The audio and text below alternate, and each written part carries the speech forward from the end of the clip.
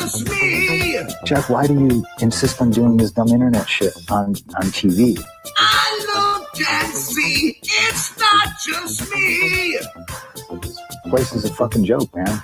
You're a clown. I quit. So many of us have stood where I stand. We are the young, so raise your hand.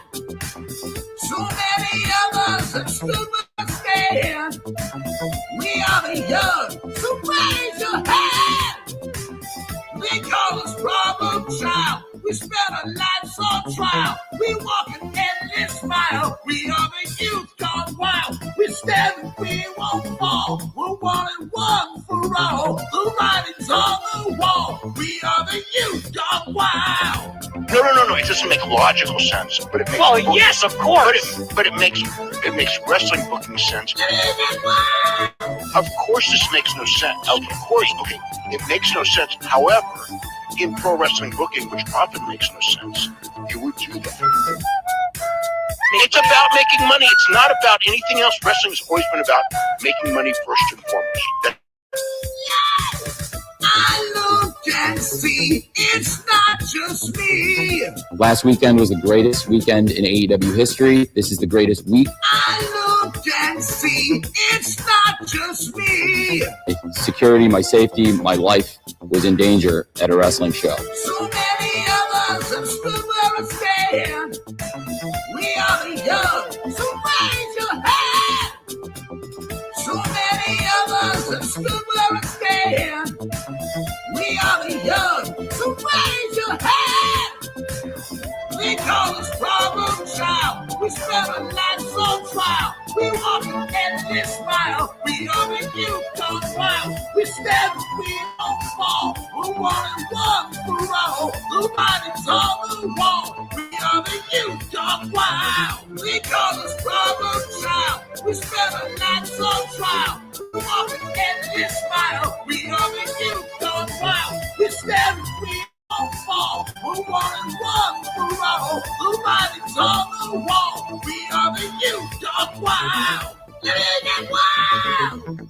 Yeah! If you're familiar with how we do things often here on these Wednesdays, it's a lot like one of my favorite movies, Time Cop. What? Fuck you. Fuck you. Yeah! Yeah!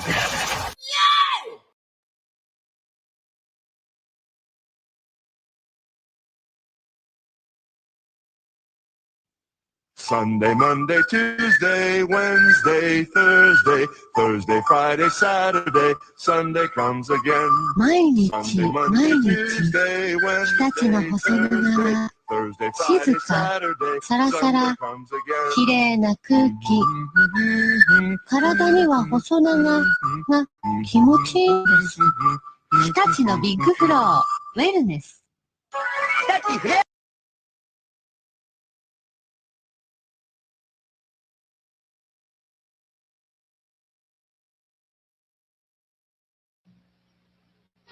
Get a Life is brought to you by Foot Locker, America's most complete athletic footwear store where it all begins. In trying to make an artistic statement, one should be careful not to let one's personal aroma do the talking. In order not to offend the critics, I recommend Right Guard Sport Stick. It provides maximum protection and the freshest scents, a sublime palette of odoriferous emanations. After all, a true artiste should be remembered for his inspiration, not his perspiration. Right Guard Sport Stick. Anything less would be uncivilized.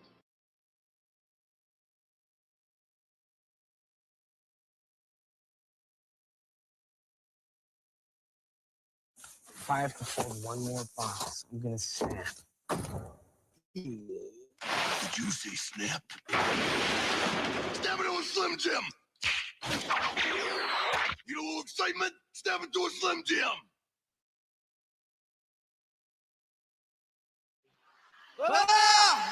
Okay.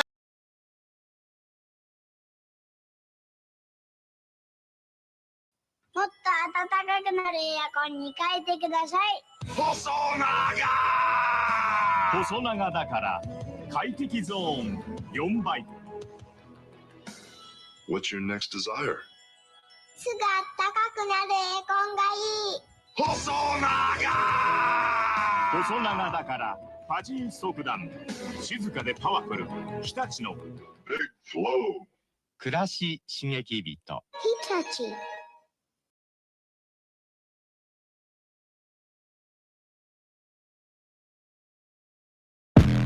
It's Becca, bitch. I'm a pop star. I'm a pop bad ones. If you wanna ride, hot Bugatti Veyron. I ain't gotta try. Pack it up and move on. Hunter on the rise, loading up a bow gun.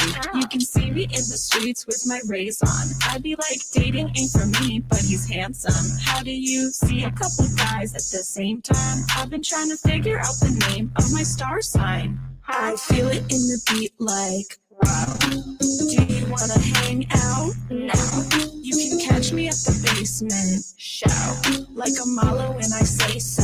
So I'm a pop star, I'm a pop bad ones. If you wanna ride, a Bugatti Veyron, I ain't gotta try. Pack it up and move on, Hunter on the rise, loading up a bow gun. I don't play guitar, music on my PC, hands above the bars. Good to be alive, 300 in the bag. Never trust no one, I'll be on the rise, fire like napalm.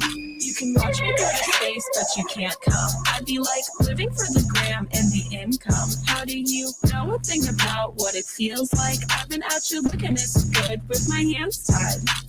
I'll take you there. I'll get my bag. I'll take your man. Watch this space, hun. OMG. Damn. I'm looking better in a lamb. You know my PPL is French. Talk to the hand. I'll rat you out and send your assets to Japan. I'm a pop star. I'm a pop bad ones. If you wanna ride, a Bugatti Veyron, I ain't gotta try. Pack it up and move on. Hunter on the rise, loading up a bow gun. I don't play guitar. Music on my PC, hands above the bars. Good to be alive, 300 in the bag. Never trust no one. I be on the rise, fire like napalm.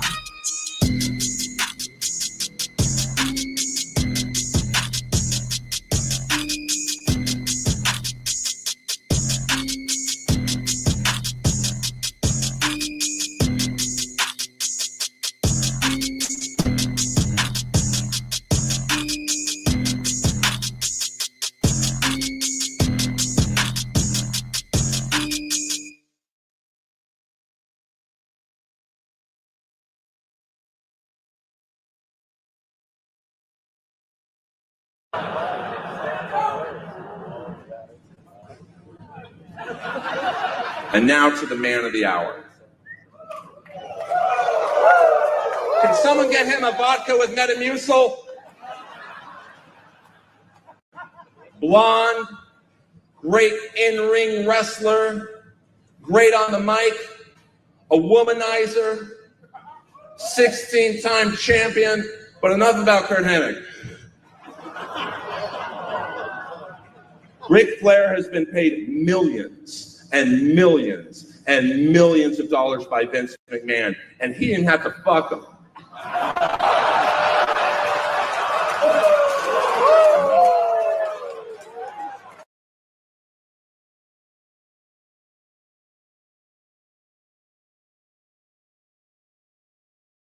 Yo, Hulkamaniacs, it's me, Hulk Hogan. Check out my new look.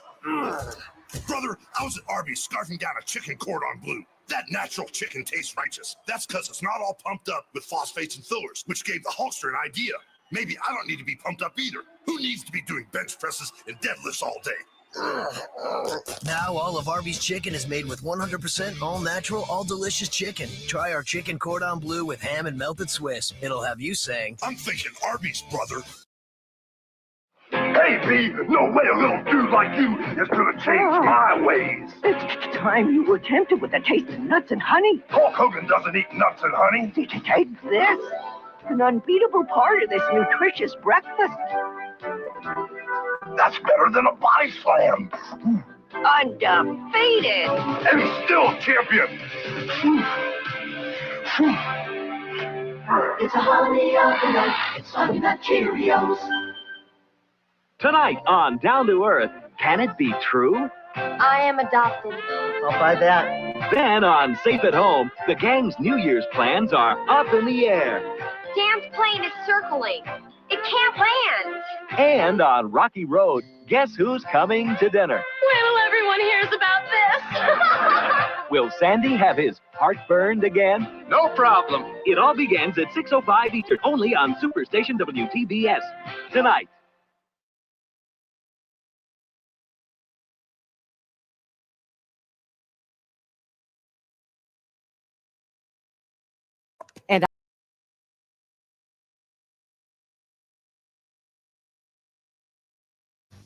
You know, some people say it's tough being a big show, but I gotta tell you, it has its advantages. Playing with the neighborhood kids is always fun, and hailing a cab is no sweat. The thing I like best about being so big is I always have room for my favorite meal, Chef Boyardee overstuffed Italian sausage ravioli. It's the only meal large enough to satisfy my oversized hunger.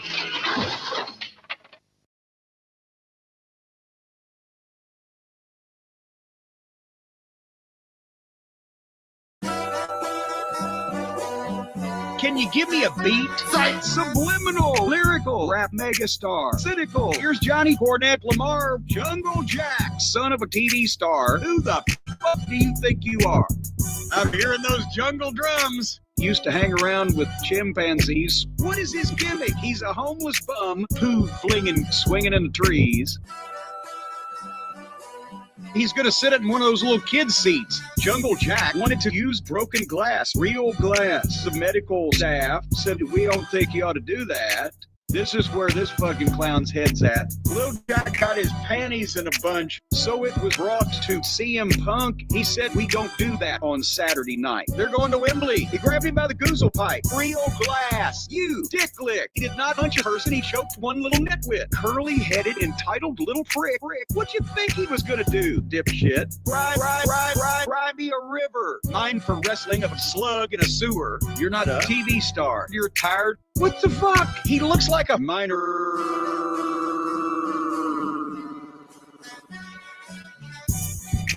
Jungle Boy sucks. Jungle Boy sucks. Jungle Boy sucks.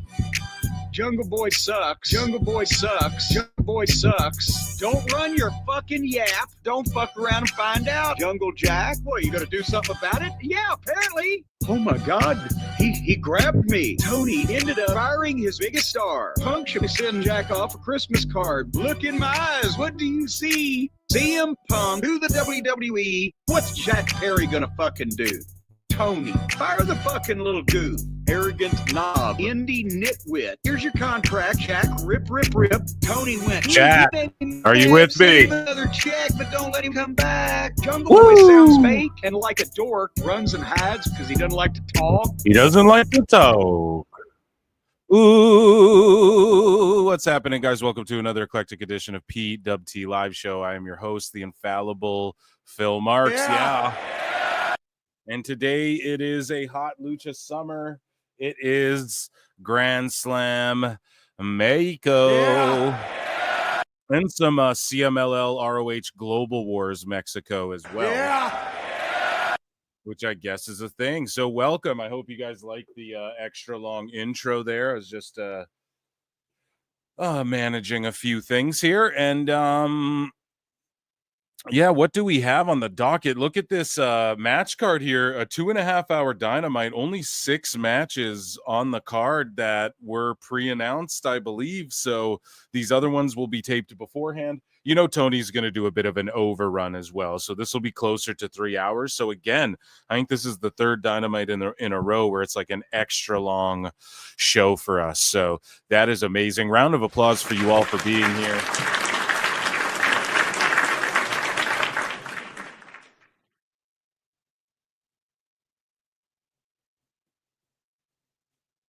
And okay, so let's preview this card here. I will check in with chat as well, guys. Welcome, guys. YouTube.com/at prowrestletimes, at prowrestleclips. Those are my channels. Hit like, hit subscribe. Consider becoming a member for 99 cents on YouTube, and you get access to my Monday member shows, or on Patreon as well. you get access to those shows and over 100 like exclusive videos and things like that. So anything that gets nuked from here, and there's more and more every week. I'm adding more and more videos. So yeah, and I've been watching Tough Enough season 1, which actually Maven Huffman's doing the same thing, which is incredible.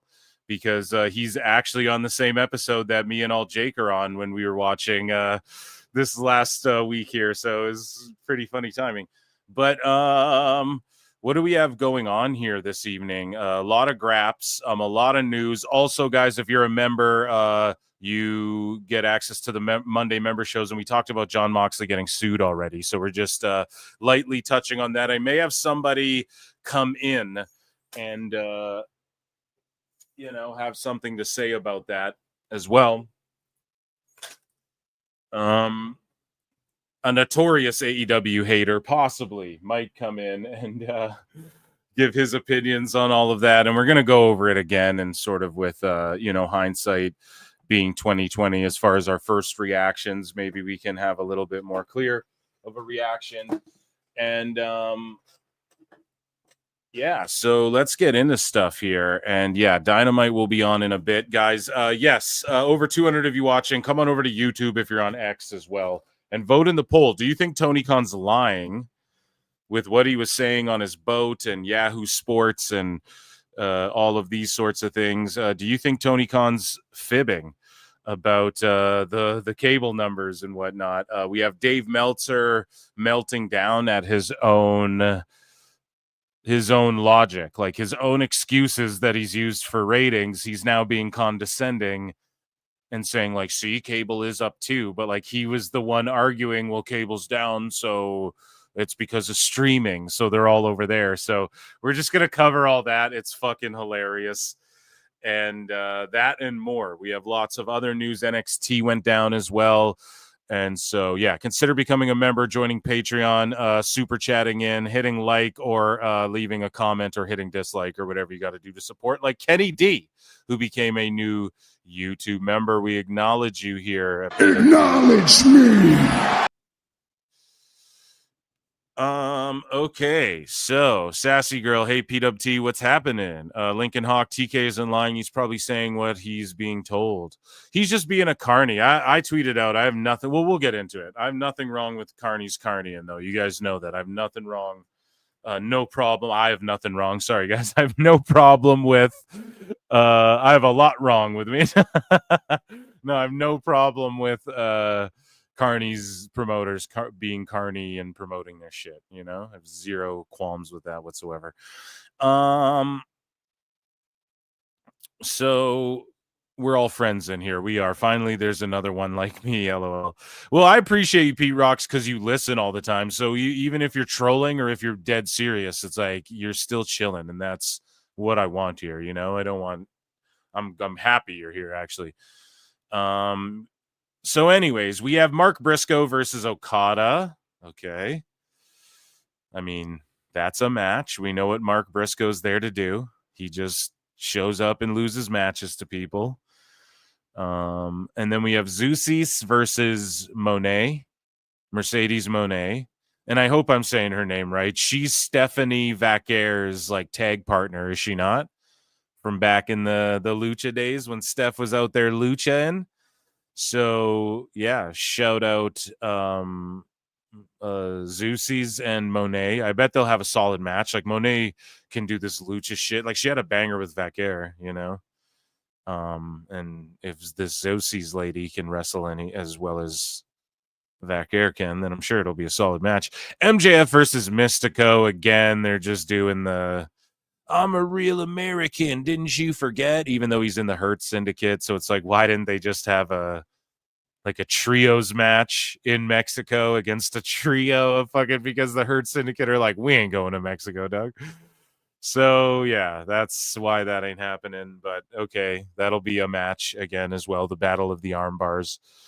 The Death Riders and the Young Bucks. Like, no one cares, bro. No one gives a fuck. Like, Jesus Christ. Against the Ops, Will Ospreay and Swerve Strickland. Okay. I guess at least the trios champs are in a 5-way tag all together, and it's not just like 2 of them with the Outrunners and Edge or something, against like fucking, at least it's like just at least 3 of their 4 members are in the mix of faction match here, right? Like, again, trios, you're in Mexico, why not have a trios championship match? I just think that would be the way to do. I don't know. Special 2.5 hour event, it says everywhere under each graphic as well. Okay, so Mascara Dorada and Ricochet and Hologram and Leo Rush are having a 4 million peso 4-way or whatever. Then we have Bandito, Templario, Atlantis Jr., Adam Cole, Brody King, and Daniel Garcia. So not even Adam Cole with his 2 homies, right? This new group, Paragon, that they just we have new shirts and we're a group and we have a new name. No, it's Adam Cole versus the guy he was beefing for the title, and then Brody King randomly, and then 3 luchas, and then they're taking on the Callis, 3 of the Callis families, Hechicero, and then FTR because they're heels now. Again, man, this is just terrible, lazy, thrown together, not thought out booking. Terrible creative. Someone tweeted something out earlier. They're like, imagine, how could you hate Tony Khan? And I'm like, I don't think people really personally hate him. Like, I would fucking crush White Claws with that dude all night. He seems like a hoot. Like, we'd be friends. The thing is, though, is he's not a creative person, and he's not good at formatting TV and shit. And people will say, oh, but in Mexico, they like this shit. In Mexico, they like this. Yeah, but you can hone in, man. It's the way like WWE honed in on it, right? And not to make it about that, but look at these like huge, like they like trios matches and shit. Now you're pushing it with like 12-man tags. What is that? 10-man tag. Yeah. No, 6 and 6. So 12-man tag. Jesus Christ. Then you have Athena and Billy Starks. So thank God. But weren't they beefing? Or are they friends again now? And then they're taking on Rosa and Persephone. Okay, Persephone's cool. Thunder Rosa finally getting like some TV. It's in ROH, Lee Moriarty versus Blue Panther. So that's like a dream come true for Lee Moriarty. Good for him. But I mean, again. And then what is that ROH episode? Just like a half hour, a 1 hour? Is it just like clumped together matches? Like, I don't even know what Tony does with ROH anymore. And it's a travesty, man. It's really a travesty. So this, I'm not hyped for any of this. None of this screams off the page like, let's say, when Chad Gable is taking on fucking El Hijo for the AAA title, you're like, oh my God. And then they have a great showing for El Hijo. Who's going to get a great showing? Mystico against MJF? Like, who's going to actually benefit AEW in the long run? And I guess AEW, well, do they benefit CMLL? I'm sure they do. Just having like injecting some American talent into the Mexican scene is always a positive for them, and they're hungry for pro wrestling in general down there. And yeah, I give AEW credit for like pulling off this big arena show before WWE thought to do it. But again, I've pointed it out with MMA, like in the UFC, it's not about being first, all the time. It's not all the time. But yeah, I'm looking forward to it. I suppose that's my preview of it. And yeah, chat will let me know what they think about this card. Peter Tavares for 279 says, for a fellow Oilers fan, they blew it again. I said, yeah, they blew it fucking big time, man. They blew it big time. We'll actually talk about that in a bit because we have Jackie Redmond and she was there covering the whole. I made the joke she's gotten more airtime on TNT than the entire AEW women's roster in the last year or a few months. But it's Jackie Redmond and Pat McAfee were with the Stanley Cup. So we're going to talk about that in a bit as well.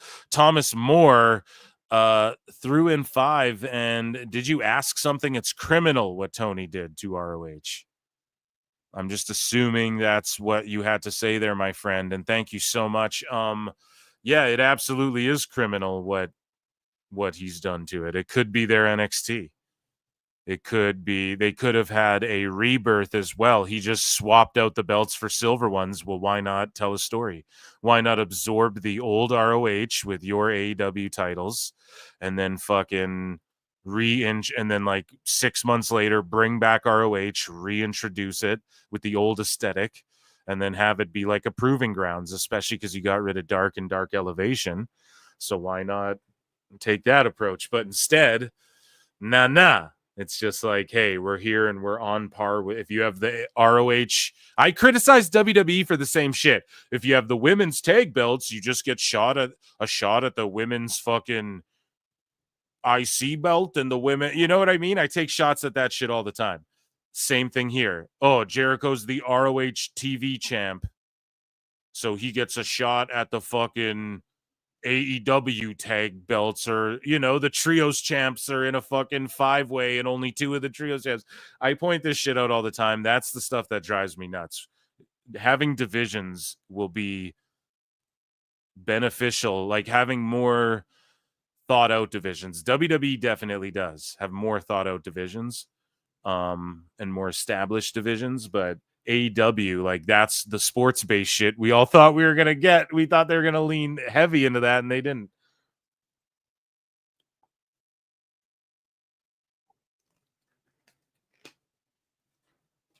Quite unfortunate, actually.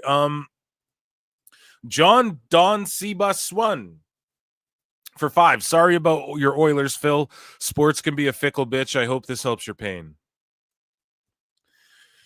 Yeah, well, I mean, if you guys will indulge hockey talk for just one moment, I mean, I'm not gonna go crazy or spend a lot of time on this, but listen, Tampa won.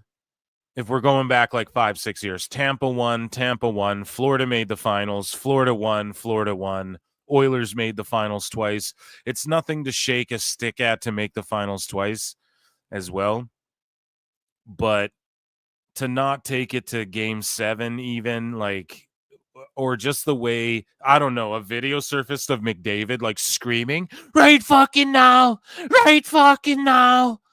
And it's like, man, you aren't doing shit. Like, you are a pretty player. You're an amazing player. You have 0 clutch factor. So don't scream at them about right fucking now. And then there's like little mistakes I could point out. I think the Oilers, like, by going with Pickard in the last game, they shouldn't have started him, even though he came in the game before and then didn't allow any goals, and then they got the W. They should have still started Skinner the next game and let him play it out. And then, you know, come game 6, okay, we might have to switch it up again. Whatever. It's okay. I'm devastated, but next year, hopefully we have a run. Oh, I've been saying that for 20 fucking years. 30 years, you know, since they've won a thing, but in like 20 years ago, they made it to the finals against the Canes. So it was, yeah, you guys know. Anyways. But yeah, it was a great series, great hockey, like just great back and forth, both years, 2 years in a row. What a great rematch, you know? But it's like at this point, and I'm an Oilers fan, of course, if I want to see them win a chip, but it's like at this, any of my teams win a chip, but at this point, it's like I'd almost rather see Florida three-peat now. You know, they have a little dynasty on their hands. I'd almost rather see them three-peat and then fucking just put it like you. Then you can put the cherry on top and say, well, they're an actual dynasty, like a finals, then 3 in a row. That's some fucking Montreal Canadian shit, you know? Anyways, off of that, back to wrestling. Mr. Noob for 2 says, CMLL streamed on YouTube 2 days ago and only has 56K. Exactly. Thank you. We're going to cover all that. Thank you, Mr. Noob. JWT6577 says, for 5, says, not trying to grab a goalie at the deadline and losing Hyman lost them that cup. Yeah, I mean, Hyman's a key factor. And then, yeah, they got to get a goalie. They got to go for something. But now people are like, we don't want McDavid here anymore. You know, so it's going to be interesting. Anyways, let's stick with wrestling. It's been a long, busy day here, guys. Okay. So Let's get into, we have a lot of news. So ladies and gentlemen, let's get into some miscellaneous light news to kick things off. And we will share this and I will play. We have, so, Kenny D says says, I like my sports fake. Yeah. Then you love the NFL. No, just joking. That's the joke though, right? That they are,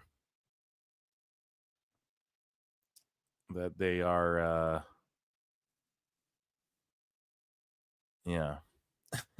That they are rigged and shit, right? Isn't that the whole thing? Okay, so let's just see here. Everyone's arguing with Pete. Okay, guys, it is time for some bad news, okay? Not good news, but bad news, whatever. Ladies and gentlemen, I'm afraid I've got some bad news. So Tanahashi-san addressed the media on June 4th with a 10-point plan for the future of New Japan. A lot of it involves AEW. Not a lot of it involves any WWE type shit. I will keep you updated on that, and I'll actually give a more in-depth podcast on that with someone who's more in it, or maybe a couple people who are more in it than I am currently. So stay on the lookout for that. But yeah, Tanahashi's pleased with his AEW partnership for sure. Here is Priscilla Kelly. She's finally back at Wrestling Revolver.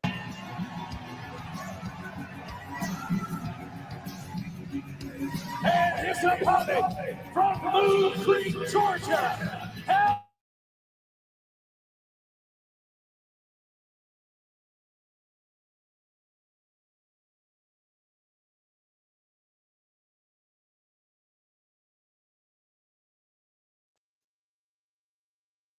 Sorry about that. Her facing someone she knows very, very well, Dana. Yeah, I mean, you might, as you mentioned, it's a first time ever matchup, but that doesn't mean that these two are not very familiar with each other. And it's a matchup that I think a lot of people, including maybe the participants, have been waiting to happen. Oh, I agree. And, you know, according to Zach Veda, these two wrestle every night, sometimes during the day. Yeah, so there you go. She wrestled her boyfriend or fiance or husband. I can't remember if they're married or not. So Rossi getting misted here. This was really cool. I just thought I'd bring it to the show. Oh. Oh. いやいや、私はと。のし。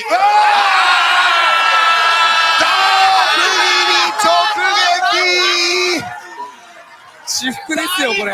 スーツが。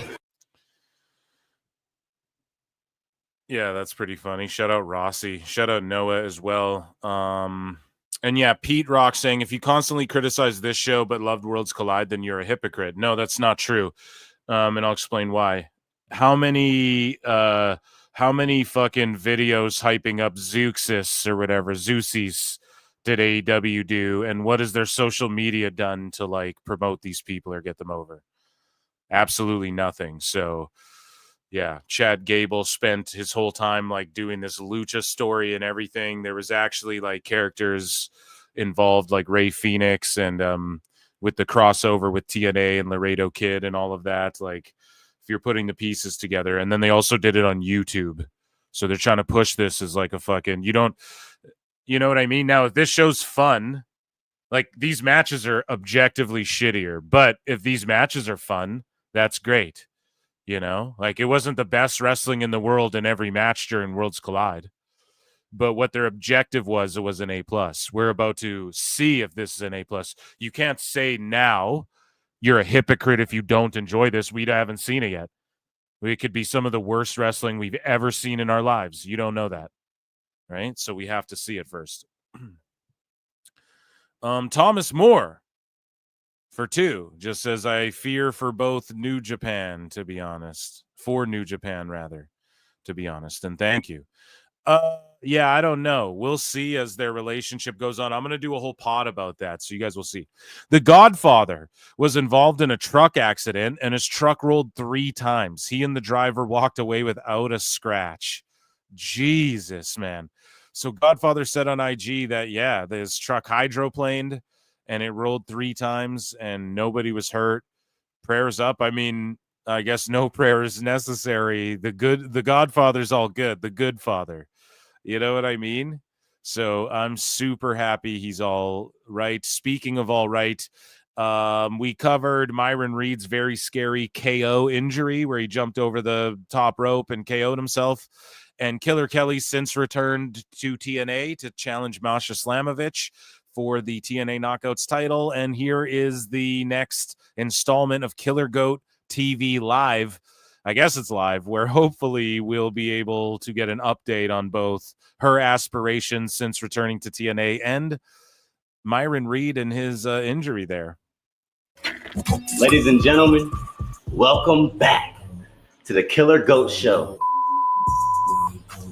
A lot of things have happened lately to Young Goat, and one of those things being the Young Goat suffering his first severe concussion. And it was a hard fall, but I fell because I was protecting my lady. You know what? No, I'm not gonna cry. But I got some news for Yes, everybody, each and every one of y'all. Let them know, baby. What's the news? This is so funny. We got some big I ain't gonna cry. He's crying. news. My man, Myron Reed, is cleared. Yeah. And Killer Kelly is back. And this Saturday, it's the Killer Goats debut as a tag team. And it's going to be against Diana Parazzo and Steve MacLeod. Baby, I thought we were done with MacLeod. I'm certainly done with Red. Yeah. As a matter of fact, the Young Goat finished that story. But Steve MacLeod wanted to reopen that book. So yeah, man, he's all good. He's cleared. I don't think it was even like, I don't know if he had any like post-concussion shit, but he just like knocked himself out, you know. It was pretty scary. And he said on this show, like he was like, I've never had a bad injury, you know, because I asked him, I was like, you do a lot of crazy shit, you know, like what's the worst, like a stinger? And he's like, no, I've been fortunate. And then that scary ass fucking knockout, which like fortunately the dude knows how to land, I guess. And yeah, Killer Kelly tweeted out that she's going to be taking on Masha, and then they can team up after they duke it out again. So pretty much what the fans want. You know, we want to see them fight again for the belt, though, and then fuck it. And they could even have a trilogy of matches. Like Killer Kelly would be. And she also said on this show on PWT that, you know, she's like, hey, I mean, me and Masha, there's the NXT crossovers. I have unfinished business in NXT and shit, you know, so just stay on the lookout. And shout out the Killer Goats. So speaking of being on the lookout, man, William Patrick Corgan, Billy Corgan on Busted Open, says, hey, everybody be on the lookout for us on Roku. Good segue or what? Good transition? And he talks about they inked their first television deal in over 25 years. Yeah, thank you. If anybody might have seen just the other day, it came out that we've signed our first real true first run television deal for NWA Power with Roku, the #1 streaming platform in North America. This is a deal that's took at least 6 to 9 months to put together. And I think it's the first significant NWA TV deal probably since the days of NWA TNA. And if you want to go back further than that, because obviously Jeff Jarrett was trying to build up TNA, you'd have to go back to somewhere into the 90s. So this is a huge deal for us. And it's a total credit to our team who, you know, many of them, you know, we worked very hard as a team to put this together. So credit to our great team for sticking with it. Many people have doubted the NWA's progress, doubted the NWA's game plan, which I said many, many times was going to take a long time. Yeah, thank you. If anybody might. Hell yeah. Shout out William Patrick Corgan. I do like Billy Corgan. And shout out his brother Bill Burr. That time Scott Steiner went into the crowd. So here's just a throwback clip, and here's just like, I can't remember where they are in like India or somewhere, right? And Scott Steiner goes out in the crowd and they just fucking scatter. Monster Abish के सामने जब भी Scott Steiner और monster Abish ring की ओर आते हैं तो सबसे पहले उन्हें ना जाने क्यों एक खिंचाव सा महसूस होता है और दर्शक दीर्घा में जाकर हुड़दंग मचाना शुरू कर देते हैं जो पहले भी कई बार मॉन्स्टर अबिस और स्कॉट स्टाइनर ये कर चुके हैं पर आज ये इसलिए कर रहे हैं ताकि वो मानसिक दबाव बॉलीवुड बॉयज पर डाल सके मुझे नहीं लगता कि Bollywood boys just clears out the crowd. The Bollywood boys, dude, shout them out. Holy. So ex-WWE star, speaking of Bollywood, Jinder Mahal announces he's tying the knot with longtime partner Priya. So congratulations to them. Don't ever hinder Jinder. And for those of you who don't know, I am in fact a big Jinder Mahal mark. And I loved when he was WWE champion. And you can check my Twitter feed. I am not capping about that. So shout out Jinder, dude. The G1 Climax. The G1 Climax. Oh. Mine was like an A+. Oh, no. So the A block, Haruki Goto, Bolton Oleg, Yuya Uemura, Yota Tsuji, David Finlay, Evil, Sonata, Hiroshi Tanahashi, and then 2 like wild cards. And then on the B block, you have El Phantasmo, Shota Umino, Shingo Takagi, Zack Sabre Jr., Great Okan, Gabe Kidd, Ren Harita, Konosuke Takeshita, and then 2 play-in winners or, wild card winners. And yeah, there you go. Those are the G1 participants for the Climax 35 there. Elena Black, Cora Jade picked up a win in her first match since her WWE departure. And guys, I'm not trying to shit on anybody at all. I'm not shitting on her at all.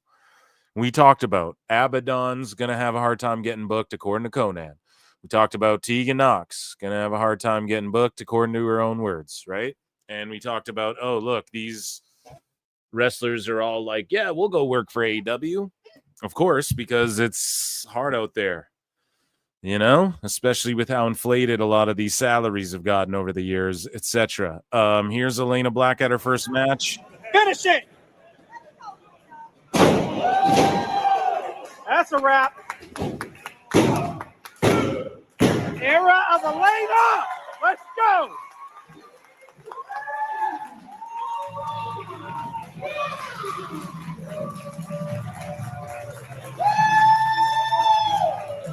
So I ain't shitting on it, but yeah, is this, maybe she just took this match to stay sharp or what?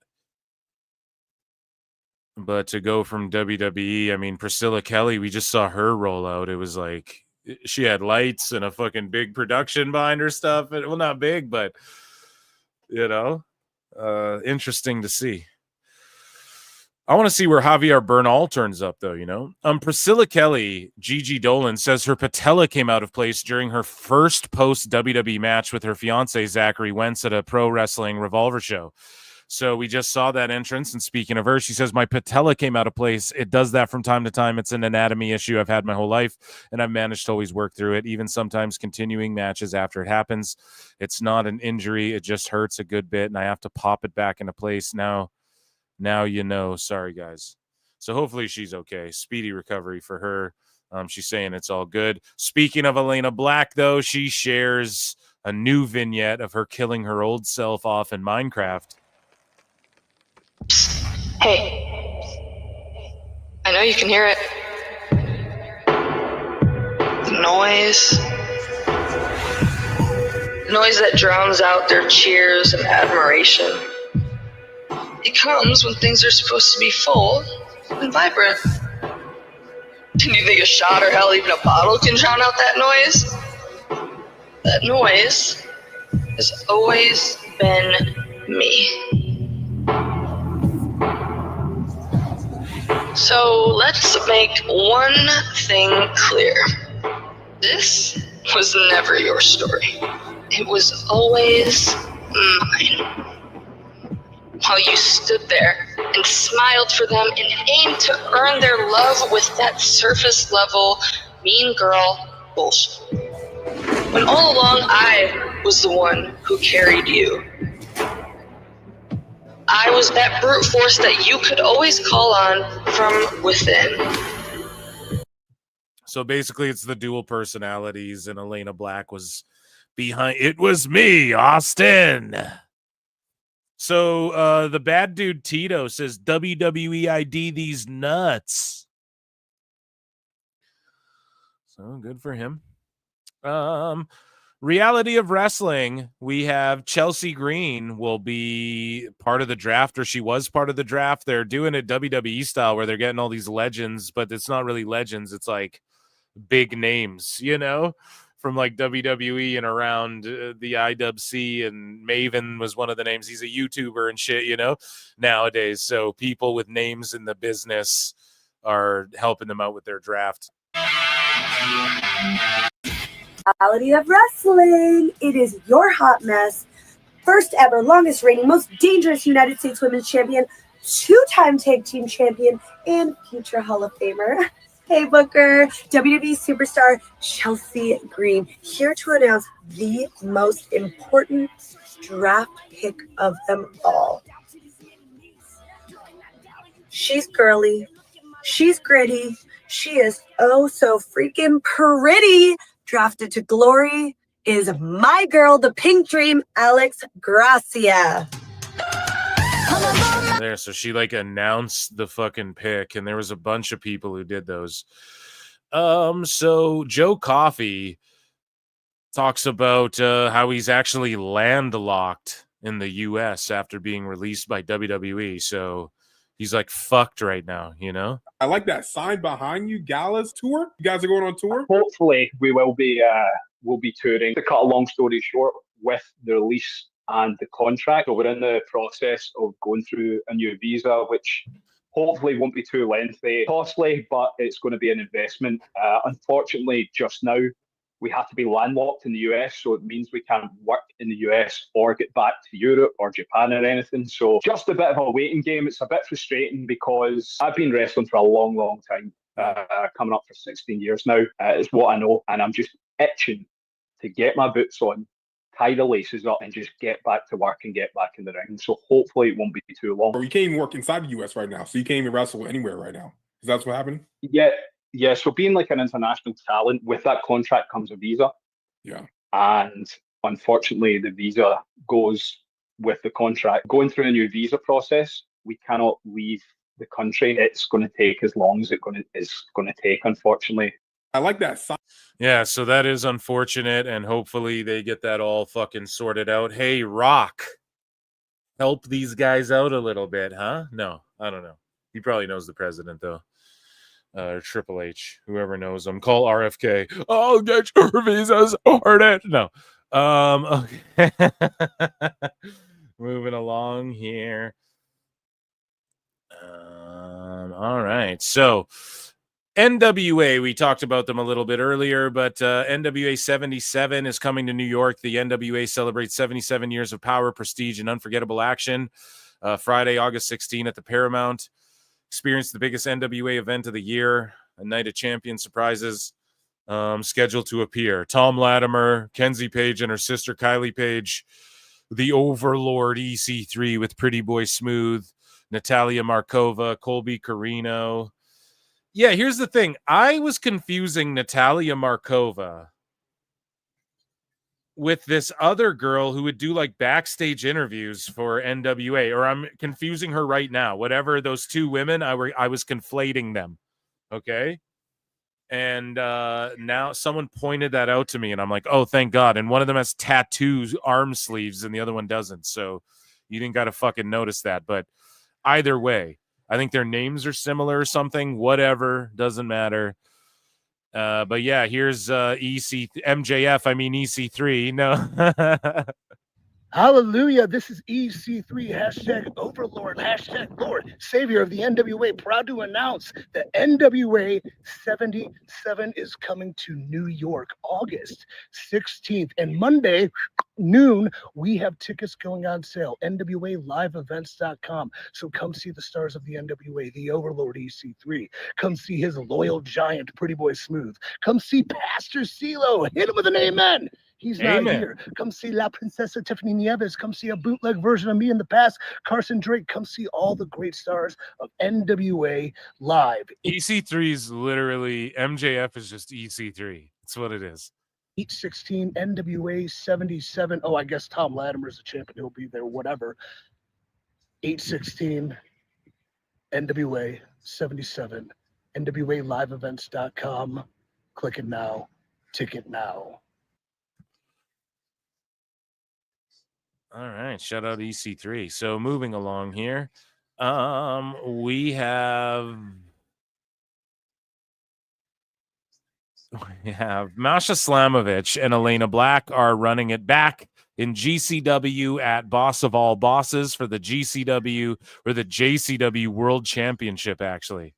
So the JCW World Champion Masha's defending against Elena at a GCW show. It's great. So Kayla Becker, the former Kayla Braxton, is now, like, hit her up if you need some voice work or broadcasting work. If you're looking for someone with range timing and a rent payment looming, let's make something great and billable.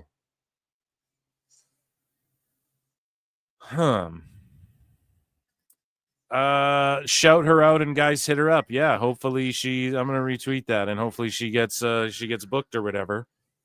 Why'd she leave WWE again? Why'd she do that? Was that did they just not renew her, or did she choose to go? Chat, I forget. Let me know. So according to Wrestle Purists or Justin Barrasso or whatever, there's these rumors floating around, a lot of them about Vince buying back WWE and Vince wanting to get into BKFC. We covered this a little while ago, a little bit, talked about it at least. And what else? Like TKO is going to ditch WWE and all this shit. It's not going to happen. That's literally restarted to say that. But anyways, Vince McMahon recently made a move to purchase controlling interest in Bare Knuckle Fighting Championship. David Feldman, BKFC's founder and president, confirmed that a meeting occurred and that McMahon is resolute about a return to promoting. He's a great guy. His whole team is great, but the timing wasn't right for us. He's Vince McMahon. If I were him, I'd want creative control too. He was awesome, very complimentary, and he was very serious to do business.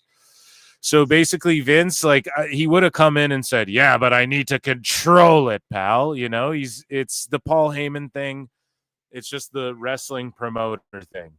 And the people who own it, they are in business with allegedly with seedy people and stuff,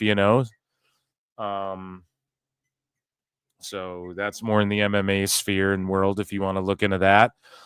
Vince likes to control outcomes. I don't know if BKFC is the right run for him, and I just don't think BKFC is in a good position financially anyways right now. And so he really has all of the negotiating power in that instance. So Paul Walter Hauser, he plays myriad. He's an award-winning actor, and he's on Cobra Kai as Stingray primarily. And he shares his unique pro wrestling Mount Rushmore with Ariel Helwani. And I think this dude, Paul Walter Hauser, is actually playing Chris Farley in a biopic or something. But either way, let's hear. He'll tell Ariel Helwani what his favorite, and he has a Chris Farley tattoo here as well as an SNL tattoo. And he shares what his Mount Rushmore of pro wrestlers is in his mind. My Rushmore goes Sting, then Brett, then Rick, and then Jericho. Jericho. How do we get there? Love him, fellow Canadian, but not a lot of people would have him there. A lot of people. Here's the problem. Tim Dillon should play Chris Farley, but Tim Dillon can't do the physical. Hauser will be a physically funny guy, and he's a great actor who could carry tremendous like dramatic scenes, and you know, he's a good actor, so he can't, you have to sacrifice him looking like Farley, you know, and it's also, this is like a dream role of his, right? But Tim Dillon, as far as like just the look and being a stand-up and shit and having similar roots, I think that, yeah, but it'll be a good movie, no less. I like Paul Walter Hauser. I know we've covered him here. Like, he DM'd Conan like a fucking 7-page essay about why he's like a good wrestler, or like, I'm not a good wrestler, but like Bam Bam Bigelow was a fat guy too, or whatever. It was like, dude, come on, man. But and he quit Twitter, because why wouldn't you? You know, it's a toxic fucking sludge waste landfill. But anyways, here's his Mount Rushmore. He said Sting. He said Brett. He puts Jericho on the list, which is what everybody's laughing about. People nowadays hate him because it's like his wife voted for Trump or something. No, I don't care about that. I just think he doesn't usually. No, I mean, Jericho just can't be on a Mount Rushmore, in my opinion, but it's just subjective. But if you're talking like Mount Rushmore, he just can't be when you have all these other people. Like, there's Stone Cold and Rock and all these other fucking guys that you almost just have to name just by default. Like, even I don't like Hulk Hogan, but he's got to be on there. Like, personally, Terry Bollea, I loved Hulk Hogan on TV. Same with Benoit, right? Like, I'll retweet his matches when people show him and Eddie. I don't condone what he did, right? He was a fucking tremendous wrestler, though. Just as wrestling, one of the best ever, man, you know, in his time. So, you know, you could say the same about Jimmy Snuka. We didn't know about that shit till later, but he was like one of the most over dudes. You could argue he was more over than some of the guys Vince was like dead set on pushing, you know, at that time. So it's like Jimmy Snuka, even, right? Hindsight's always 20/20, and personal lives aside, we don't know these people. We just react to them as fucking characters on TV. And I just think Jericho can't be on there, especially not now, but he is one of the GOATs for sure. Like, even with his AEW run, you have to put Jericho up as like, there's a reason he was the first undisputed champ, beat Rock and Austin, and he came in with the big Y2J thing, and he was getting over in WCW, you know. There's a reason for all that, and he stayed over for years and years, was able to reinvent himself. But here's the thing with Hauser. Him and Jericho are friends, and Jericho let him sing Judas in the Cobra Kai show and all that shit. So I think that's why you're putting him on there, but it's subjective at the end of the day, right? Everybody has their own list. You just made the list. Chris Jericho, Y2J, incredible. I mean, let's take 30 seconds to go through the career. Okay. Proving himself, Canadian Stampede, like wrestling, the Heart Dungeon or whatever, Mexico, ECW, Japan, Germany, don't leave that out, WCW, creates an amazing character in WCW where he's super obnoxious from like 97, 98, has the Gilbert thing. Yeah. Has Ralphus, his manager, bangers with Dean Malenko and Eddie Guerrero and all these guys. Comes to WWF. One of the great pops of all time is Break the Walls Down. It's true. And one of like the best promo battles, you know, him and Rock, like no one ever will forget that. Jericho showing up, Millennium Man or whatever. Oh God. And I was so fucking mad when he became undisputed champ. And I was a kid, dude. I just was angry, you know, and that was and then Triple H got so over with me because he came back looking like a fucking alien from another planet. He was so jacked. And then like the build to 18. And I know, you know, the stories are like, oh, Jericho and Triple H had to fucking follow Hogan and Rock. But dude, at that time for me, I was like, and more, like it was the cherry on top, you know. It was amazing. As the run in WWE, which is, I guess it would have been 99 through 2018. Yeah. Is that right? Yeah. 2017? Yeah. That is a long ass time to stay relevant and capture all those titles and have classic matches with Shawn Michaels and Kevin Owens, being a tag team with the Big Show, Jericho. I think the stuff with the Festival of Friendship and the clipboard and being on the list is some of the best sports entertainment promo stuff ever. We have to watch that video that Grapple Vision made about the list, because like Jericho didn't invent that actually.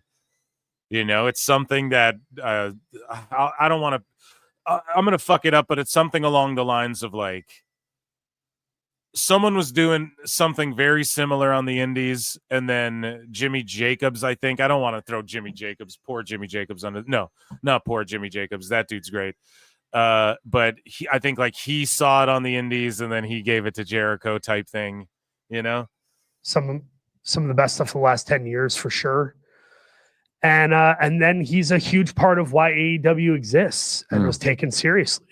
What he's done there, and then in Japan, going into the Painmaker and having the bit of the bubbly, having the musical number with MJF. I think he's easily Rushmore. He's evolved a lot. I mean, it's amazing how many different iterations of his character. He's had, I mean, the promos, the matches, the pre-tapes. It's like, there aren't that many people who can do all of the things well. Yeah. He's done all of the things well, whether anybody likes him or not. And yeah, I mean, I think they're buds, but that doesn't really matter to me, you know. He makes a good argument. So we have the world premiere. Actually, no, we're not going to world premiere that. Ladies and gentlemen, that was miscellaneous news. Yeah. Are you sure about that? Okay, so we have Grand Slam starting as well. Olay. We have some TNA news that we are going to get into as well. Let me check in with chat. Cash Monet's been a member for 6 months. Hell yeah, dude. You are acknowledged. Acknowledge me. And King Dingaling's been a member for 2 months and says, if AEW contributed to Max the way some claim, they'd have been mentioned in all the news on WBD Split, but not a peep. These sickos went full restarted. Well, we're going to talk about that in a bit as well. And we also have some WWE Netflix contrast, like something I found no one else sleuthed out. But yeah, shout you out, King Dingaling. You also get acknowledged. Acknowledge me. And thank you so much. Let's switch over here. Let's switch gears to TNA news.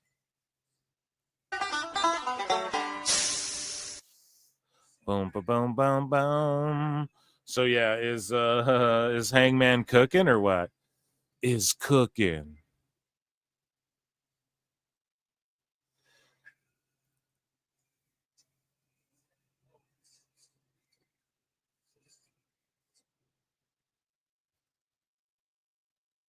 So he's speaking on Espanol. This place looks fucking packed, man.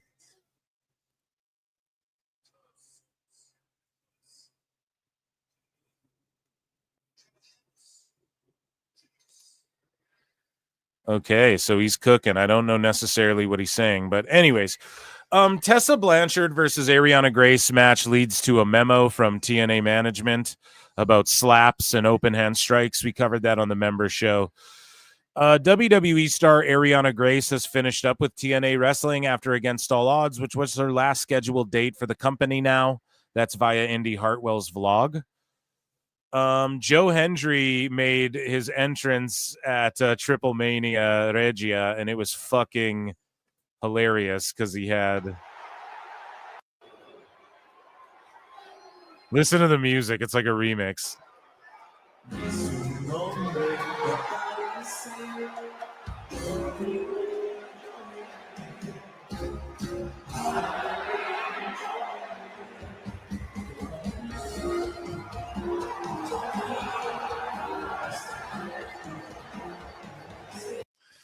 That's amazing. And the crowd, he was so fucking over. Speaking of which, we also have a video of Joe Hendry with Mr. Iguana, because why not? Might as well go viral as shit. Say his name and he appears. I believe in Joe Hendry. Yeah, dude. Why not? Why not run the views up with that? You know what I'm saying? So someone posted from This Is TNA. They called this is actually TNA's account and they deleted it. So there you go. Fuck. Did they delete it? Damn. And then Steph DeLander responded and said, LMAO, I thought the same. And then fucking Nyla Rose is like, damn. jumped on it. Look at this, guys, and TNA deleted it. So they called Tessa Blanchard the Diamante. And then Diamante from LAX, who, by the way, I'm a fucking fan of as well. And I always thought she could have done way more in AEW. And Diamante, she owns the patent on that. And so there you fucking go, man. Diamante had that theme too, I'm pretty sure, that was like down. Is she still in AEW? Where it was like down, click, click, bang, bang with the fucking guns? Is that her? Dude, that theme goes hard as shit. With the hats. Down, down. Boom, boom. That shit fucking slaps. Is that Ruckus? Whoever cooked that theme? Bravo. Can't say the same about Jordan Grace's, but Diamante's theme cooked. Anyways, TNA deleted that shit. So breaking, TNA Wrestling welcomes Pittsburgh's own Mark Madden to the broadcast booth for a live event on June 20th, coming up here at UPMC Events Center. So shout out Mark Madden, I guess. For the first time ever, TNA will live stream some of the TV taping this Friday from Pittsburgh before the episode actually airs next week, and it will be free on TNA Plus. Yeah, so good for them. There you go. They'll be live streaming some of the tapings early to garner interest, I guess. It's a good move. Chris Bay, the former X Division and World Tag Champion, filed trademarks for The Greatest Story Ever Told and Chris Bay. Good for him, man. And yeah, his shit's going to be made into a fucking movie one day. You know what I mean? And that, ladies and gentlemen, was TNA news.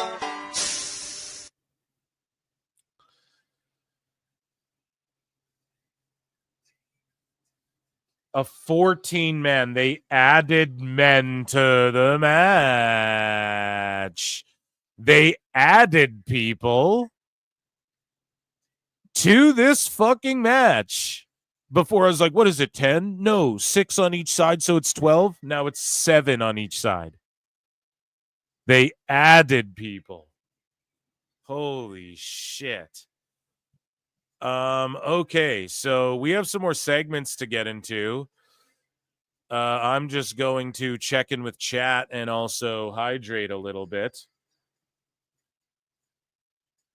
And so Dax is here. There's no cash. So they false advertise cash. Cash.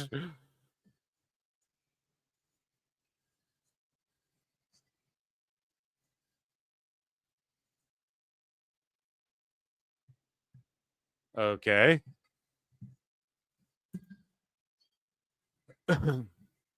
Card subjects to change, I guess.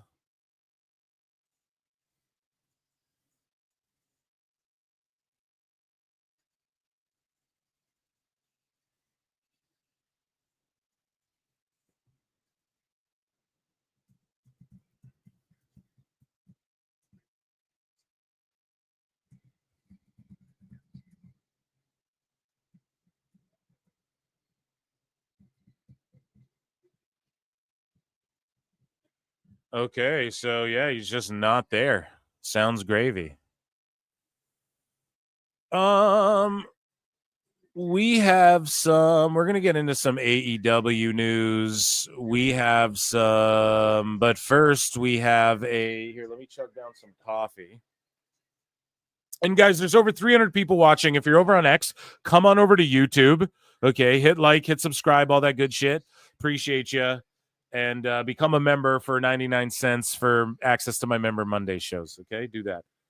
Or don't. Or hit dislike or pull a Pete Rocks and just come talk shit in the chat or whatever.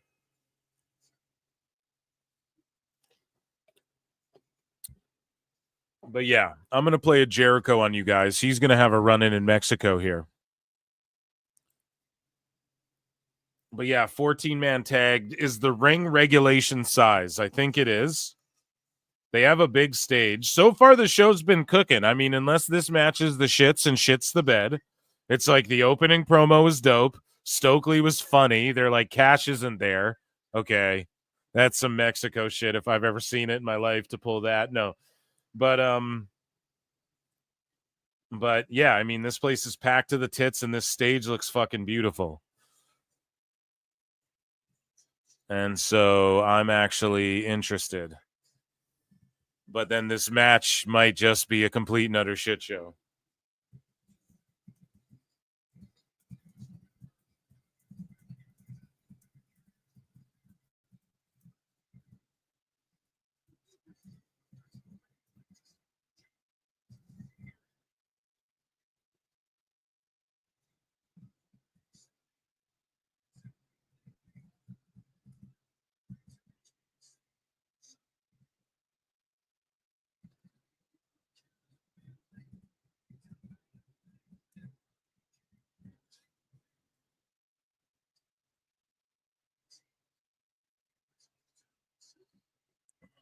Yeah.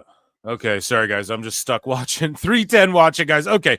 Let's get into some news. We have actually not even news. What this is right here is everybody's, because this is a match for the sickos, and this is a sicko segment.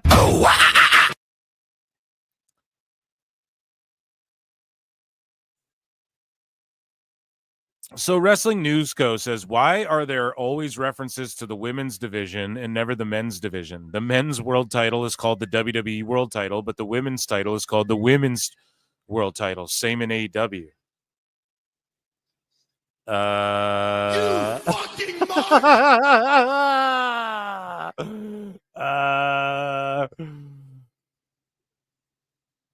all right.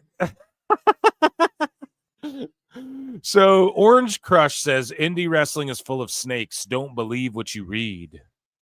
So are you guys familiar with Kevin Gill? I guess he says supporting your friends and people you look up to greater than being a clout-chasing weirdo using people's life struggles and tragedies as a way to get clicks and comments on social media. And so someone asked, like, what is the background behind this besides supporting what people already know? KG is a snake. And then this guy says, Brett expressed concern about a friend's welfare on Facebook, and then this post appeared. So just responding with my personal experience on the matter. And then here's like these messages, I guess. So he's messaging KG, and he's like, I'll see you at Arthur Ashe. Maybe you'll learn to spell your own name by tonight, you fucking low-life loser, and you have nothing to say about the situation at hand. You're pathetic. And then this guy's like, I don't answer to you. I also don't book talent for shows. I also don't know the personal details of every person who was brought in or even who was being brought in and for what reason. Instead of caping for a creep and having his minions do his bidding, the creep can deal with his issues himself with the people involved. Or you can grandstand for him to the person who brought him in, or you can contact the person who wanted to come in. So I think they're mad because they booked some guy who's like a fucking creep. Android gross. Yeah, I don't know. So wait, you first asked me to threaten you in person, then you realize you might run into me and you say to leave you alone. You're a 7-foot pussy. I paid you well and on time for anything I ever asked you to do personally. You weren't fucking man enough to ask for money to show up to work till you were afraid you were irrelevant, and you still aren't a fucking man when the scumbags you work do some of the... So this is like Kevin Gill going back and forth. I think the blue is like the guy sending it, right, chat? I don't know. Is this on a fucking Android? What is... Like, what are the bubbles? I don't know who's who here.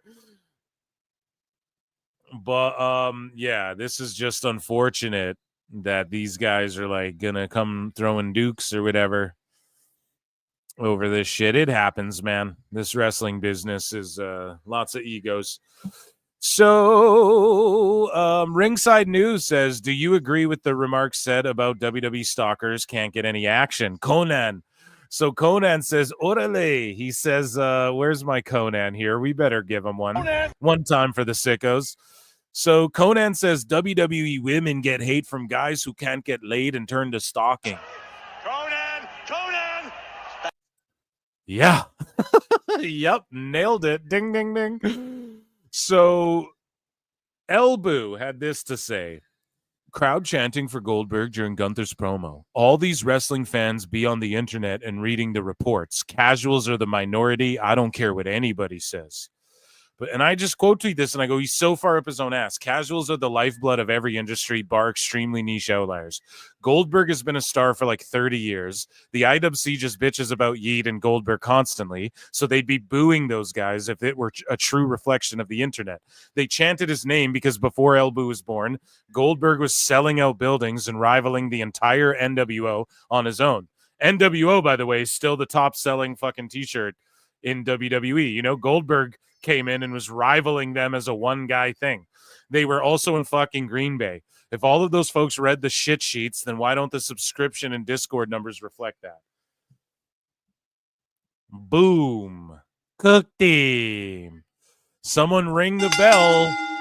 He's down. It's over for the count. You know, I don't care what anyone says, bro. I would, and hey, Elbu, I would love if that were true, because I want WWE numbers on PWT, right? Like, I would love that to be true, brother.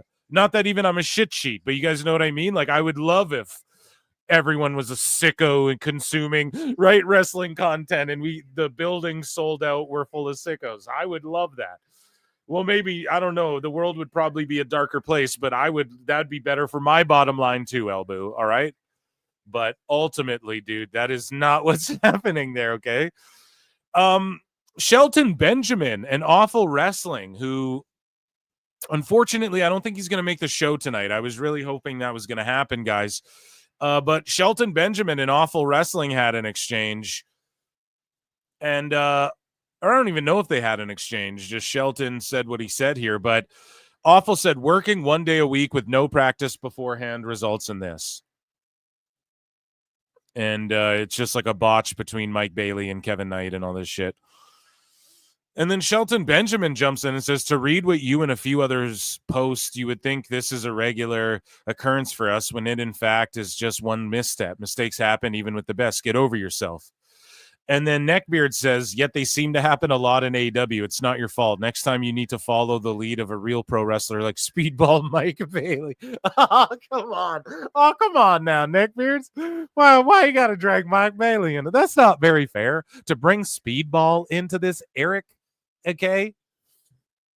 I'm here for a Speedball Mike Bailey at StarCast this year.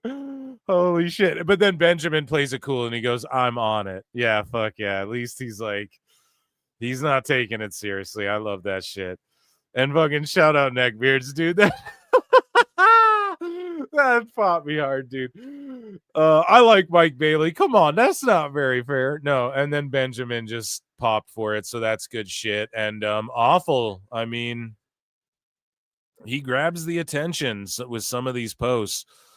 But that is true. Like, okay, more often than not, is AEW more botchy than WWE? Yeah.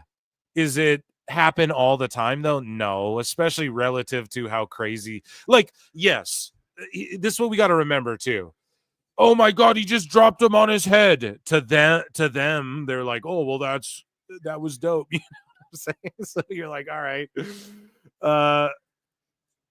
But yeah, we have these dudes. Like, look at this. Someone sent me this, or I saw this floating, whatever, and I saved it. And Tuke's like, Raw hits an all-time low. 348,000 households around the world watched live. And then this guy, the New Geeks, AEW haters, crickets, where they at? But look, these people are all blocked. You know what I'm saying? Like, everyone's blocked. And I'm like, this is just incestuous and sad. Where's anyone who'll refute the bullshit? They're all blocked. You know? Tom Pestock responded to some guy. This guy like called. So Tom Pestock, Baron Corbin, Bishop Dyer. He said, and Neckbeards, of course, is under here. What did I miss? Well, Neckbeards, let me fill you in. What had happened was this guy like made a joke, and then Baron Corbin made the joke. Oh, my 6-year-old's as tall as Johnny Gargano. And then this guy quote tweeted it and was like, your 6-year-old's a little bitch. That's what he said. Like, called his 6-year-old a little bitch. And then Baron Corbin, Tom Pestock, Bishop Dyer says, it's really sad you can't make a joke about a friend and former coworker without the insane toxic IWC coming after you. If you act like this about wrestling, just know you ruin it for fans and talent. Reevaluate your life. It's pathetic. I think Johnny is dope. Exactly. He just nailed it right on the head there. Like, you don't have to take it to the sicko level. Now, this is the type of sicko I enjoy. Conrad, speaking of Conrad, he tweeted this out. Now, this is commitment. This guy got a fucking tattoo on his head of homicidal suicide. I don't know. We can't even say these words on YouTube, folks. Sabu. It's a wrestler. This is a gimmick in a parody pro wrestling show. It's a nickname. YouTube. And so, yeah, he got that tatted on the back of his head, dude. That is amazing. Sicko action. The crowd is hot as shit for this match, by the way. Speaking hot as shit, this guy at Davey DTD is hot as shit for Abaddon, and he grossed her out. And he says, hey. And then she doesn't answer, obviously. And then 8 minutes later, he says, and this is at 10 a.m., folks. And he says, how much do I have to pay to watch you play with that fat pussy? Oh, my God. Oh, my God. Dude, I'm ready to spend if you're ready to work it for me. Oh, my God. Ugh. You what? Jesus Christ. And then, yeah, she's like, fucking, ew, gross. Or, yeah, she just tweets out gross. It's like, yeah, dude, why do you think that would work in any scenario? And that, ladies and gentlemen, was the sicko segment. Cringe, dude. Yeah, that's the cringe I live for, though, right? Oh, it's embarrassing. It really is. I feel embarrassed for him because it's like, 10 a.m. too. Get in the shower, bud. Cool off, buddy.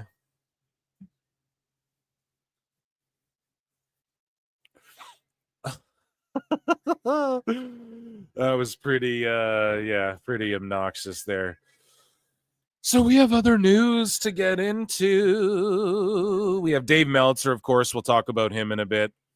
And then we have AEW chat. I want you all to tell me,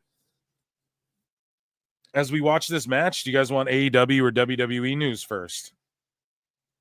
Let me know in chat what you guys want. It is Wednesday, of course, so that will be a brilliant segment. I'm going to check where the likes are at as well over on the Clips channel and how many are watching over there. There's 160 on the Clips channel, and then we have 330 watching total. Come on over from X to youtube.com/@ProWrestleClips. 30 of you hit the goddamn like button, or else Jericho's doing a run-in. Please and thank you. I've given you so much gold already. WWE first. WWE. Okay, I like that. Yeah, we can save the AEW stuff. Give us the most. Okay, X-Jet. That's a typo, or you being fucking racialist. Don't do that. Jericho gimmicks get stale in 2 weeks. No wonder. Well, in AEW, they kind of did. See, he struck gold with a little bit of the bubbly and my palatial estates, and all that shit. And then it just sort of fizzled out, pun intended, from there, right? And that little bit of the bubbly, like that was COVID time, I think, just hit. And he was selling that shit hand over fist, man, because people were inside drinking. That's what people did during the pandemic. You know what I mean? So, and we're going to get, just don't be like that, dude. Typo. Good. Yes. I was going to say, like, whoa. You meant spicy, which is what I think, because the hot news, right? The spicy hot news. Good. All good. Thank you, good sir. Okay. Holsters it. Oh, I wanted to time out someone. Yeah, holster at 626. Don't get hot now. We're all friends here. Okay, so just joined Sir David Sardes, and he says, just joined, sir. I love your shows for months. Thank you, good sir. Thank you, and welcome to the madness, and I'm glad you're here, and thank you for supporting by becoming a member. Just noticed JD from NY hasn't been on Hog commentary since Monet and Tony Yayo kicked him off commentary. I mentioned to him on Insta and he blocked me. Oh no. Oh, dude. And do you notice, like, when he went on that crazy rant about the sheets, like, well, the sheets aren't fucking wrong. Why do you care? And it's like, damn, is he like, because, dude, when people start getting you fired from your job and shit, it's fucked, you know? Like, that's fucked up. And then you start going, oh, maybe I shouldn't say this or that. It's fucked, man. And I feel for him, you know? So that is unfortunate, and it's shitty if he blocked you, dude. Maybe he'll unblock you. That's what he did to me. So he was over there, now he's overhead now. I was with HOG, now I'm overhead now. Oh, hog? Like a hog? Yeah, I fucked one. Oh, sorry, guys. We do very, we work blue here at PWT. Blue? Oh, no. Anyways, we got more news, guys. We're just watching this match. I was hoping like one match would end before I could move on so I could kind of like give it its due, right? But they're just going like no one's on the apron. Everybody's just taking their turn on who's going to get tagged next. And in Mexico, this shit works. This crowd's hot as fuck. This stage looks legit too. You know, or the stage, the ring rather, same poop, different group. But you knew it was going to because they can like drive one in on a truck if it's in Mexico, you know? And then again, they tried to do the green, white, and red ropes, but they did the black, white, and red ropes. It looks more like, and again, WWE sort of did the same thing. Do your own thing. Do your own thing. You know, figure out a way to be unique. Anyways.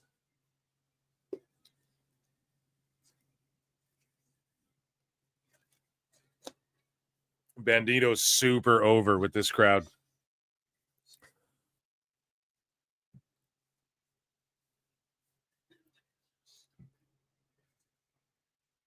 Yeah, I don't know. Super kick to Josh Alexander. Suplex. No, he's getting him up top. Okay. Let's do WWE news first. Let's do WWE news first. And we do got a bit, man. We do have a good chunk of this. So yeah, let's get into it. Ladies and gentlemen, it is time for some Federation.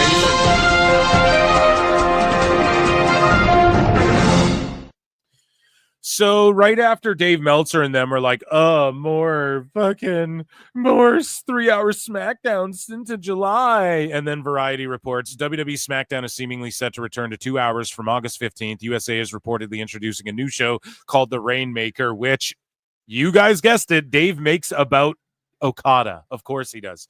During the final hour of SmackDown. Here is a video from Alfred Konua, who says no matter how many run-on tantrums whining about math and ticket sales Dave Meltzer throws when WWE counter-programs AEW, WWE is countering AEW's buzz. And, this is a little bit, it fits into all categories, but it mainly pertains, it's a WWEW, so here we are. Goldberg returned on Raw to confront Gunther, and I'm telling you right now, Goldberg is going to win the world title at Saturday night's It wouldn't shock me, guys, because then they can go rematch at SummerSlam, and then he just drops it at SummerSlam. You know what I mean? Or to whoever wins it from him. You know, it's a wild prediction, but I would not be shocked. And you could even have Jey Uso be the one to get it off of Goldberg somehow. But again, is Goldberg's body able to do that? That's what I'm worried about. But we'll see. WWE is counter-programming AEW all in Texas that night, not to put them out of business or to hurt ticket sales, but to hurt what counts most in any wrestling war: popularity, buzz, relevancy. By the end of All In, WWE wants you talking about WWE. Not the Great White Hope, Adam Page saving AEW from skinheads, but Goldberg winning the world title in his retirement match and possibly losing it in a cash-in after taking his own move. Ooh, yeah, that's right. See, Chad, I fucked that up too. I think me and Jake were talking about that. But yeah, the cash in as well as there. Imagine Seth cashes in on Goldberg after he beats Gunther. And then that's how, and I explained this as well on the members show, I think. So become a goddamn member and you hear this stuff first. That's how you turn Gunther babyface too. Because everyone's like, well, how do we turn him babyface naturally? And I always pitch this. You don't change anything about Gunther. You just like naturally have him be a badass, kick-ass dude. But how do you do it with something like this where he's forced to chase somebody that we don't like even more? You know, Goldberg beats Gunther. We're like, what the fuck? Seth cashes in, stomps Goldberg, wins the belt. And then the shock and moments there, the buzz is there, like Kona was saying. And then you have Jey Uso wanting to go after Seth. And Gunther wanting to go after Seth, but then Jay wanting to go after Gunther still, and then you can get a triple threat. You know what I mean? All of these sorts of things down the line. It works, man. This might be the route they're going. Leave it to @ThisIsNasty Pro Wrestling Bitch. Shout him out to drop some bars like this. Move the spear from Braun Breaker. Regardless, a predictable Gunther win in the main event will do nothing to compete with AEW's finest hour. A Goldberg win, on the other hand, will completely upstage a title change in AEW, even if it does. Yeah, it's like the moment where Mick Foley won the belt and everyone will be like, what the fuck? And they'll have to switch over to see. But unfortunately, in social media, it's all about the social media numbers and shit. Mercifully end AEW's worst storyline of all time. Just ask Ospreay. AEW sucks right now. Goldberg. Let's see it, man. Let's see it. I want Goldberg to win the title just to watch the IWC meltdown. And speaking of Goldberg, here was him mere moments after he made his return, and he's blown up to shit, sweating profusely. I don't know if him winning the title is the way to go if he looks like this. I think they should not do it. If they're hoping to get it. Well, unless they have no. If it's a cash in with Seth, if they're doing my idea and trying to push it to SummerSlam, that's a bad idea. Like, I hope that they're not trying to do a long-term play like that. If they're just doing it like that night he wins, Seth cashes in, Breaker spears Goldberg, right? And then he eats a tsunami, and then the stomp, and then the one. Do that, you know? Fucking do that.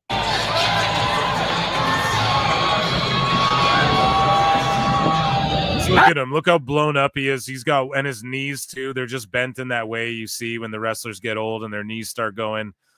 Yeah. Ah!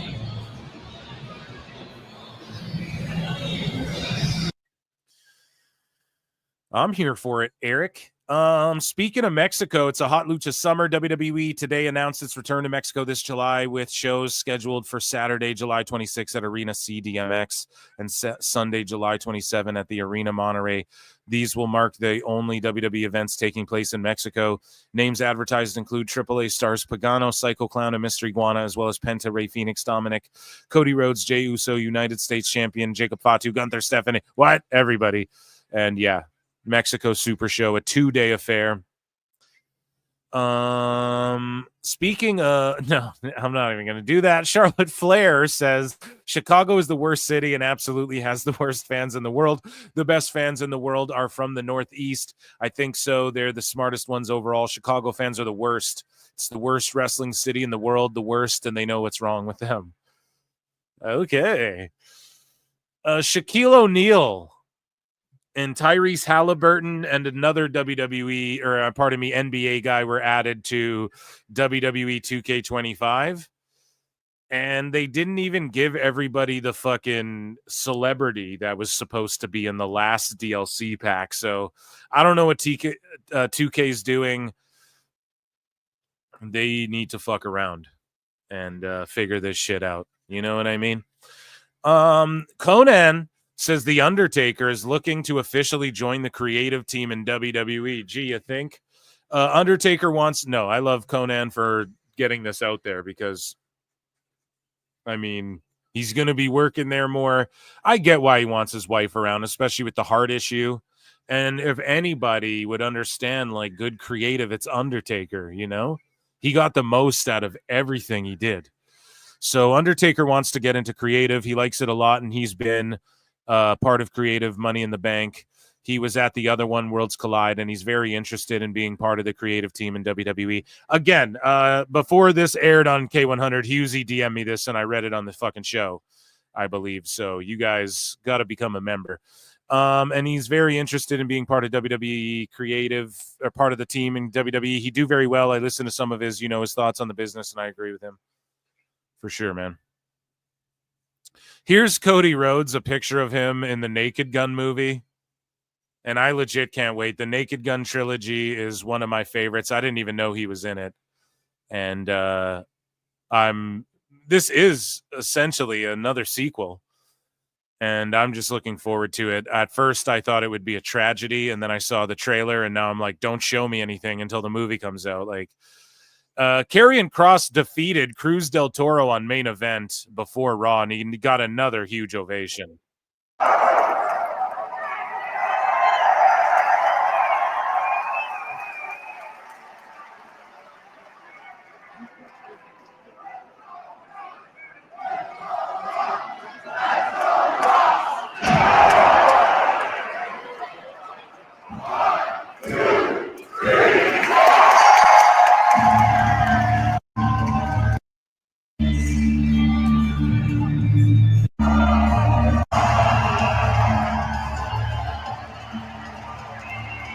Yeah, we got to keep doing this.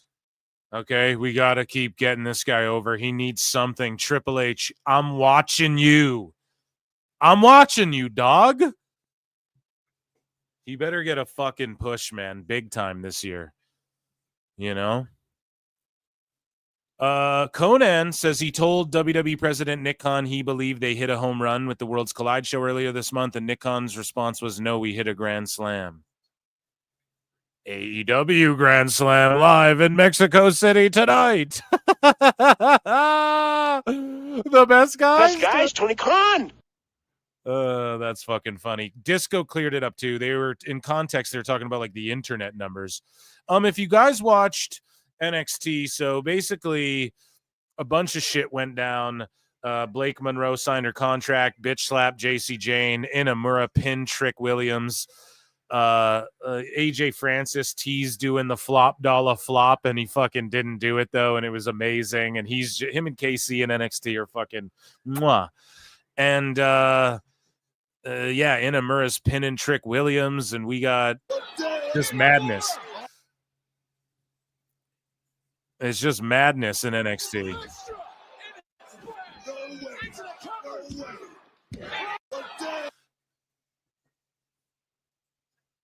So that was a big moment there, and hopefully he gets a shot at the title now because of that. I think it was in a tag scenario. It was, but anyways, WWE Raw garnered its best numbers since April for last Monday's episode.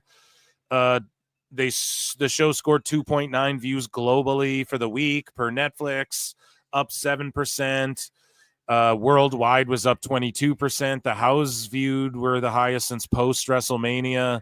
The show ranked number 3 for the week in US on Netflix, up 4 from the prior week, and 7 globally, up from 8. It was number 1 the day of, and the next day, I believe. It was number 1 in Canada for a long ass time. So was NXT, I believe.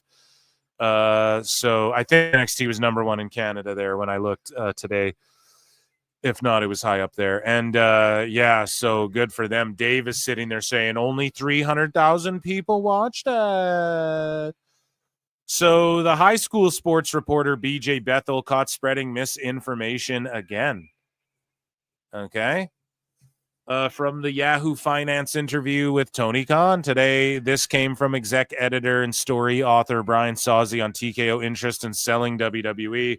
So this has been but this is a rumor. There's no interest in selling. Hey, there's speculation that surfaced that TKO might want to unload WWE.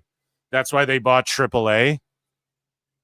And then all these restart sickos are like, yeah, WWE $3 billion in debt. No, TKO's $3 billion in debt.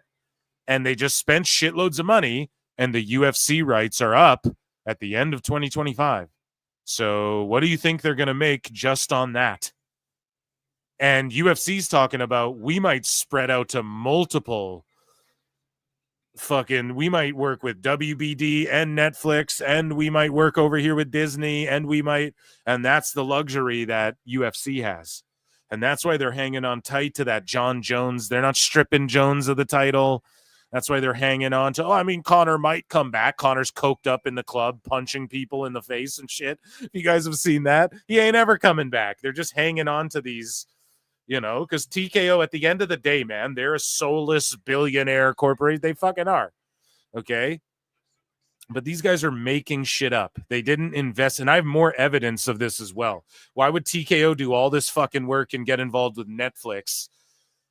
And when Netflix, it's just outright, they're launching their whole sports shit off of WWE, which I'll show you in a minute.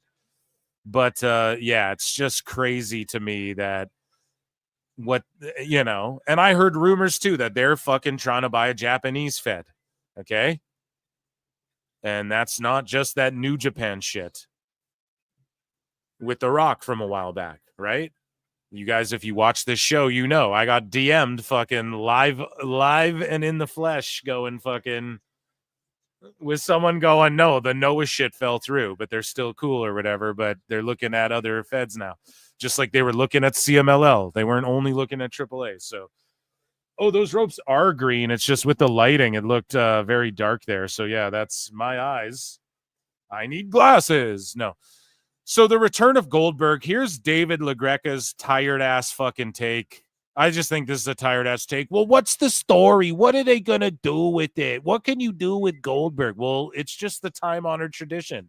We all cry about the time-honored tradition. You're supposed to lay down for someone, and you guys are mad that Goldberg's coming to lay down for somebody and pass the shit on. That's crazy. And this makes sense, too, because Gunther will lose to fucking Goldberg. He has no problem doing that. Or maybe he does. But that they've done right by him. And then Seth is also a Triple H guy through and through. So it seems right. But the right thing to do, well, I don't know. If you're old school, you'd be like, nah, the right thing to do is fucking Goldberg lies down for Gunther, or like gets choked out by Gunther. In a perfect world, but we're telling stories here. This is the entertainment biz, and they got a shock and awe on the same night as All In. Goldberg, who's had 5 matches since 2020, lost 4 of them, gets a title shot in July at Saturday night's main event against Gunther. Whoa.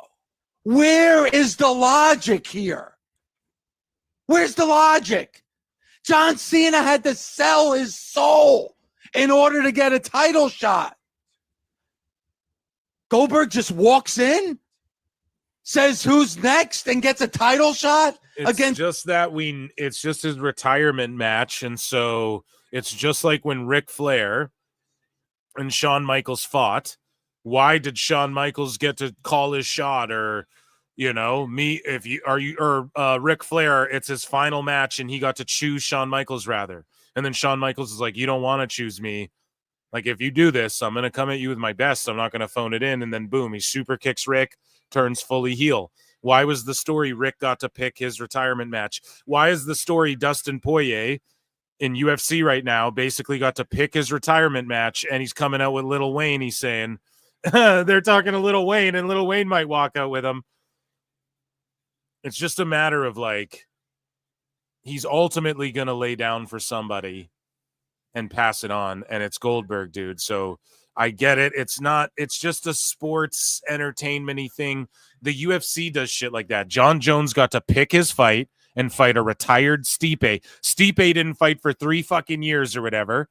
Comes back and fights Jones, right? The last we saw Stipe, he's getting KO'd by Ngannou. He comes back, eats a wheel kick to the ribs, breaks his ribs, cuts his spleen or whatever he did, right? He had like internal bleeding and shit from that. It was crazy. Gets TKO'd by John Jones. Why did John Jones get to do the same thing? Because, bro, it's sports, man. This is what boxers, they pick their opponents and shit, right? Boxing was accused of this for years. The champs pick their opponents, and then we never see the best fight the best, right? So, like, that's the mentality behind it. It's more of a sports-based thing. I get it, but LaGreca's reaction to Seth cashing in and taking it from Goldberg, he's going to take all this. He's going to walk all this shit back. Hindsight's always 20/20 though. And I like his passion. At least he's fucking giving a take, but this is a tired ass one. It's like we all understand why Goldberg's back, right, guys? Like, we get it. It's a retirement match. He called his shot, and this is why it makes sense too. Just on if we're gonna kayfabe it, I'm gonna explain this. Because like Gunther shoved Goldberg and shit, so it doesn't matter if Gunther had the title or not. When he comes back, he was calling out Gunther, right? That's all it boiled down to. Gunther took shots at him, so when Goldberg came back, he's calling him out. It doesn't matter, okay? That is why this works. Now, they could have did it without the title, but I do feel like the cash-in is the answer here, and that's why they're doing it for the belt. And I think they are setting up John Cena versus Jey Uso one time. You got to run that one time, right? It's Gunther at Saturday night's main event. So, like, even story-wise, it does make perfect sense. Goldberg would have called Gunther out if he was the crew tag champion. You know what I mean? He was just going after Gunther. It didn't matter if he had a belt or not. I mean, WWE, you have, over the years that this show has been on the air, has done some things that I have fallen to my knees questioning what is going on here. This has got to be near the top of the list. Yeah, no. And then someone in chat saying can't slurp everything. Why don't, bro? And that's the fucking thing. Like, I would definitely destroy if they were like, listen, dude, trust me. Nobody is just putting this over but it does make sense why he called out Gunther. Like, this dude's not even thinking about the most basic thing, just what I said.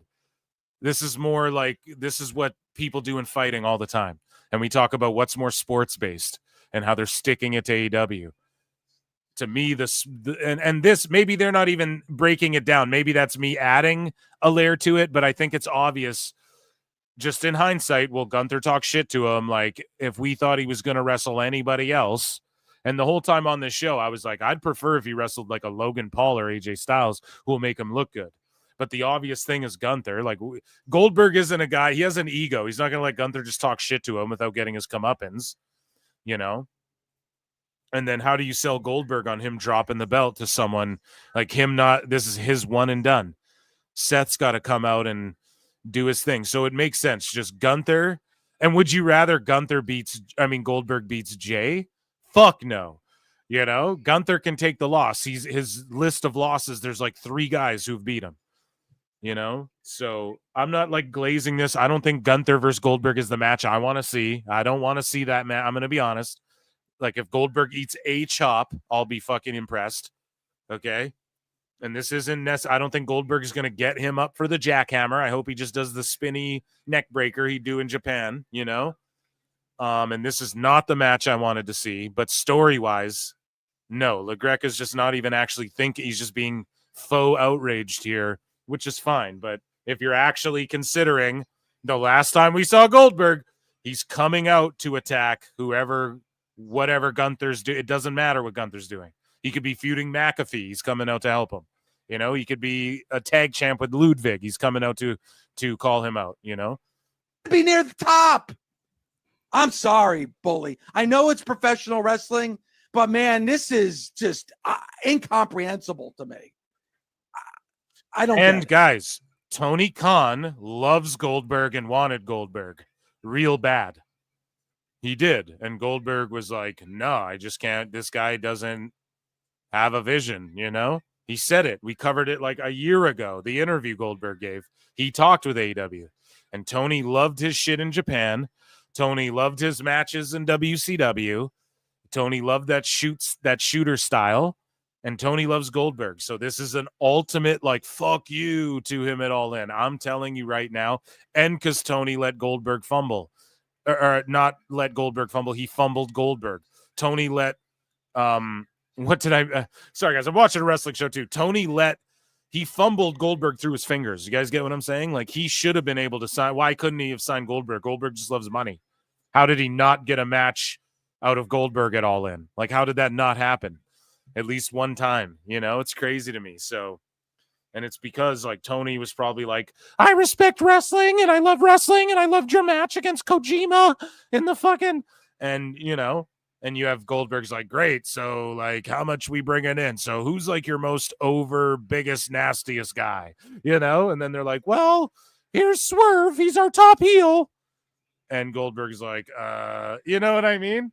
So I go over in 1 minute, right? Like, so spear, jackhammer, done, right? And that's no disrespect to Swerve, but just think about what's the conversation like. Oh, well, you know, we have fucking, I mean, Joe versus Goldberg would be cool, but Goldberg can't get Joe up and he's got to get the shit kicked out of him. Like Joe will beats the fuck out of guys. Goldberg ain't gonna, this is why I don't like the Gunther match either. Goldberg ain't gonna get power bombed and shit. If he does, fucking A, I'm wrong. Maybe he just puts it all out there because he's like, last match, fuck it. Maybe. But I don't like Gunther's going to be like doing holds and shit, which is fine. Hopefully he makes it. He's going to carry him through like a shooter style match. No one likes those. No one liked it when Brock and Kane did those. No one likes that shit in WWE. Either shoot or don't, you know? So anyways, here's. You could have made sense of this very, very easily. What if Gunther would have said, no matter who it is, no matter who comes down that aisle, no matter who comes through that curtain, I don't care if you work in this company, I don't care if you don't work in this company, no matter. Bully nailed it right there. If Gunther said that, that would have appeased all the marks. And then Goldberg could have been like, oh yeah, well, since you said it, like you talk shit to me. I'm back here. What's up? You didn't. Now I'm in the ring. You put the challenge out there. You want to talk shit to me when I'm in the stands? Well, now I'm here. Bully's fully right. Fully fucking correct on this. However, is it necessary? No. Would this have been an extra element that would have improved it all? Absolutely. No matter who it is, you get the next title shot. Well, now the world champion has issued an open challenge. Or if you don't want to go that route, you go the route of Goldberg getting in the face of Gunther, telling him he's next, and then you give me a backstage with Nick Aldis and Goldberg, where Nick says, hey, big fella, nothing but respect. I know Atlanta's your backyard, your hometown. We got a big event going on in there, but you just walk in. You just can't go around making these matches. You don't have the authority to do that. And Goldberg can back Nick Aldis up to a wall in an intimidating babyface way, not say a word. And Nick Aldis just look at Goldberg and say, you know what, mate? You're right. Yeah. You're next. No, Bully's great. He needs to be back there, like helping, you know, just pitching little things like that. That's a great visual he just painted in our minds right there, too. I'd have loved to see that as well. So shout out Bully. LaGreca's just like, what, WWE? What the fuck? Offer a solution, you know? And maybe LaGreca did. So there's rumors, you know, Jonathan Coachman had rumors about Britt Baker. Do we have this? Yes. So Jonathan Coachman says Britt Baker's close to signing a WWE deal. This was then debunked. I guess Fightful got the scoop. Actually, Fightful reported this like a while back about Britt Baker's contract, I believe. Anyways, so it's like we all knew, unless like Tony gave her the secret release, but then that would have leaked to the sheets, man. So that's why I just didn't even believe this when Coachman said it. It's like, no, I'm pretty like, I think everyone knew she was signed up till 2026, right? I think that's like old news anyways. So, you know, Coachman saying, hey man, I might I have it from a very reliable source and I haven't been wrong yet. Well, you were wrong. I mean, you basically said he was looking to get back into WWE sports entertainment. And then that was fucking wrong. And he just launched this 14th and I thing, which is off base. Like if I said, I don't know, it's just such a broad thing to where you can like sort of embellish the truth and say you didn't lie, but you weren't right either. You know, either way, whatever. Here's what Coachman had to say about Britt Baker. So I just got in real time. You guys know I've just been breaking news left and right. And I have yet, when it's in context, I have yet to be wrong. So I just found out there's a name, a female name out there that is this close to signing with the WWE. Any guesses? The one from AEW, Britt Baker. Ding, ding, ding, ding. Gone from AEW. Close. My sources keep coming to your boy. Interesting. Now, I think she would. What do you think, Gab? Do you think she would? Would they waste the? So I just. Yeah, I just think she signed up, and she is tight. Like WWE did want her back in like the black and gold era and shit. For sure. I don't think Adam Cole's breakup would whatever, but do the fans want that? Do they want her on the main roster? Do they want her in NXT? She doesn't belong in NXT. Her just whole character and vibe, and this isn't no offense, but like her age range and shit, I just don't think she should be at that level, but then she shouldn't be at the main roster level either. She doesn't work good enough, in my opinion. And Coach was wrong. It got debunked. Like she signed till 2026, which I just thought was old news, you know? So unless there was a silent release we didn't know about, but I just feel like that would get leaked so fast. Britt Baker, when the news comes out, she posts herself walking on the beach holding her phone. So like, calls are incoming type thing, you know? Like just playing into it. That's what you do. It's social media. But yeah, I think we have a follow-up about it here, just stating how her contract is until 2026. So there's actually no shot of that happening. No, I don't think we have that. But anyways, moving along. SmackDown last Friday did 1.4 million with a 0.38 in the key demo, for those of you who care about that. Shawn Michaels and Brock Rechsteiner. So this could be a very interesting image to look back at in a few years. So yeah, they're shaking hands. There's Brock Rechsteiner coming in, NIL program in full effect. Raj Giri says in May, more Americans watch TV on streaming than cable network combined per Nielsen via the New York Times. It's the first time that has ever happened in over a full month. So we actually have a chart here. Who doesn't like charts and graphs? Okay. So here is the streaming surpasses broadcast and cable, right? In May 2025 from Nielsen. So it's so funny because this comes out the same day Tony's like, our cable's booming, even though we can just objectively look at that being false. And even though Dave Meltzer's used that as an excuse as to why the streaming numbers would be higher than people might anticipate. And for the first time ever, yeah, streaming surpasses cable and shit. So there you guys go, man. Streaming is king. YouTube is included in that, by the way, for you fucking sickos who think it isn't.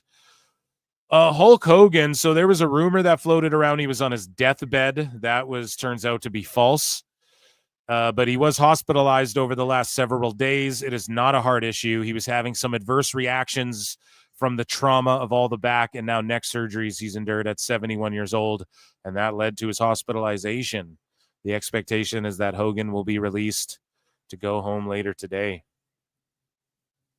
Yeah, it's going to get deep and dark if Hogan were to pass away, and I'm sure there was a lot of sicko shit that I don't want to see turn up in my segment comments about Hogan there as well. I'm positive it's happened.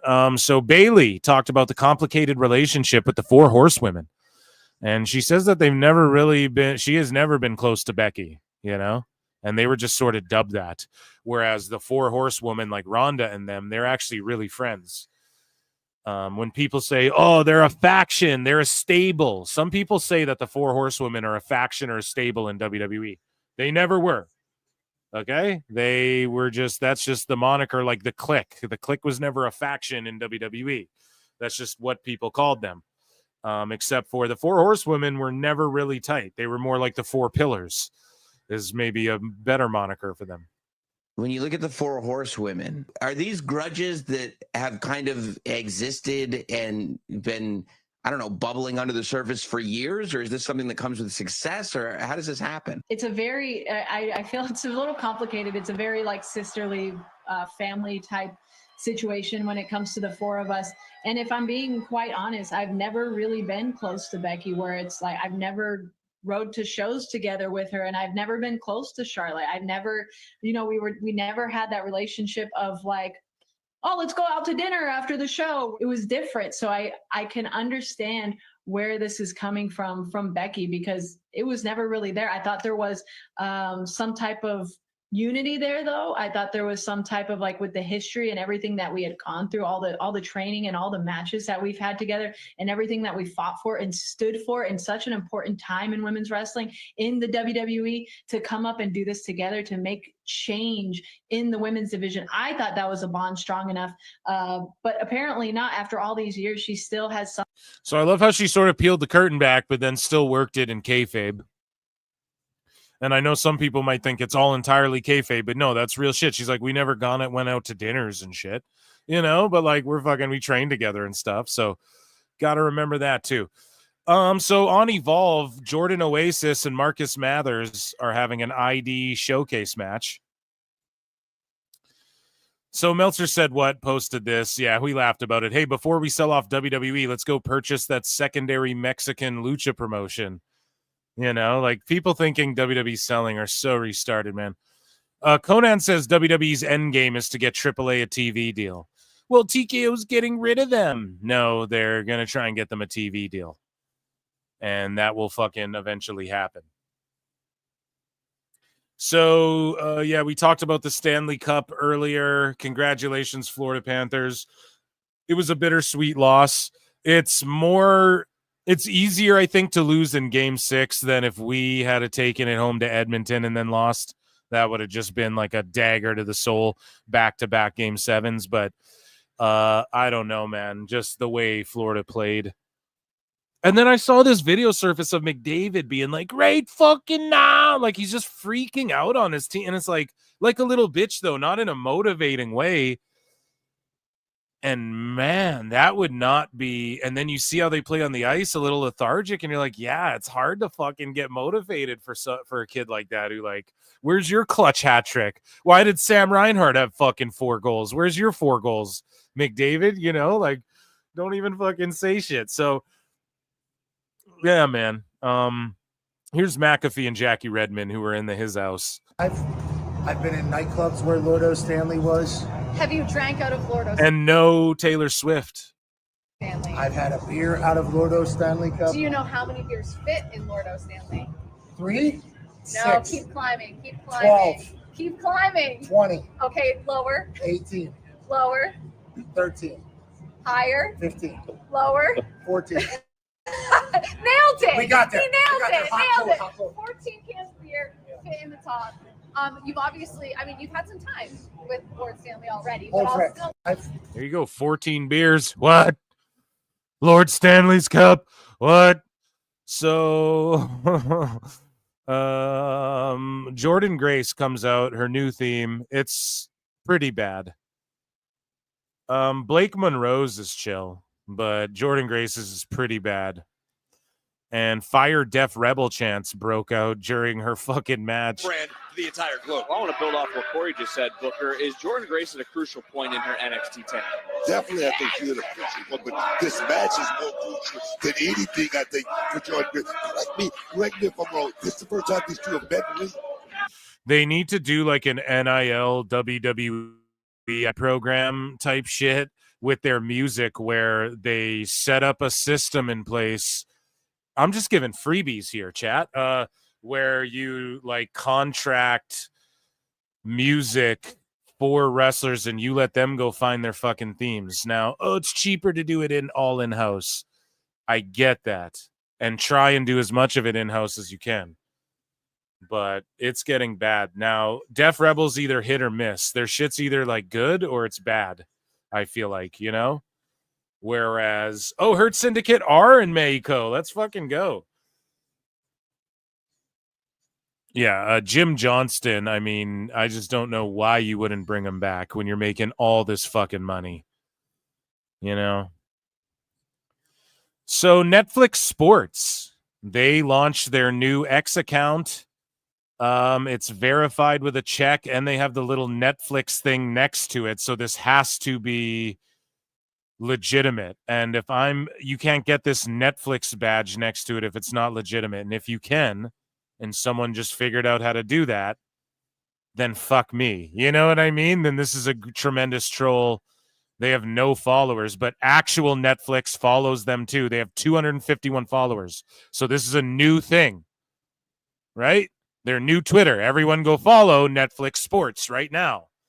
What did I tell you guys? WWE is on the fucking forefront of this shit. They are dipping the toes in the pool, if you will, of how Netflix is going to roll out sports and live sports. This is Netflix Sports, a thread. Boom. What's on the picture? Is it a football game? Is it that fake fight that Mike Tyson had against Jake Paul? Or is it Juan Cena and El Fuego Dos and Cody Rhodes, right? And so this is clips from Court of Gold, Kevin Durant. Here's the Mike Tyson fight where his ass is out, right? A moment. So they're showing from The Last Dance and all of these sports moments here, guys. What's the one they leaded with? The Federation. Now, chat, am I fucking... Someone has to tell me here. Is this not legitimate with the Netflix badge and actual Netflix follows them? Oh, PWT Universe, they jumped up 10 followers since I told you all to go and follow. Round of applause for the PWT Universe. You know what I'm saying? So you follow them and tell them PWT sent you. And look at what they're leading with. There's no confusion. Now, in AEW news, Awful Wrestling posted some confusion. It's a land of confusion. So the whole, is AEW a sport? Yes, they fucking are technically considered that, but they are so not proud of them. As we've covered on the show, yes, it's a sport because that's what the sports claim them. As far as the guy said it's a sport, and in AEW's Twitter profile, it says they're a sport, and it's listed as a sport if you look for them under sports, but they're not on the sports front page. They're not featured in the fucking company splitting into two. No one's claiming them. Oh, we don't know if Zaslav means. He said sports are not responsible for any of their fucking viewership. And they're like, well, AEW is not a sport. Yes, it is. And that's where they categorize it. But it's so hard. You have to dig deep to actually figure this out because they make it complicated because they're not proud. They just bury this shit. Here's the brand new Netflix Sports. Boom. Right there. A thread. Their thread is starting with Cody Rhodes, John Cena. Phil don't miss, man. This is Netflix and Phil, bro. I told you guys. From fucking day one. Okay, now let's play Where's Waldo? This is everyone leaving the Stanley Cup game. We're playing Where's Waldo. Ladies and gentlemen, which WWE superstar do you see?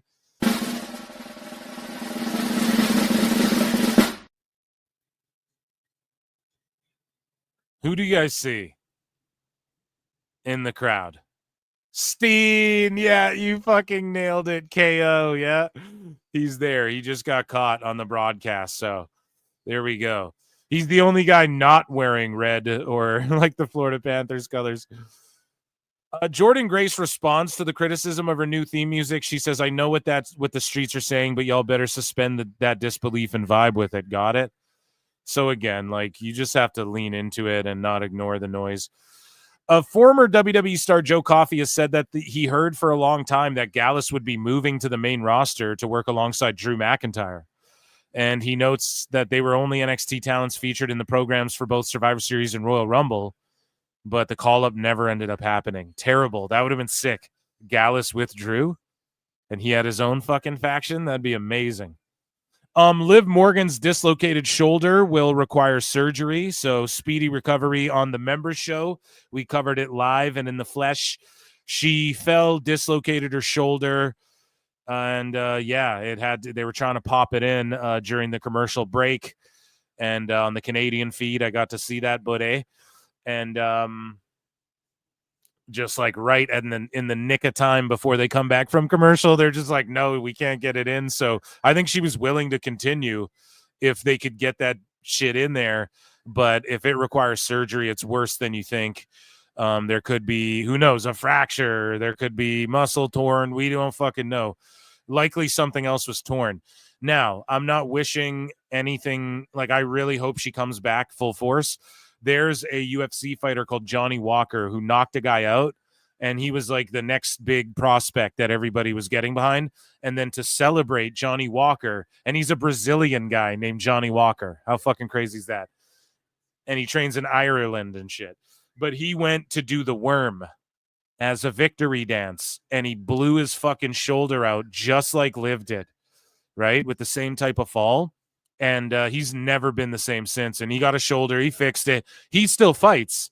But Johnny Walker's never really been the same. Like, he's never been, like, he's beatable now. Whereas at that time, he was just this crazy wild dude throwing fucking caution to the wind. And he can't really do that anymore, you know? And his shoulder, like that power in that arm is just not really there anymore, you know? So hopefully she's comes back and this isn't like a life-threatening or career-altering, because Liv's work is solid, man. She's one of the best out there. And I mean, she can sell her ass off, just like Ric Flair, right? He was the bodybuilding type, but he could sell his ass off. And that's why after the plane crash and all that, he drops the weight and he just sold for everybody and cheated. She'll figure it out. Her psychology is what we'll get, because she's trained properly, you know? But hopefully they just like inject her full of fucking stem cells or whatever, send her down to Tijuana, right? Olay, Triple A show. Let's go and just fucking get her all shot up and give her stem cell treatment and just get that shit back to 100, you know? And that's what I'm hoping will happen. I'm optimistic as well. I'm faithful that will happen. Mix of my song. So Liv Morgan, by the way, talks about who she wants to make. This is with Billboard, by the way. She's talking about who she wants to do her intro theme song for, like, her wrestling entrances. I'd like a collaboration. I'd like a collaboration between Sabrina Carpenter and like Drake, if they could come together and do some like cool remix of my song. I think that'd be pretty good. Ugh, that'd be El Terrible. No. Everyone's got their taste. Speaking of taste, Charlotte Flair also brings up Becky and says that they could put a match together, WrestleMania-worthy match, if they sat in a room together for 30 minutes. Now, I don't know about you, dude, but we'd go out there and call it in the ring in 30 seconds, Jack. Me and The Rock and that stinky giant made up everything right on the fly, dude. Well, let me tell you something, brother. We wouldn't need 30 minutes, dude. I'm from the old school where the heels and the baby faces are in different locker rooms, Joe Rogan. Let me tell you something, brother. But each match is different. Each opponent is different. Like Becky and I, if you put us in a room, we could put a match together in 30 minutes and it'd be a WrestleMania worthy match. Yeah. Like we just have that kind of chemistry, rapport, the story. We think alike with how we view matches, and that makes it easier. Hell yeah. No, I believe it. Charlotte can just put on fucking WrestleMania matches. I mean, you know, she's had high level ones with a bunch of folks. And like with Tiffy, they had a pretty decent match at Mania as well. Everyone thought it'd be the shits, and so I saw some people shitting over it, but I think that's just faux shitting over it. Yeah. Ladies and gentlemen, it is fucking Ren's Day, so put your twos up, twos in the chat, your peace signs in the chat, because it is Ren XT the other day last night, and it is Ren's Day today on Rusev Day. So let's hear what Ren has to say. Another ranking, another tier list video from Ren. I love these ones. Hey guys, happy Ren's Day. So this week we are going to be doing our Ren's Day rankings. So let's get started. At the bottom of the pyramid, we have, Lash Legend. I had an anxiety rash last week. And not only did you make fun of me, you beat my ass. That's not cool. Last. Next, we have Charles. Charles, everyone wants to leave the NQCC, the Run QCC, because of you. That's Oh, cool. And next we have Ren. I did tell Tavion I was going to talk to Charles, and I didn't. And also, like, I am the glue of the Ren QCC, and clearly I'm not doing a good job right now. See that? She can handle criticism. She can be objective about herself. She reflects. Here we go. And next we She's a good person right here. This is why she got a good head on her shoulders, this gal. have Tavion. Great guy. Why do you want to leave? What did I do to you? And next we have, oops. Yes. See, Like see, Mr. Iguana. Yeska. Even though she's cold-blooded. Oh, no, not even Mr. Iguana. La Yeska. Oh, my God. Amazing. Puts tape over Iguana's face. Even though she's cold-blooded, she got a really warm reception from me. And Iguana rate her higher. But it just wouldn't make sense for our first Iguana rate her higher. Oh, shit, bars. pick. So, drum roll, please. At the top of the pyramid of the Wednesday rankings, we have. Of course. Oh, I should ask chat. Ren again. Of course it's Ren. She's going to be the top every single time. Ren Sinclair. Just smells right. Absolutely incredible. Ladies and gentlemen, that was WWE News Wednesday edition.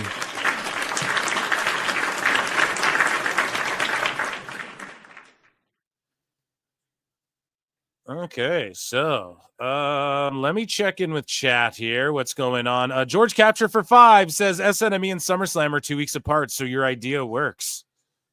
C. Well, thank you. It could work. I just don't know if Goldberg's body can hold up, brother. Okay. But thank you for putting over my fantasy mark booking there. Lamest humor ever. I know it works though. She's so good. An anxiety rash. That's super funny. How many likes are we at on the Clips channel? Ladies and gentlemen, joining us here on Mexico at Grand Slam Mexico. He's actually there and he's about to unmask, doing a run-in during this match, ladies and gentlemen, on Espanol.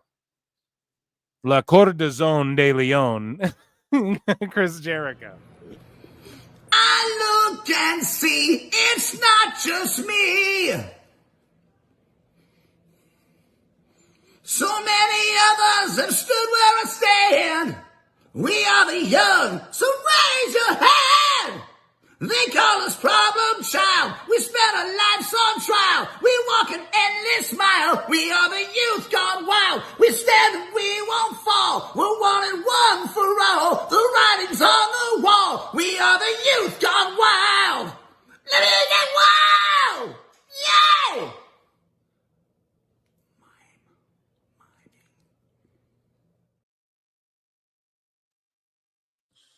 There you guys go. You asked for it. You deserve that. Okay, so we have AEW hot news up next on deck as we are watching Mystico versus MJF. Have you guys been enjoying it? I don't know. This card is, I mean, the fucking multi-man whatever shit is just, I don't know. Wasn't my cup of tea, but they're hot for Mystico. And it's like we just sort of had this with Gable and Vikingo, the same dynamic sort of, but just like a better version. And so the crowd is hot as shit though, man. You got to be honest. It's a hot lucha summer. No, the show's been okay. Now, is it the same vibe as the AAA show? No, like they didn't have the national anthem and like honor the history and do packages promoting the history the way AAA did. Like that was as much a part of it as the show as the matches, you know? So It's interesting to say the least.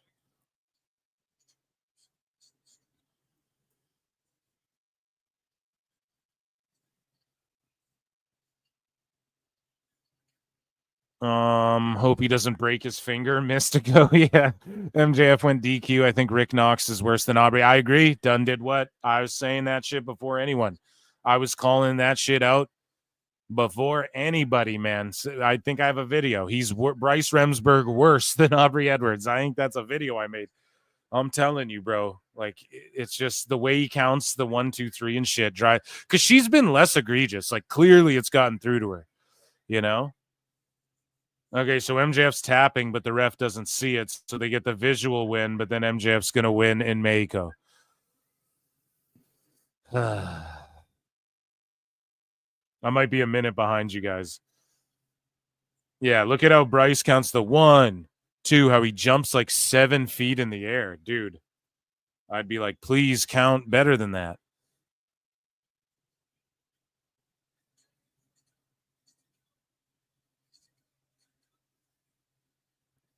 Meltzer crashing out on someone on X right now. Is he actually? We could just maybe like scroll his feed a bit today because he's been just melting down, you know?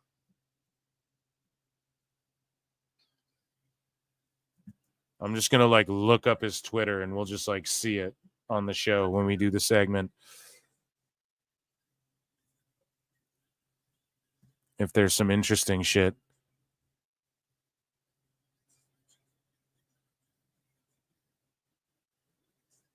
Yeah, and he quote tweets too. I feel bad for that. There's like a journalist called Dave Meltzer as well. And I feel bad for that dude, man. Yeah, over the last hour. Oh my God. Dave's licked off like 7 billion tweets in the last hour. Oh man. We're just going to, this is going to be good. Yeah, so I have 4 hours ago. We're going to just start from, and he's shitting on WCW 4 hours ago.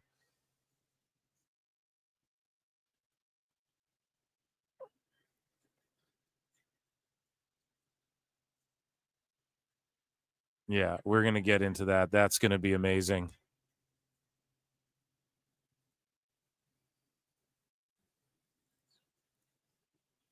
Yeah, sorry, guys. You're just looking at nothing. I guess I could put AEW up there for you. Just doing shit over here.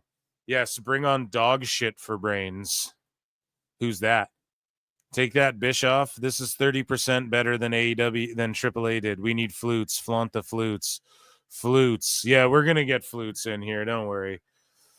But we got to talk about. We need some context here to some of this shit. So, ladies and gentlemen.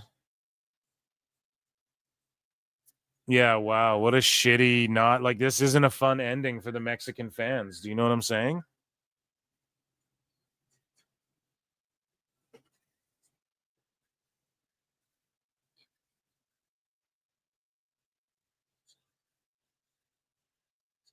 So Mike Bailey and Kevin Knight and shit.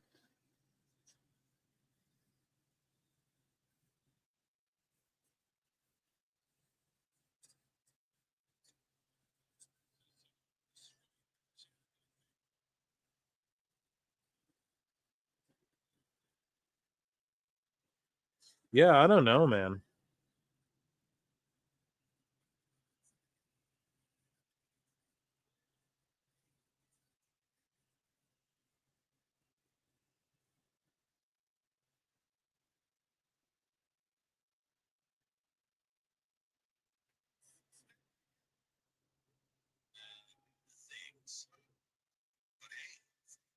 Yeah, I don't know, guys. Anyways, I'm just trying to give it its fair due. I don't know if that's the way you want to end that whole like I'm shitting on you, America, hey, and then I don't know, it just feels not right.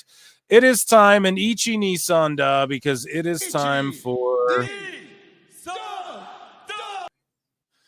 AEW news. So WBD is cutting CEO David Zaslav's pay after shareholder backlash. So they were revising his shit, and then they, I guess, agreed salary from $22 million to $6 million per year. That's crazy. You mean to tell me that if AEW is costing them too much, they're not willing to fucking nix Collision or whatever? Like, come on, man. Come on. Stock bonus target will shrink from 23.5 million to 7.5 million. That's shitloads of money. Now, he's still fine. I mean, I wish I made 22 million and 1 year and then 6 million the next year or whatever, right? But that's a win in my book. But like, you guys get what I'm getting at. That's a huge cut. Huge cut, man. Trimming the fat. Brian Danielson and Chris Hero were in the crowd at the Arena Mexico CMLL Martes de Arena Mexico show. So Chris Hero and Danielson are there. You guys can see them. Another little Where's Waldo. I guess I stooged it. And they're chilling together. So good for them. But he cannot compete, unfortunately. Britt Baker rumors shut down after AEW contract status revealed, so she will be there until 2026. We covered that earlier. Persephone defeats ROH Women's TV Champion Red Velvet. So the other day I saw a clip of Red Velvet and I was putting her over. I was like, damn, she improved a shitload. And then you see this clip and you're like, damn, maybe, I don't know, not trying to shit on her, but yeah, AEW's so Persephone, who's on the ROH show teaming with Thunder Rosa, I think after this is done airing, beat Red Velvet. Red Velvet ya sacó la casa, se sacó la espina y ya estas cosas están parejas. Vamos a ver, ahí está intentando, pero la casa Perséfone, todo lo que sube, ¿qué pasa? Tiene que bajar. ¡Qué bombazo! 1, 2, 3, se acabó. Lo ha ganado. Perséfone merece una. And was that for the title, I wonder? Roberto López. Yeah, I don't know. Maybe his first CMLL title, but either way, shout out Red Velvet, I suppose. So Tony Khan was live from a boat. I'm on a boat, man. I'm on a boat, man. Boats and hoes. Boats and hoes. Gotta have me, my boats and hoes. So let's indulge in some Tony Khan cringe here. I don't even know if it's that cringy, but let's just hear what he's got to say. Hey, everyone. I'm enjoying sharing some of the great experience here being in Cannes, France, and being a part of Cannes Lions. It's great to be in this great place representing AEW, and very excited to make the long and very pleasant journey in this case from Cannes, France to Mexico City for Wednesday Night Dynamite Grand Slam Mexico. I'll be going from one beautiful place here, Cannes, France, to another very beautiful place, Mexico City, and a beautiful cathedral of pro wrestling for Grand Slam Mexico, Wednesday Night Dynamite in Arena Mexico for the first time ever. I'm really excited for the first Grand Slam Mexico and my first trip to one of my favorite pro wrestling places in the world. I'm here live with you. I'm trying these things. It's something new, and we've got some guests coming aboard. Thanks for doing this. I tried it earlier on Instagram. It didn't get it quite as much engagement, so I thought I'd try it here on Twitter. Which You don't even gotta say that. Well, I said the same thing before. It was on Instagram. What am I forgetting? I think that's it, guys. Shout out Twitter. is an amazing. Thank you, Twitter. Wrestling community. I'll see you all later. I'm glad. Very personable from his yacht there. Right. So Tony Khan, he had more to say. He's on a boat in like France or some shit. He's on a different boat. This is a boat from a different day and time. And here he is wearing an AEW hat on a boat. Hey, good morning. With a fucking $1,000 t-shirt. Been a great session at Cannes Lion. I'd love to thank the very kind people at Cannes Lion for Cannes Lion, isn't it like Cane Leon or whatever? Con Leon. having me and AEW as a big part of the Festival of Creativity. And it's been a great week in many ways for AEW. I'm really excited for Wednesday Night Dynamite coming up in Mexico City, AEW's debut in Mexico. My first time in Arena Mexico. It's a dream come true. I'm really excited for AEW to have our first time in one of the greatest wrestling arenas and one of the greatest wrestling countries and wrestling cities in the world. this is a really, really special milestone. 6 years into AEW, and it's got to be one of the most special things yet. It's going to be a long trip here from Cannes, France. It's a beautiful, beautiful place. It's my first time here, and they've been very kind to have me as a part of the Festival of Creativity here. Let me switch from this side of the boat to the other side of the boat. There's water over there, but there's actually land over here. It's much more great. I don't want to see that side. Let me switch from this side of my large boat to the other side of my large boat. A part of the Festival of Creativity here, and as you can see in There, you can actually see. the background, it's really quite wonderful. I'm doing a tour of the aisle. Shout out Jeff Cobb. Or I mean JC Mateo. Right? That's a great name. Psych. I'm on the smaller boat right now. I'm on the smaller boat. This one actually, it's like it actually transforms into a bigger boat. It's a Decepticon. This is my small boat. As you can see, my bigger boat is there behind my even bigger boat. So maybe you can't see it. But I'll be on that one later after I change my clothes for dinner. And I take a boat back across this island. Then I'll come back on live. But I'm going to try Instagram first. But then I'll come back to X. Time Cop. Tender riding back to the bigger boat, and we've got something really special planned for you. We're riding this small boat back to our bigger boat. And then we're taking that boat back to the yacht. And then we're taking that boat back to Cannes, France. AEW tonight here. A lot of this boat fits in the other boat like a Tonka truck. The top executives in it. It's like big blocks. When I was a kid, my dad bought me big blocks, and I said, Dad, what if we fit one boat in another boat? And it's like a super boat. Entertainment are here in Cannes, and it's really exciting to be here and be a part of it, and I'm looking forward to that, and frankly also looking forward. This boat goes into a bigger boat, which then forms into Voltron. And then we fly home, back to Jacksonville, Daly's place. It's great. To my flight to Mexico City. It's going to be a great trip, and even though I should be sleeping on it, I probably won't be able to because I'm so excited about Wednesday Night Dynamite. Dude, go to sleep. You need sleep. I should be sleeping, but I mean, I can't dare look at the scenery.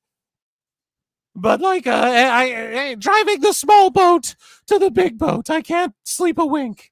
How dare I lay my head down and get some rest right now? I can't do it. I can't do it. Get it? Going to Mexico City. So as I leave Cannes and approach. Oh my God!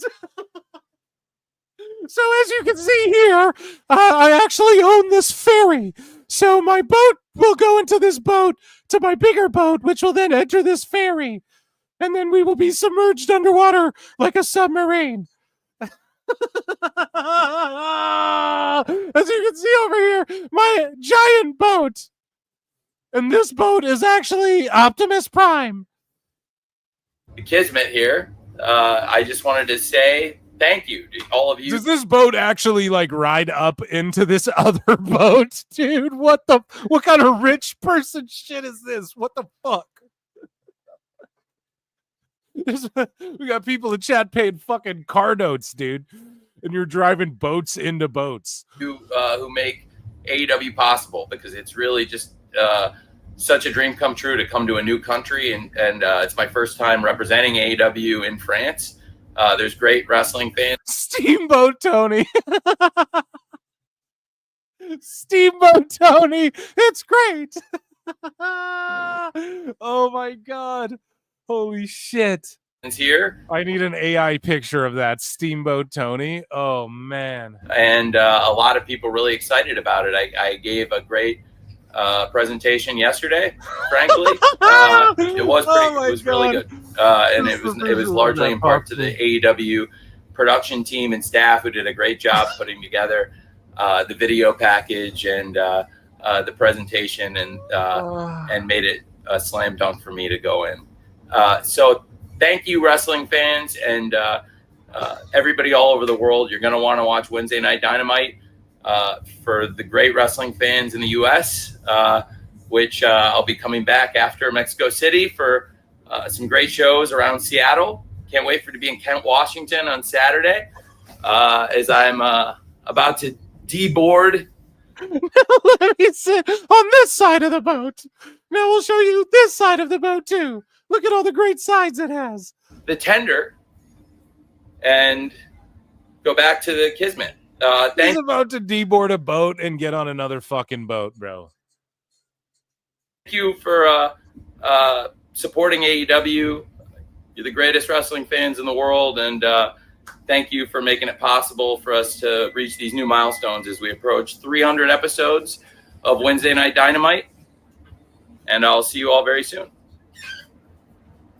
By boat. I'm arriving to Mexico City via boat. Sail the seven seas, army mateys. So Will Ospreay had this to say. He says, AEW World Tour, please, bruv. And I don't know if Ospreay blocked me. I guess I should look into it. Dustin Rhodes blocked me. I don't know if it's because of this. Like, I've never trashed him ever. But, yeah, I just had to crack the joke so you guys can waste this man's money in different currencies or what? And I'm not trying to be a dick, but it's like, come on, man. Like, and I'm all for them doing world tours, by the way. This is just me making a smart-ass joke. I'm a jokester. I've pitched it. Why don't they go to these markets around the world and do smaller shows and build up to big fucking, arena shows around the world? Like, if I was them, I'd be doing that. I'd be capitalizing on, okay, well, we can draw small crowds around everywhere, and we should, like, do a month in Australia, and it's a grinding task for our talent, but then we'll give them a month off after or something, however it works, or a couple weeks off after, and a world tour would be embracing the grind, but you don't want me to make this joke. Like, why? So, like, he needs to make money first, and we already have everybody lying on his ass all the time, and it's just not helping the case. So Tony, speaking of lying, though, he also had this to say. Well, here's another boat video, so let's get to this. Hey, everybody. I'm back on my small boat again. You're not allowed to see the big boat. We take it to where those guys play Squid Games. Oh, was I not supposed to say that? I mean, I feared for my life. I'm at the Cannes Lion Film Festival here. Was this the one we watched? I had part of this show to have AEW come to Arena Mexico. Just as a wrestling fan, I'm really excited to be. Yeah, I mean, I think it's just the same old jargon. I think that might even be the same video. But Tony Khan had this to say with like Yahoo Sports or whatever, and he's just lying through his teeth. But I mean, that's totally fine. I'm never mad at a carny promoter for carnying and promoting. I don't care that Tony's lying here, but it is a lie, right? But it's just like when Dave Meltzer starts going, people short-circuiting over this. Dave, you're the one who made the argument that the cable ratings and cord cutting and all that shit, they're going down because people are streaming more. And Nielsen's evidence backs that up as well. The numbers that we pulled up in WWE News, maybe I should have pulled them up here, but Nielsen all the while is like, no, for the first month ever, or like in a long time, whatever the fuck, more people stream than watch cable or whatever, according to their numbers. And Tony Khan saying, well, cable got a boost too, which we know is fake. And Meltzer's even made excuses for why that's happening. But now he's like, all these dumb people didn't know that this would happen. He's such a fucking clown. And this is why he'll always get clowned, and he deserves no respect. Here is Tony Khan lying to Yahoo Finance, who are carnies too. Yahoo's carnies too. Let's be honest. It feels like 2025 is, in a lot of ways, the best year we've had. I mean, we're having a great. Well, how big is the biz? How many sales do you bring in? I mean, is it making money? Like, what do you? Yeah, we're doing fantastic. This was a huge year for us. We grew the business so much with the simulcast. Gotcha. We brought in new audience with Max and no, you didn't. And streaming, but also we've been able to grow our cable audience year over. That is a bold-faced lie. So every year. frankly, So we've been able to grow. So even let's just say, okay, they did get new people from Max, right? Like, let's say that's all true. We grew our audience. Let's even say he stopped right there. Okay, that could be true, even though the cable ratings are down. And I don't know because I'm not seeing all the numbers. Like, maybe that is true in his, but we can just look at attendances and look at the year. Then he adds the year over year part. Okay, so attendances and cable ratings year over year, you're fucking completely bold-faced lying right here. Obviously, we can just look at that. Liar! Again, I'm not even mad at Tony for this shit. What I'm mad at, and I'm not even mad at Dave, it's just he's a fucking clown and a joke. But it's the fact that Dave is being a schmarmy prick about it at the same token. Because it's like, no, Dave, you're the one who's made excuses for the cable numbers being fucking down. So this is the bold-faced lie. Be triggered by this if you want. I don't care. Awful Wrestling, what do you think about this whole situation and Tony Khan's bold-faced lie? He's quite the seafarer, isn't he? Oh, dude, he's on a boat, man. He loves it with his flippy floppies. Yeah, Captain Tony K. What an idiot. So what do you make of him just boldly lying like no man has lied before? No, I mean, come on, he's done it a bunch. But, So incredible, Phil, because I just saw the video of him getting interviewed by the gentleman from Cannes or whatever. And it's almost like when you go to a new place, a new job or whatever, like your lies are brand new. So you can just say them to people you don't know. And you think that they'll believe it because, they don't know any better. How he was able to get away and say that thing about, 2025 being the best year and their cable audience is going up, and the reporter asked some very good pointed questions. I think he was just like, hey man, what are your sales? Like, how you doing? And Tony just totally blew him off and was just like, hey, we're doing great.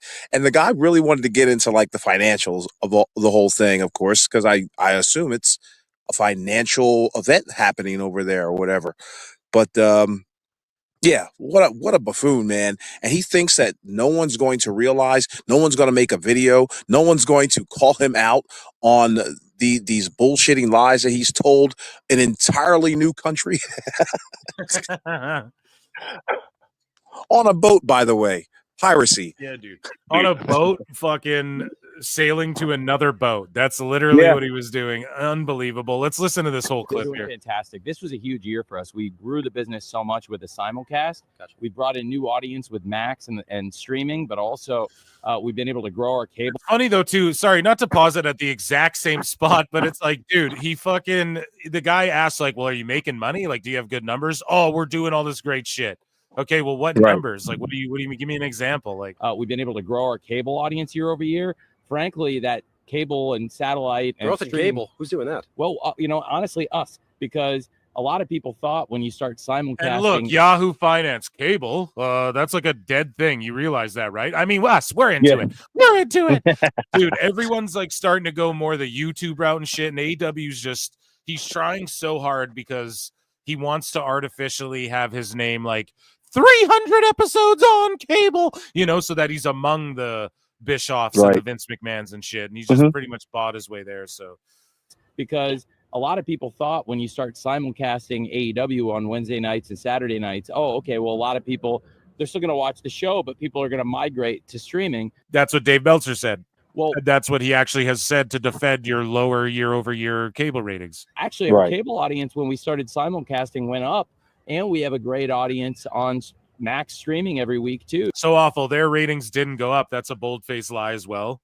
I mean, yes. Yeah. So you cover it. I mean, you just did a video. I'm going to compare Dynamite's viewership to last year's Dynamite's viewership. Yeah. And it was a home run, the difference, Yeah. We have been able to do that, and we've really maintained and grown a great audience over the years. AEW, we say it's where the best wrestle, and I really believe that's true. I think we have the best roster of wrestlers in the world. It feels like 2020. Yeah, there you go, man. Pretty crazy. Pretty crazy. What else? Do we have more Tony Khan cringe? Can So I we interrupt? Oh, Can I absolutely. interrupt Go for ahead. just one second? Yeah. So, oh man, I don't even know if I want to put out this information. Do you know how to read into things cryptically, can't you? Don't you? Of course. Okay, so I'll give you something that was told to me, but I can't say if I can use the names. But Okay, there well, is bro, you don't have to use names. We just hit an X Okay. Files, and So, this is like whose gotcha. line is it anyway? It's all made Gotcha. up. It don't So even matter. I think I can do this. Okay. So I was told that a certain AEW Women's World Champion Mm-hmm. is dating another professional wrestler. Okay. Mm-hmm. And this video that Tony put out is almost like a peacock call for that particular individual to say, hey, the grass might be greener on this side of the boat rather than whoever it is that you're dating. Did you get that? So I did. So Beast, Mortis, and Monet is what you're talking about, I'm assuming? You said it, not me. Go on. Okay. Yeah. So he put the video out as which video in particular? All three of them, the ones that are now, I guess, well, I heard that they were deleted. It seems that they're not. But yeah, I heard that this was like it's almost like what young boys do when they want to get the attention of the best looking female in school. They may have to flaunt their wealth. And so he doesn't want Beast Mortis to what? Like go back to TNA and shit, or what? I think he wants to take the girl. Oh, you with your okay. I fucking all right. Here we go. Did you guys. get it? We're in the yes.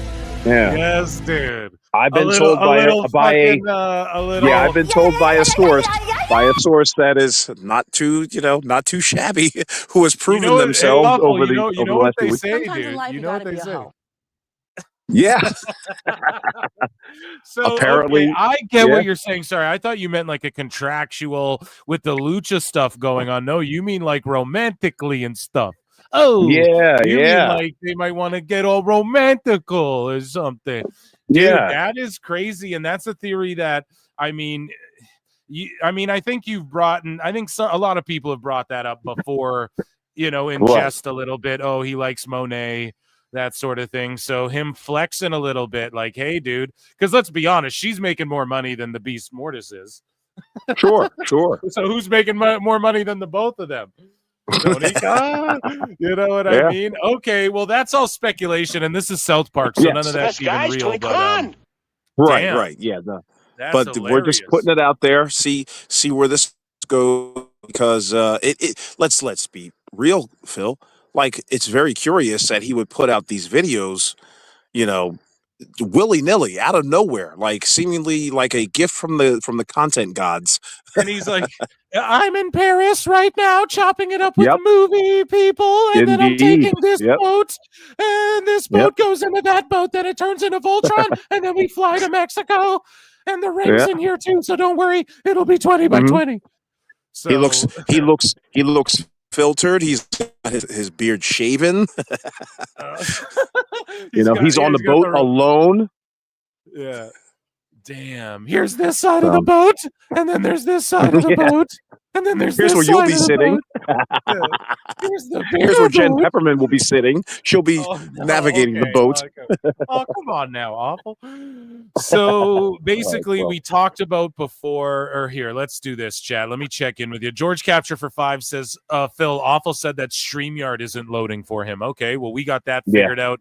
Appreciate I you had to very use my much. phone, so yeah, I'd like to have come in a lot more, FME, but No, you sound great, brother. You sound great. All right. Arthur Jennings for 10 says it was nice of the Make-A-Wish Foundation to take the big boy Tony on a special trip to France and Mexico on a big boat. Oh, wait, that was Tony Khan. Yeah, you know what the chat said?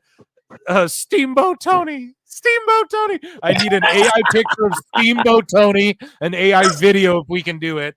Chat, I Right. need that in my Discord immediately.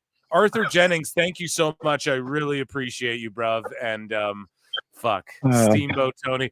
Yeah, I mean, what more can you say? Those videos are hilarious, and they did seem odd. Like, when has he ever done that? And he's like, I tried on Instagram first, but I guess I'll go to...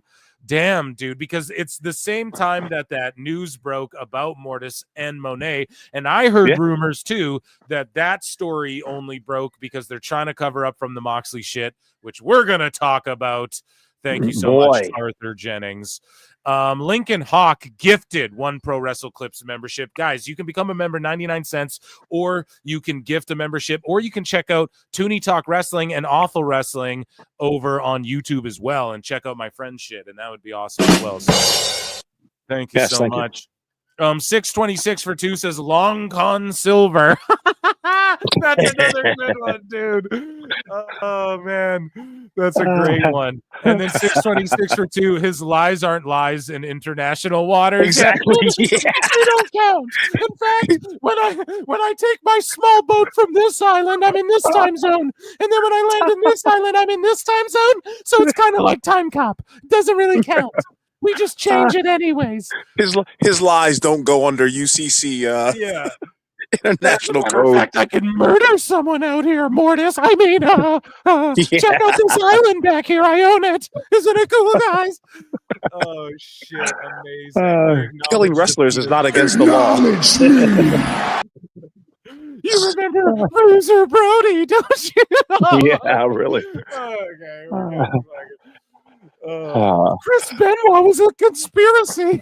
Sullivan did voodoo at his house that day. He let the dogs out of the yard. I was there. You know what? That's not the worst theory I've ever heard, by the way. Just, as a little aside. Like, you know what? Let's look deeper into this. This Kevin Sullivan fellow. But And no. speaking of Monet, she's out there in a sombrero. Right, these ladies, God. they get Latin lovers, and then they start embracing the culture. You know what I mean? Yeah. Oh yeah. Oh yeah. You know about that. Yeah. So Mordos is the weekend fling. Gotcha. So Awful, you posted this, and I like this because we talked about this earlier, and I showed on the show how Netflix Sports, they have 300 followers now. Chat, go and follow them because it's the legit Netflix Sports account. The real Netflix follows them, and they have the Netflix tag, so it's legit. And they just launched this new account. And what picture did they launch their account with? It's Cena and Roman Reigns. You guys can fact check me on this. Go back and listen to the WWE segment. If you're watching this in clip form, go and find the WWE segment clip. Netflix Sports, they run with John Cena, and they go, here's our sports. And I told y'all, man, WWE's the dipping the toes in the water of, we're going to do live sports every week and shit like that. Here's how we work out the kinks. Wrestling's always on the forefront. With AEW, man, you're bringing this shit up right here. And I think I can actually pull up the post here. Yes, because I posted below. Yes. So you said this. Some unknown mark tells you AEW isn't under sports. Show them this. Now, I sort of clarified the confusion. AEW is sports. They're claimed by the head of TNT Sports and shit. Yes, they're a sport. However, it's confusing, and even Sports on Max have them posted. We're going to pull this up, but it's confusing because they're not claimed in this big company split. They're not claimed. They're not featured anywhere. Raj Giri pointed out the other day, as we covered on the show, if you go on their website and shit, or you try and look for it, you can find it under sports, but it's not on their homepage. It's not on their spread. It's not advertised anywhere. On the app, it's under sports, so you can find it that way.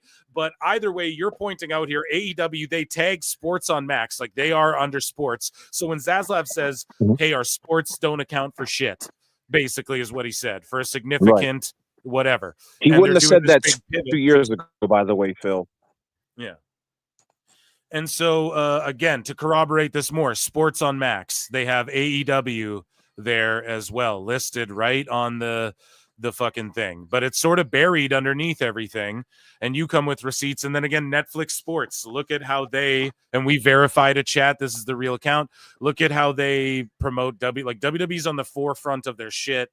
So there's a lot of make-believe shit in the IWC now, where it's doom and gloom on WWE side, when really I would say it's more so on the Max side. My theory is Awful. They're getting rid of Collision. They're going to add an hour to Dynamite. That's my theory. You make Dynamite 2 hours. Do not make it 3. That would be all right. That would be the death nail. So actually, go ahead and do it. Fuck it. So, but yeah, drawing 3 hours from Dynamite. Oh my God, you're not going to grow your audience that way. And then you're hoping for a miracle as far as the writing team is concerned. Like, no, it's not working. Look at Grand Slam tonight. Like, it's not even a sellout down there. I will admit, though, the show looks different and it looks a little cooler because it's different. Yeah, it looks It's great. not as bright. Yeah, it's not as bright. It has a very nice little contrast going on. It would attract a non-viewer of AEW to the program at least for about 4 or 5 seconds before they switch to another channel or whatever. But you know, hey, they're going to do what they're going to do. You believe that they're going to go 3 hours? I don't. It would be terrible. So do you think they just get well, I know here's the thing though, man. They're okay with the live viewers, but do you think Collision gets canceled though? Like I'm sticking my neck out saying that, but I just really think it's gonna go away. They're gonna add the 3rd hour and what all this 2.5 hour, 4 hour shit, and then them also testing Collision on Thursdays is about is WBD, they're trying to bid for UFC, even if they get a handful of fights a year. Those will be on Saturdays. They're already moving all the time because WWE's on Saturdays. So why not put an hour-long Collision show on Thursdays? But it's sort of not really worked out. Or why not just add an hour to Dynamite? Again, Tony Khan, that Yahoo guy, asked him, like, you guys are still doing cable? Like, what's with that play? And he's like, yes, we are. We're into cable. And it's like, that's not the move. Everyone's pivoting to even like the YouTube play, man. So Tony's really dead set on doing the TV. So I could see him just axing Collision the same way Shockwave never happened, the same way the show on Fox never happened, the same way Rampage got axed. Collision's just an afterthought show. I could see them getting rid of it, adding an hour to Dynamite. And also, when they add the extra time to Dynamite and they label it, it's Collision now, and they do the switch, the ratings just die, dude. It's like they'd be better just saying this is still Dynamite for 3 hours. I think they'd be able to retain like maybe 500,000 folks. It wouldn't drop down to 200,000. So maybe that's the smarter play. But yeah, I think Collision's gone by like 2027. I don't think that show exists. Maybe even before then. Mid 2026, we'll know about the WB. End of 2025. Mark my words. Damn. So moving along here, let's see. This is what the arena looks like. Right? Are you impressed or what? It's like close to it's very colorful. Yeah. No, it's nowhere near a sellout, apparently, from what I heard and from what I've seen from pictures. And I don't know. Like, to me, it's loud as shit. It looks awesome. I actually responded to the AEW. There's like a new AEW Wrestle Ticks type guy, but his name's like Wrestle Maps or something. I can't remember what it is. But he said like, oh, they sold out in days or whatever. And I was like, and then today he's like, oh, there's all these seats open. And I'm like, well, what the fuck? I thought they sold out. Right. And then he corrected himself. There's no traffic down there. Well, yeah, he's like, I jumped the gun, and then I just told him, I was like, I appreciate the work. Like, I appreciate what WrestleTix and those guys do. I don't care if they're like secretly sickos or whatever. I don't give a fuck. But I appreciate them like documenting the shit. But yeah, I was like, I thought it was a sellout, so I just believed this was a full blown sellout, and now everyone's pointing out, well, it's not. I don't know, man. It is what it is. So we covered this on the member show, guys. Become a member or a patron to PWT. But I wanted to talk about it more today.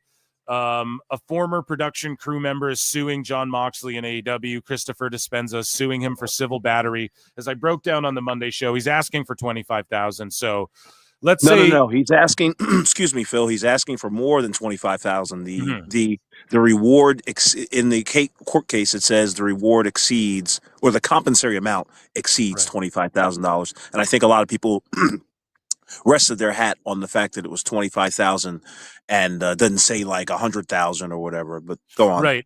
So when we read into this on Monday, also the thing is that the thing he's suing for or whatever is can only be, you can only go after it if it exceeds 25K or whatever the fuck. So that's why he's going after that. Right. Either way, though, it doesn't matter. It's not like he's like, I heard he wanted $30 and then they told him, it's going to cost a little bit more than that, buddy.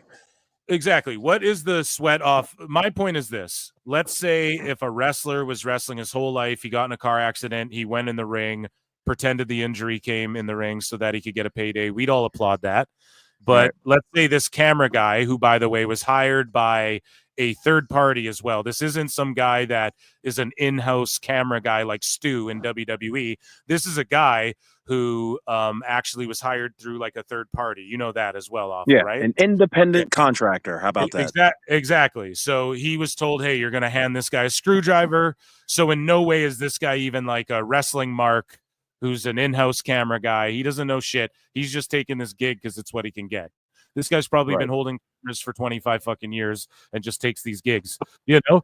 And so he basically, let's say this guy's back injuries even were from him holding his camera for the last 20 fucking years, and Mox exacerbated them. What is 50 grand off Mox's back? And why did they let the fucking dirt sheet stooge this shit? Alba's like, oh, my high up sources didn't even know about this. He's almost like bragging about it. And you're sitting there like, gee, I'm sure they love that. These high up sources love that you put this out there before they could silently like, what's 50 grand? Tony Khan was just flexing boats and hose, dude. What's 50 grand off that back to make this go away quietly? What the fuck? Give this man 30 grand. That's my take on it. We'll watch the clip, but what's your take on this initially? And is this like a big deal? I mean, we've seen glass fly at fans and MJF throw at kids. Where's the end? Like, is this the end where they go, stop fucking around? Or do you think we see something worse in the end? My assessment of it, it's almost, this is like 90% cut and dry.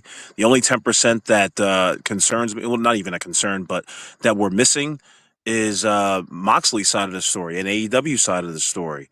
But I can't really imagine what kind of like excuse they're going to dream up to make it seem like this guy was in on it and like he had foreknowledge that he was going to get pushed. I said yesterday on Toonie Talk Wrestling, if you look at the video, Moxley is hell bent on touching this guy, whether the guy wants to or not. The second he picks up the screwdriver, it doesn't even look like he takes it from the guy's hand. It looks like he takes it from the side, from someplace. Jon Moxley.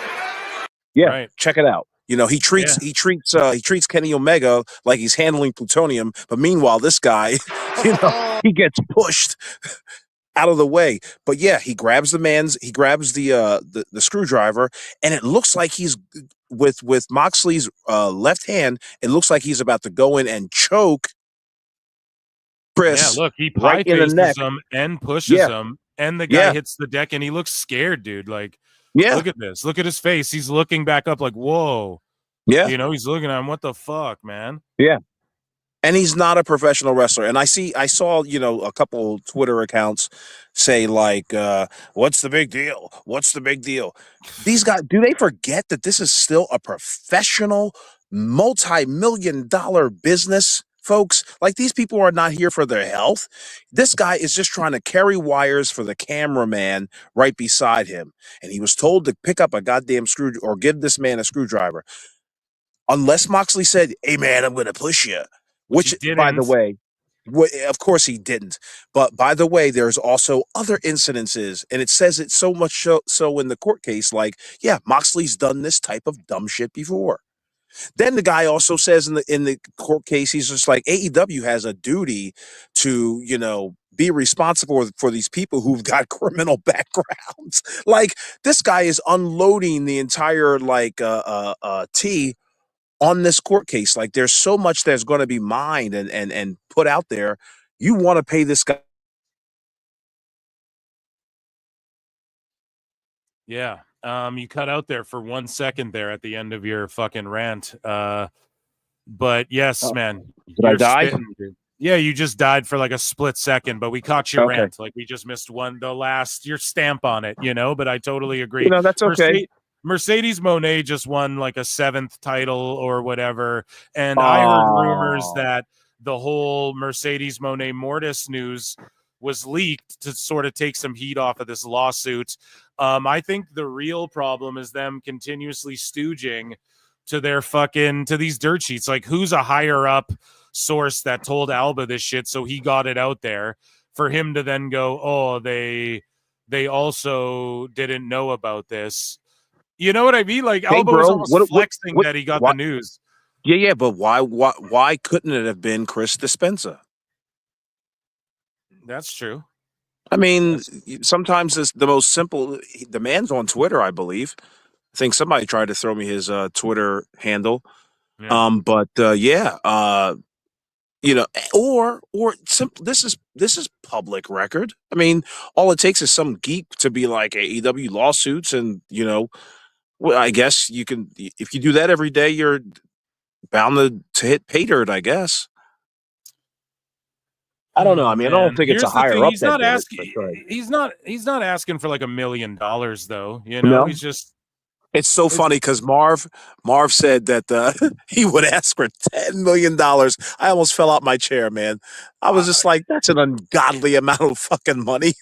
But here's the thing. Let's say you get 2 and got to give your Right. lawyers 1. That's Is exactly that what he not said. worth Yeah. it? Yeah. I mean, Jesus. Hilarious. But it's no sweat. Moxley, pay this fucking guy. It's $50K. Pay the fucking man and don't play around. So yeah, Alba quote tweets his article from SI and goes, as you can read in the piece, multiple high-level sources were unaware of the lawsuit's claim that Moxley had past disciplinary offenses. So why are you stooging it? And a documented history of unpredictability. One disputed his characterization in the lawsuit. I don't know, man. I think people can dispute that characterization as well. What's that? Well, I think people could dispute, like if you're disputing that he's acted out, I think you could dispute he has acted out. You know what I mean? Like there's people who've buried him, like Paul Heyman in the past. Like, well, the shit he wanted to do with Brock said, nope, I'm a professional, like superstar athlete, and I do what I would, you know, just all of these things. Moxley on his wife's podcast talking about, I wasn't even under contract and I had their world title and I don't even need to do this for you, really, Punk. You know, when he squashed Punk, he wasn't even under contract. He had their world title. He could have walked into WWE with the AEW world title. He could have fucking done that. Tony wouldn't have done shit. That's reckless. That's where Dispensa's lawyers could have, you know, could be setting the table as far as a pattern of unpredictability and unprofessionalism and a lack of consequence for his actions. Right. And I don't mean to interrupt you, Awful, but I get so excited because imagine Moxley having us now go like Terry Bollea, well, actually, I'm Jonathan Good or whatever. And I fucking, and this is a gimmick I play. I'm actually not an unhinged lunatic guy. Is he going to have to do that? Is he going to have to say that? There's video of him in the show called Total Divas where some guy like grabs a hat off of their table or some shit.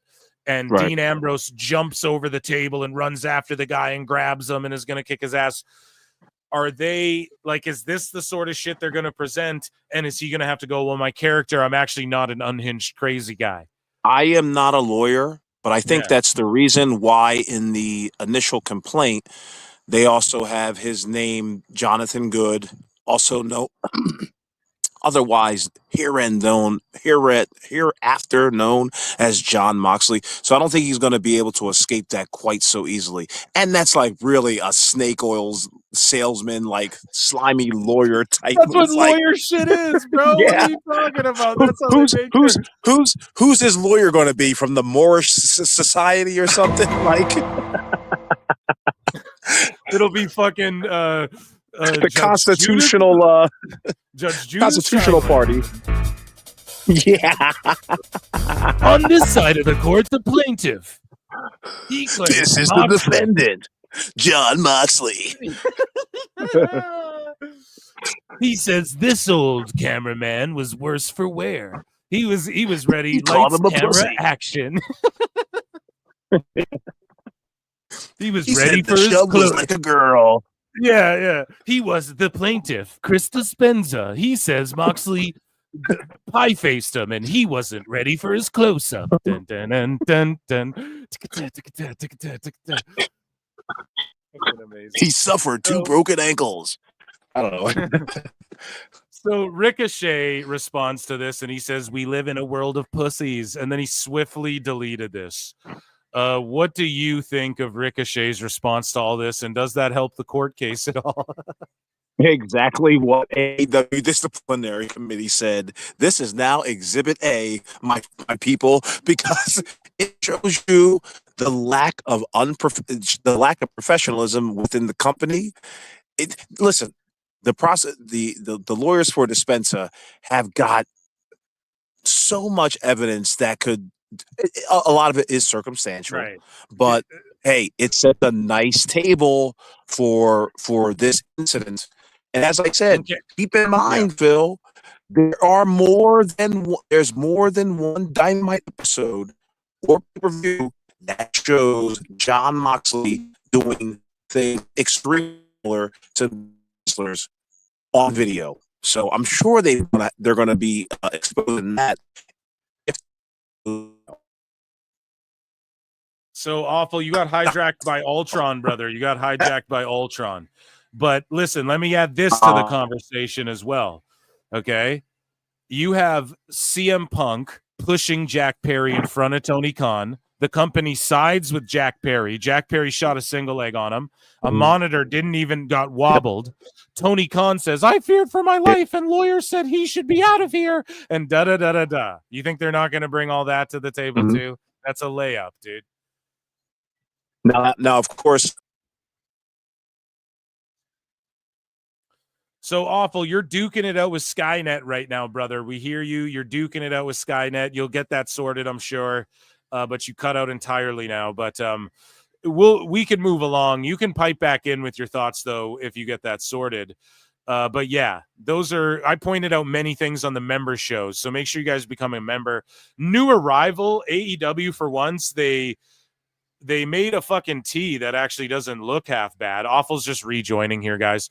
And it's a Thekla tee, and it looks fucking spectacular. I actually like this tee a whole lot, and they're doing great shit with her. So continuing along, man, more of that. Jamie Hayter. Sources, so this is via Fightful Select. Sources in AEW have said that Jamie Hayter would be booked if she were available and indicated she hasn't been cleared. It was said that AEW had to get creative with the Thekla Hayter angle, speaking of Thekla, which is why the lights went out. They're hopeful they have Hayter back soon. So, yeah, hopefully they get Hayter back soon. I guess she's hurt again. God forbid, man. It sucks. It really, really does. We were talking about Ricochet just a moment ago. And guys, hopefully Awful rejoins. If he doesn't, go and follow him on YouTube and X, Awful Wrestling. And a round of applause for him. If he does rejoin, great. But yeah. But Alfred Kunawa drops a video about Ricochet, as he calls him. And he says he crashed out on me for saying Tony Khan has zero authority. And then, he rests his case here with this video. Twitter Ricky strikes again. A former AEW crew member is suing the company after Jon Moxley pushed him, leading to alleged injuries. But have no fear, Twitter Ricky is here. Ricochet responded to a top sicko account about the lawsuit with a tweet and delete saying, quote, "We live in a world of pussies," end quote. Remember when Bitter Ricky got mad at me because I criticized Tony Khan for having no authority over his talent or fans? Well, TK's lack of authority has led to one of his most useless and uncharismatic stars crashing out on Twitter as his, quote, gimmick. And not only is Ricochet's gimmick costing Tony money with that big old contract despite not drawing a dime, get it how you live, Bitter Ricky's tweet and delete might help the plaintiff win what already felt like a slam dunk case. But hey, he's just playing a Twitter heel and working the IWC, right? Twitter Ricky might be smaller than John Stockton, but he's still out here giving the prosecution and his... Smaller than John Stockton. Oh, Alfred. Why has he got to do that to him like that? Why has he got to do him so foul like that? Okay, so moving along here, we have Athena. Speaking of doing him wrong, Athena says she'll be super bummed out if she doesn't compete at AEW All in Texas in her own home state. The best guy is Tony Khan. Why the fuck did they parade her out there? Think about how morbid this is, man. Why would you want that? It's more fucked up to do what Tony Khan did with Athena than to do a work shoot with R-Truth, who's a 20-year veteran of WWE, if he really was released or not. Athena says she'll be bummed out if she doesn't compete at All in Texas. And she says, I don't know if that's in my stars. If not, I have Ring of Honor pay-per-view that I'll probably be defending my championship on. You know, I'd probably be super bummed out if I wasn't on All In. But honestly, there's still time. So she's not even going to be on the fucking show, Tony Khan. And they rolled her out there with Conrad Thompson to fucking promote the show when they first announced now, it. Eric. And then they just jobbed her to Monet in that fucking tournament, and that's it. Like madness. What a bunch of fucking lunacy that's going on. She doesn't even know she's going to be on the show, dude. So incredibly disappointing. As we talked about with Awful, Mercedes Monet and the Beast Mortis, Frank Mortis, Esquire, the lawyer, they are together. Confirmed. And so, you know, Dave Meltzer's just so excited about this. And yeah, apparently Tony Khan's flexing like, hey, I'm over here. Hello, ladies. Let me check in with chat here. Andre Adams, my guy. Oh my God, that was a long ass time you super chatted in. AEW is to wrestling what the WNBA is to basketball. Mediocre as fuck. Bro, every time you see a clip, it's not of them doing dope shit, though, unless it's like Caitlin Clark draining threes. It's just like people beating up Caitlin Clark and like ladies fighting each other. You know? It's pretty wild. If I was Vince, I'd fucking... Hey, not me, guys. But if I were Vince, right? Yeah. Invest in the WNBA. No, please don't, Vince. That's a joke. Okay, we do humor here. But yeah, dude, the internet and talking heads say it's revolutionary, dude. You're right. That's a great comparison. WNBA is just like really shitty G League basketball where they just like beat the fuck out of Caitlin Clark and fight each other and stuff. And like, I don't know, I laugh at the clips and I'm not going to lie. I stop and watch them. It's like Power Slap kind of. It is sports entertainment a little bit, you know? But it's weird because we're kind of like laughing at them though, and that's what Power Slap is.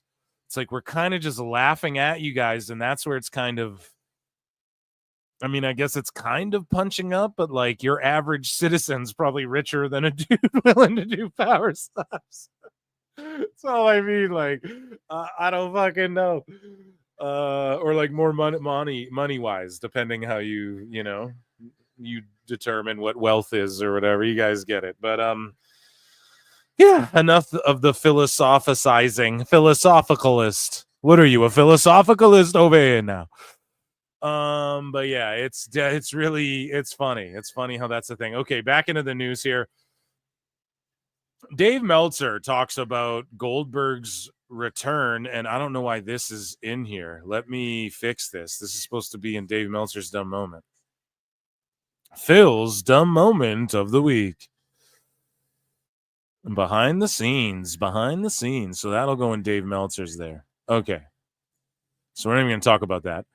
So, ladies and gentlemen, at StarCast, she is the rule enforcer in AEW and the first woman to officiate a world title main event on pay-per-view. Get your bracelets to meet Ref Aubrey now. So there you go, guys. Aubrey Edwards will be at All In Texas. So here is Tony Khan telling some more fibs, and he sends some shots at Nick Khan here. Really, at the end of the day, everybody who's come to AEW knows coming in, there's a sense of security here that they haven't had necessarily at other wrestling promotions. A lot of the people I've brought in were part of layoffs and cost cutting, and not like desperate cost cutting times are tight cost cutting. It's like record profits cost cutting. And if I was making record profits, I probably wouldn't be laying off dozens of people. So that's some of what I'm talking about when I talk about compassion and being. But he like didn't renew a bunch of people this year already. So, and he's, according to Dave, he is making record profits. So you're admitting you're not making profits or record profits. And Dave Meltzer again takes the fucking Dave Eltzer because he's a dumbass. The best guys, Tony Khan. Like, how many times we got to do this? Being a good boss. And frankly, when I talk about, I'm not necessarily the same guy is some person who shares my surname. Why do you have to say it like that? Why can't you just say his name? Who's that? Nick Khan. And Ariel's like, that's my friend, you asshole. You know? He always does this. The Harvey Weinstein of, and the NFL Network guys are like, you know, like, I could lose my job, you asshole. It's like how Jim Ross got blamed for the Ric Flair shit. That'll happen, Tony. What are you doing? And they just laugh it off. Well, and Ariel does the same thing because you don't want to be rude. Like, what are you, being an asshole? Or you trying to be cute? You know? So Tony Khan reveals that he doesn't ever want to get physical in AEW again. He says, as the matchmaker and the promoter, I'm a device on the show. You're really not. And one time I was attacked, and I am very lucky to be sitting here with you right now. 1 year ago, I survived the deadliest move in pro wrestling, the spike pile driver. It's banned in several states. It's illegal in the state of Tennessee. It's illegal in Mexico. I don't want to necessarily get into the ring. My one time in the ring, I got tricked and attacked in the ring. That is enough to keep me out for life. The best guy is me. Yeah, I don't know, man. I don't know. It's funny. At least he's keeping he's keeping kayfabe alive, I guess, chat. And so Mercedes Monet tweets out, I can't wait to sue all of you. Rawr. Now she's dating the beast Frank Mortis Esquire, the fucking lawyer at Mortis and at Frank and Mortis's, right? But then also the Sue thing with Moxley, he's getting sued, and I just don't know if, as Samoa Joe, by the way, super over in Mexico, a commodity, a proven fucking star. So yeah, I just don't know if that's in good taste, but I do like Mercedes like trolling the IWC and just you guys know she pops me kind of with how she handles people, but I am kind of critical of her belt collecting shit, and Tony's in love with her, and if we see Tony Storm win, then that could be it, right? The relationship was announced, and then she doesn't ultimately get the AEW world title. What if he just switches the booking and Tony Storm defends? Oh shit, then we'll know. Then we'll know that Tony Khan's got fucking emotional damage. So after, Dave Meltzer goes, one company's upset about this, Brian. And then we're all like, yeah, it's for sure AEW. That Tony's like, we don't want Camille or Wardlow. Like you text Tony. It's not WWE. They don't care. So what, OVW, Dave, who you're talking about? Then this report comes out. AEW's actually not the ones bothered by WWE's participation in American Gladiators. And then it's like, well, why would you be bothered? So now all of a sudden you care about Camille and Wardlow's jobs and well-being, and we know you're not bothered. It's Camille and Wardlow. They're not even on your TV show. Why the fuck would you care if they're on another show that's actually going to get eyeballs? Why would you give a fuck? So I just love how like the fucking whoever Dave is listening to PWT Confirmed had to fix that because we called him out for stooging.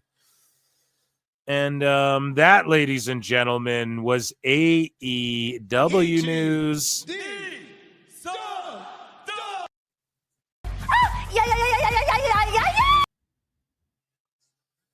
There you go. And we just have Dave Meltzer's dumb moment, but there's still a shitload of time left on this Dynamite show. So we're just going to vibe and chillax it all cool while shooting some meatball outside of the school just for a minute. While I sneeze. Pardon me, guys. A little Power Ranger sneezes there. And let's check in with chat. And let's do some plugs. YouTube.com/@ProWrestleTimes. YouTube.com/@ProWrestleClips. Please come and subscribe if you support me. We're at 7K subs almost. We're like 300 subs away or 200 away from 7K on the main channel. And then on the Times channel, I think we're like 20 subs away from 2K subs on the long form channel, on the Times channel, right? And so, yeah, make sure you sub to that shit or check me out on Twitter, whatever, retweet it, repost. Consider becoming a member. You get access to hundreds of fucking videos that are on Patreon. If you become that or a member, you get access to my member shows. Appreciate you guys. Or just hit like or spit at your computer screen, you know, or sniff it like Tony Storm would do to Mercedes Moné to let me know you care. And, yeah. Okay. This is just like Worlds Collide if Worlds Collide was awful and buried AAA. There's only 5 minutes left, allegedly. 2.5. Yeah. So, but that's the thing. No, Tony will do an overrun. Come on. He's going to do the overrun. It'll be closer to a 3-hour show. Screen sniffing is the ultimate subscription. What a slog. Then she will sue Tony. I understand Frank Mortis has a long legal career. Yeah, if you've seen that dude without his mask, he's like totally a fucking should be in soap operas, you know? Like he's a masked ugly luchador too, which is funny. Like his pig mask or whatever, that the boar mask he wears, the Taurus. It's like an ugly, snarling, evil looking fucking demonic creature, but that dude in real life is like the studliest stud. And Thirstcast. And yeah, I mean, he's jacked as fuck. You can just see him in his match. And he's a good bro in his TNA. If you go back early PWT, I'm putting because who was he? He was because he's Black Taurus, but he was what was he before, chat? I used to call him by his other name, the way I call Oscar Kana and stuff like that. I used to call him by his other name before, right? When he was in TNA and shit like that. And when Awful came to me, I thought he was talking about like, so what am I missing? Is Taurus not in AEW anymore? You know, I'm like, what am I missing here? But no, he's talking about like them dating. And I was like, oh shit, that's right. Because people float that out there that Tony allegedly loves fucking Monet, right? Which, I mean, I think he has a girlfriend though. Isn't Tony like he has a longtime girlfriend, I'm pretty sure, if I'm not mistaken. So I don't dabble into like, you know, we go, oh, these people broke up because TMZ reported it, or these people are getting married because they announced it or whatever. And we fucking cover it on the show, obviously, but I don't really dwell on that shit, you know. I'm not gonna like Google what people's wives look like and shit. It's not really my thing, but yeah, I don't fucking know. I do think that the timing of that news, because they're in Mexico, like what made them just announce it out of nowhere. I do think the theory of it being more like, because Mercedes knows how rich Tony Khan is and the difference between their richness, right? So what I think it is like they release that and Tony's like dumping videos out there and they're just trying to get the news off of the fucking lawsuit thing. I think that's what it is more about personally, but Dave Meltzer is Tony's girlfriend. Oh my God. But yeah, good for them, you know. Didn't take her long to fucking rebound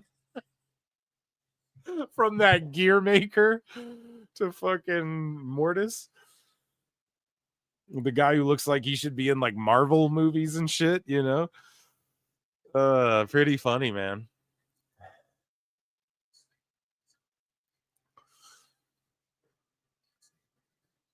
And then she comes out in a sombrero, you know? They all like Charlotte was doing that. I have my Latino heat at home, and everyone's like, everyone who dates Dom is doing the Latina thing, and Tessa Blanchard, you know, she's married to a Latino guy, and she's all like we played the video. She got grills in and a bandana, and her hair's braided, and she's like, "Orale mi raza." It's funny. It's funny.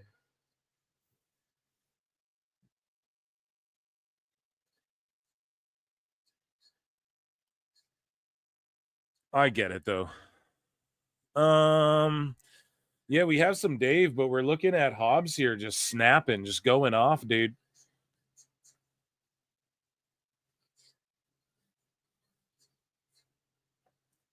Listen how over Hobbs is too. This crowd is loud as shit, man. I don't even care if it's not sold out. Like, this is a great event for them. I think this for them is a W. Because the crowd was so hot, it looks different, and It was pure wrestling. That's what their fans want. And I mean, I'll just say for AEW and what Tony's trying to accomplish, I think it's a W, and they actually got a house. But overall, does it live up to if we're comparing it to Worlds Collide? No, I just don't think it does. Unless people will have watched this too. So, ladies and gentlemen, I kind of want to, let me just gulp down some coffee here.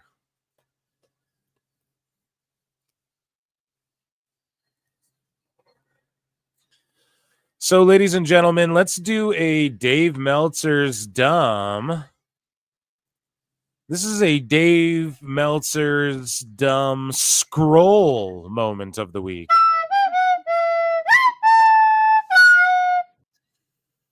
So this guy says, "Hi, Dave. Good day, Dave. Can you settle our group discussion? Was talking about Luthez." Okay, we're not going to read that. Dave, we're just scrolling his feed right now because you guys are saying he melted down. Dave, what's the one thing in your opinion Tony Khan could do in AEW that would make the company hot? Dave says it's doing better, but I discuss this stuff in The Observer on audio every single week, especially on Friday shows. There is no one thing. Right. Oh my God, Dave, that's why it should be easy to name one, because there's a lot of things he should do. But if you're to name one, what is it? Why? I get it, promoting your show, but you just come across like a schmarmy prick and you won't name one. Like, you just won't do it because you refuse to do it. You'd rather just say, well, there's many things, Brian. So this guy says, Uncle Dave got triggered by the truth. Meltzer says, I'm the single last person getting triggered about anything to do with wrestling. Bro, watch him. Look how many tweets he licks off. I'm the last guy to get triggered, Brian. Look how many tweets he's about to lick off. Dave, are there any myths in wrestling that... Okay. Okay, the Lakers sale. Whereas Paragon gets on TV every week. Okay, I just want him to... So listen to this. Whereas Paragon gets on TV every week and fans really don't care about them like that, but Tony insists on putting his head down and charging forward with them, which pisses fans off. Meltzer says, I'm not a fan of them in the main event on TV. That's one thing WWE does better, is their main events are the actual main events. Yeah, Dave, exactly. So then the criticism of Tony's fucking up and he's not a good booker, and you're like, but he's Booker of the Year. You just said that Tony Khan doesn't even book his main events as fucking main events. How ass backwards is that? How good of a booker? What the fuck, Dave? Holy shit. So how dare you present actual facts, Alfred? Because Alfred Kunua responds as well, which triggers Dave. I'm not triggered. Look at him triggered. Growing cable audience year over year is incorrect, as I pointed out, but if you include all viewership, it is still up. Wrong, Dave. You don't know what all the viewership is, Dave, as you've admitted. You goddamn liar! Dave, you said you don't know what it is, so, and we know it's not the numbers you and Bethel tried to lie about. So you're just literally lying right here. Okay? So it's still the one inaccurate thing, and the cable audience is up from Q4 of 2024, which didn't have Max, so they're way up now. How are they up from Q4, Dave? Oh my God. Dave, show a screen grab. We're about to bake his ass in the actual segment. Holy fuck. So this guy says, just curious, is there any way to actually tell how many watch on Max, or is it pure speculation? The only news story is by BJ Bethel. No, you will rule you. Oh my God. See, Dave won't even back up the BJ Bethel story. He won't even corroborate, well, 500,000's too high. Okay, but BJ said you corroborated it, though, and then you're still citing his study, Dave. You're a fucking... This is real bad, man. I wrote extensively on it at the time. Pure speculation would be a number that isn't what he reported, but in fact, I have reasons to have qualms with that number based on WWE numbers being so much lower than expected. Streaming on Netflix makes it about WWE. So because WWE shit is lower, which again, you can't prove it all, You have qualms with the number that BJ claims you corroborated that he wrote in his report, and you say the only news story is by BJ. But that's a fake number. So is that really a news story? Dave is so full of shit. And look at 7.4K impressions, 4 likes, man. He's falling off and he has to block everybody because he's cooked, man. He's cooked. He's finished. He's toast. Finito. People won't get behind this anymore. Holy shit. And look, I'm not triggered. Look at every minute he's licking off a tweet. This is 2 hours ago. So this guy says, something I've noticed is every booker seems to have their blonde spots and critiques. Do you think it's possible for, while not perfect, a booker that puts focus on almost every storyline, and has there been one? No booker is perfect, and most booker criticism I've seen is self-centered criticism and not business-related criticism. Dave, your criticisms of WWE and Tony Khan, and your lack thereof when it comes to Tony, is personal and self-centered criticism. You're projecting right now. And of course, no booker's perfect because no human being's perfect. Stop spurging out. Crazy rumor today that TKO might unload WWE. What do you assume WWE would get in a true open market? I mean, whatever. It's a good question.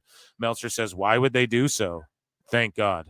It would greatly decrease the UFC profit margin and also decrease the WWE margin. I have heard a credible explanation.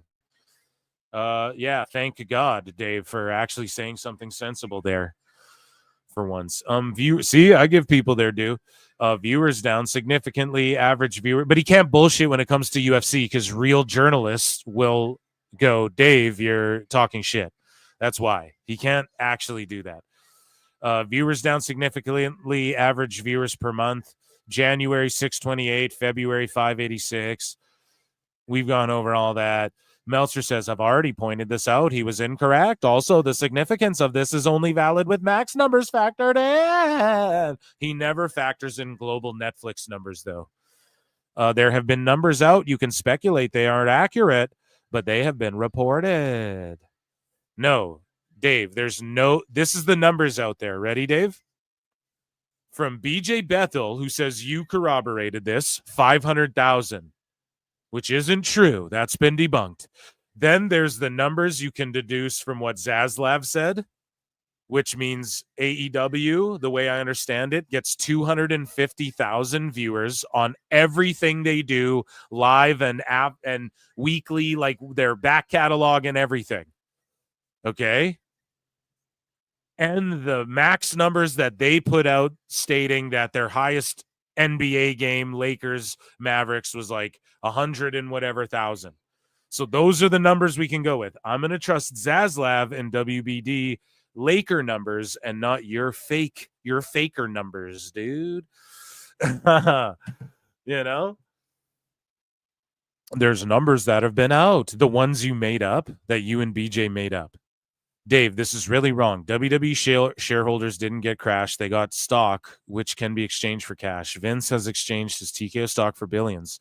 Saying that cash didn't change hands is like saying the cash didn't change hands because I wrote a check.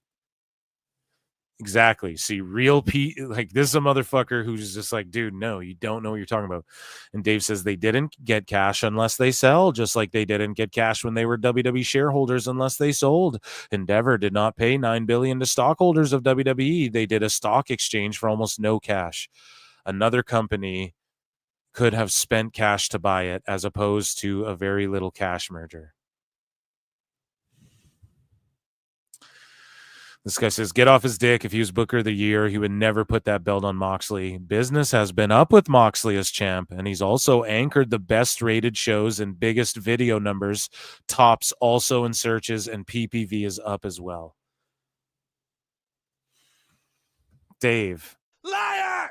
Tell us what you know, you goddamn liar!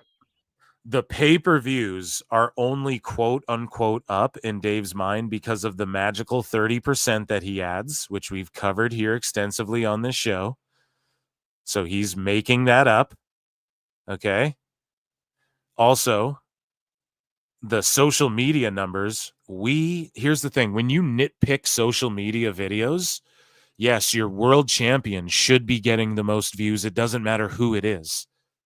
It should be getting the most fucking views out of all your YouTube, right? But really look at what those numbers are compared to like Chris Van Vliet's numbers, bro. That's all you have to look at, okay? The top searches, he's the world champ, so it should be. He's the most, he's the active guy in the main events. He fucking should be. But the attendances are down, and then just stating, here's the problem. When the viewership is down 100,000 year over year, and then you're just inventing. So Dave is stating that it's more than 100,000. It's got to be like 200,000 or more watching on Max every show, because that's the only way it could be up. You guys know what I mean? Because if you lose 100,000 from last year, so what Dave is saying is that at least 100,000 or more are watching on fucking Max. No, you're just inventing that. That's the point. That's the point everyone's trying to make. So no, business isn't up under Mox. Even you look at the London numbers, they just passed like 11K people. Okay, well, you guys pretended you did 81,000 there before. So how's that business being up? This guy says, yeah, there are numbers out, not by WBD, not by any entertainment reporters. Not even Tony Khan has said they're correct. Khan has said they were consistent with what he's heard. Source was WBD, and Bethel is a real news reporter. No, he's not, because you corroborated the number. The source was a guy from WBD. So then Evil Dose is a source, because he had a WBD source as well, tweeting and blue skying shit and emailing him or whatever. And that's what Bethel's claiming, was a WBD person on Blue Sky said, yeah, this is what the numbers are. And Cod said they were consistent with what he's heard. Well, he just lied, boldface lied on television, on Yahoo Finance or whatever, on the internet. So this is all just made up. Ratings are down since he became champion in the quarters when he's on hemorrhage viewers. His storyline is nonsensical. He looks like shit and his work is worse. Sorry, I have to let you go. You are now just making things up. He's really not. Tell me how many viewers WrestleMania had on Peacock in the U.S. and Max outside the U.S. You think it's less than 500,000? Why is Peacock sitting on that news? Nick's sitting on that news. Take it from someone who taught classes with Stanford Sports Business MBA students. Streaming numbers in the U.S., unless they are in the millions, are never reported. Then why did Max report the NBA game that did millions on the simulcast and then say it did 185,000 or whatever on just the sports or whatever? They did report that. And you're right that it's over millions, but for a simulcast. So when you guys are claiming they're doing 1 million, that's the point, Dave. They're not doing millions of viewers like these dumb fuck sickos are trying to say, that you galvanized and you gave them faulty information for them to then go regurgitate it and add 30% and shit. That's what you did, bro. That's why people are coming at you with this argument. Now you're trying to throw your hands up and go, whoa, well, they only reported if it's in the millions. Yes. So if AEW is doing over 1 million simulcast, like these dumb fuck sickos are claiming, so you just refuted the sickos. Thank you. There you go, sickos. You're fucking Uncle Dave right there. He just owns you all. If they were doing over 1 million in simulcast, why the fuck wouldn't they report that? Because they're not doing that. Okay? But they're not doing what you think either. Or Dave's sort of alluding here that they're still doing over 1 million is the gross part. Well, it's still over 1 million. Other places don't tout over 1 million. When they do, bro. And WBD themselves have done it. So you're like, why doesn't everyone? I don't know, but Max has done it, so why don't they do it again? Strange, Dave. It's just about staying consistent. What does the UFC do every Saturday? Not that good lately. Don't know if you don't know because your finger's just not on the pulse, Dave. You don't even know how Google Trends work. Sorry, but you were whiffed on this one. TKO's not released any of this, nor has Peacock. TKO is a public company. Max said last week sports weren't a driver. Exactly. Sports aren't a driver, and they've released numbers, Dave. So just there you go. That's what it is right there.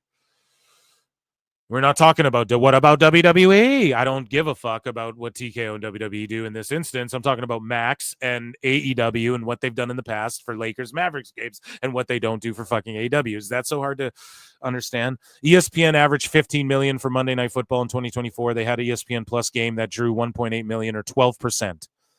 30%. I mean, if it's 20, I think it's likely 20, but if it's like 30, that's what Dave tried to tell all these dumb fucks. Look, on ESPN Plus for Monday Night Football, NFL does about 12% of an average TV audience.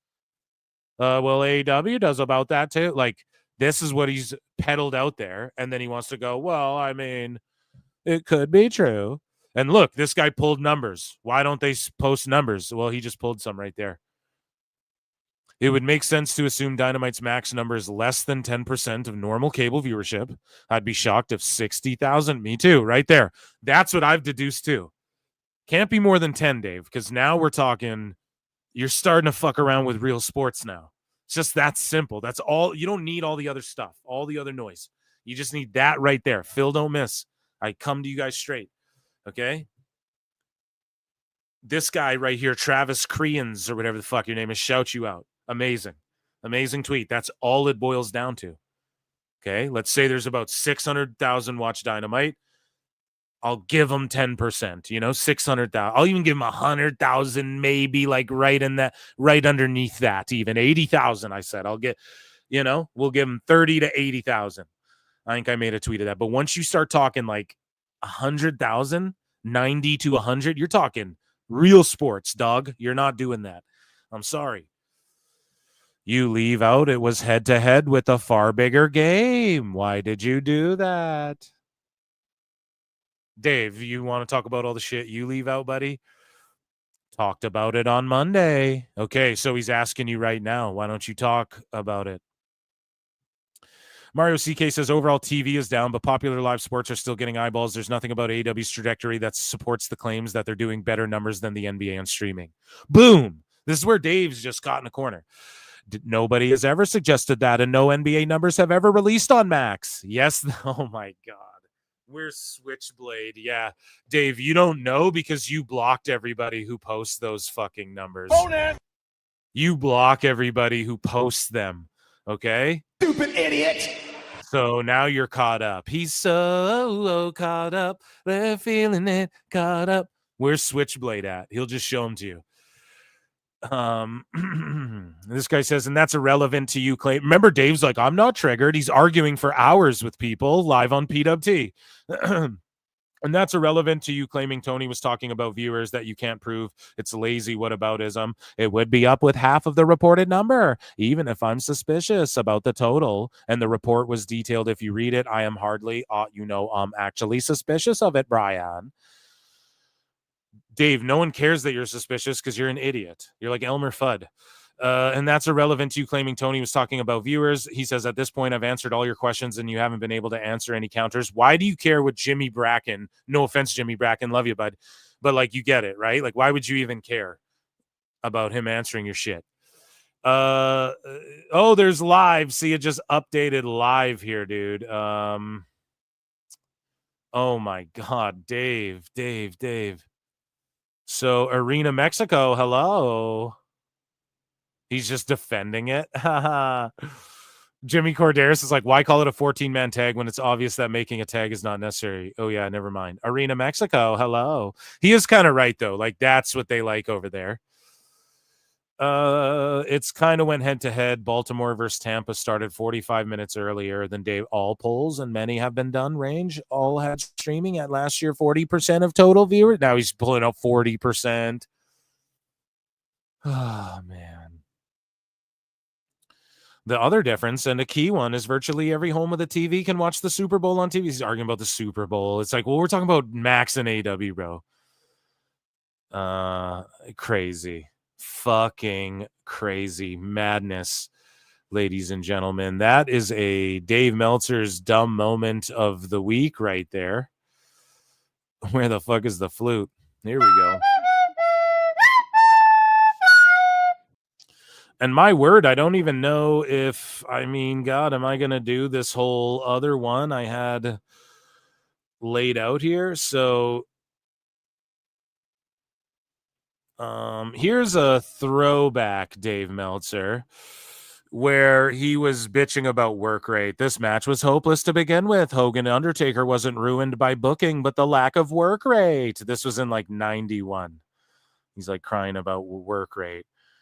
So Dave Meltzer tweets this out. Variety reported the Rainmaker having nothing to do with Okada. No shit. Dummy. Yeah. Debuts on USA at 8-5. So this is on the last show. I think it was the member show, whatever show it was. Become a member, 99 cents. You get access to the member show, or become a patron. Over 100 exclusive videos on there as well. But Dave Meltzer talked, him and Brian Alvarez were crying about SmackDown. It's going 3 hours all the way into July. Blah. And then a week later, 2 days later, Variety's like, no, they're not. They're going back to 2 hours. Or they were crying that it was going to remain 3 or whatever, right? But that would indicate SmackDown goes back to 2 hours that night. Yeah, no shit, Sherlock. Jesus Christ, how'd you come up with that one? You know what I mean? You have to fucking find a fortune cookie for that one, Dave? Jeez, man, he's really lost the plot over the last little while. And I'm here for it, you know? I reap the benefits of it. Anyways, moving along. So Meltzer said what? Responds and says, life in the fast lane. Again, Meltzer reveals that SmackDown is staying at 3 hours with no extra pay from US Network. Remember, he's saying, oh, there's no extra pay. And Brian's like, what? And then again, they trust fucking Meltzer like he's an insider. These numbers were reported. You mean the ones you made up? And then out of nowhere, Dave, oh, well, the Rainmaker, nothing to do with Okada, by the way. Like anybody even thought that was a thing. Turns out he's fucking wrong. And he was just spurging out about nothing and talking about no extra money for nothing. What a fucking idiot. Dave Meltzer doing good little shill work here, says some systems will be taping Dynamite only through 10 p.m. on DVR. So make sure to check and see if it records the next 30 minutes. And to be on the safe side, 10 minutes after that, a fucking instructional on how to record this show. And this guy isn't getting paid. Like, if he's not getting paid, bro, it's more of a fucking L. You guys know what I mean? If he's not getting paid for this type of level of shilling, then it's like more embarrassing. I'll be more shocked if he's not, you know?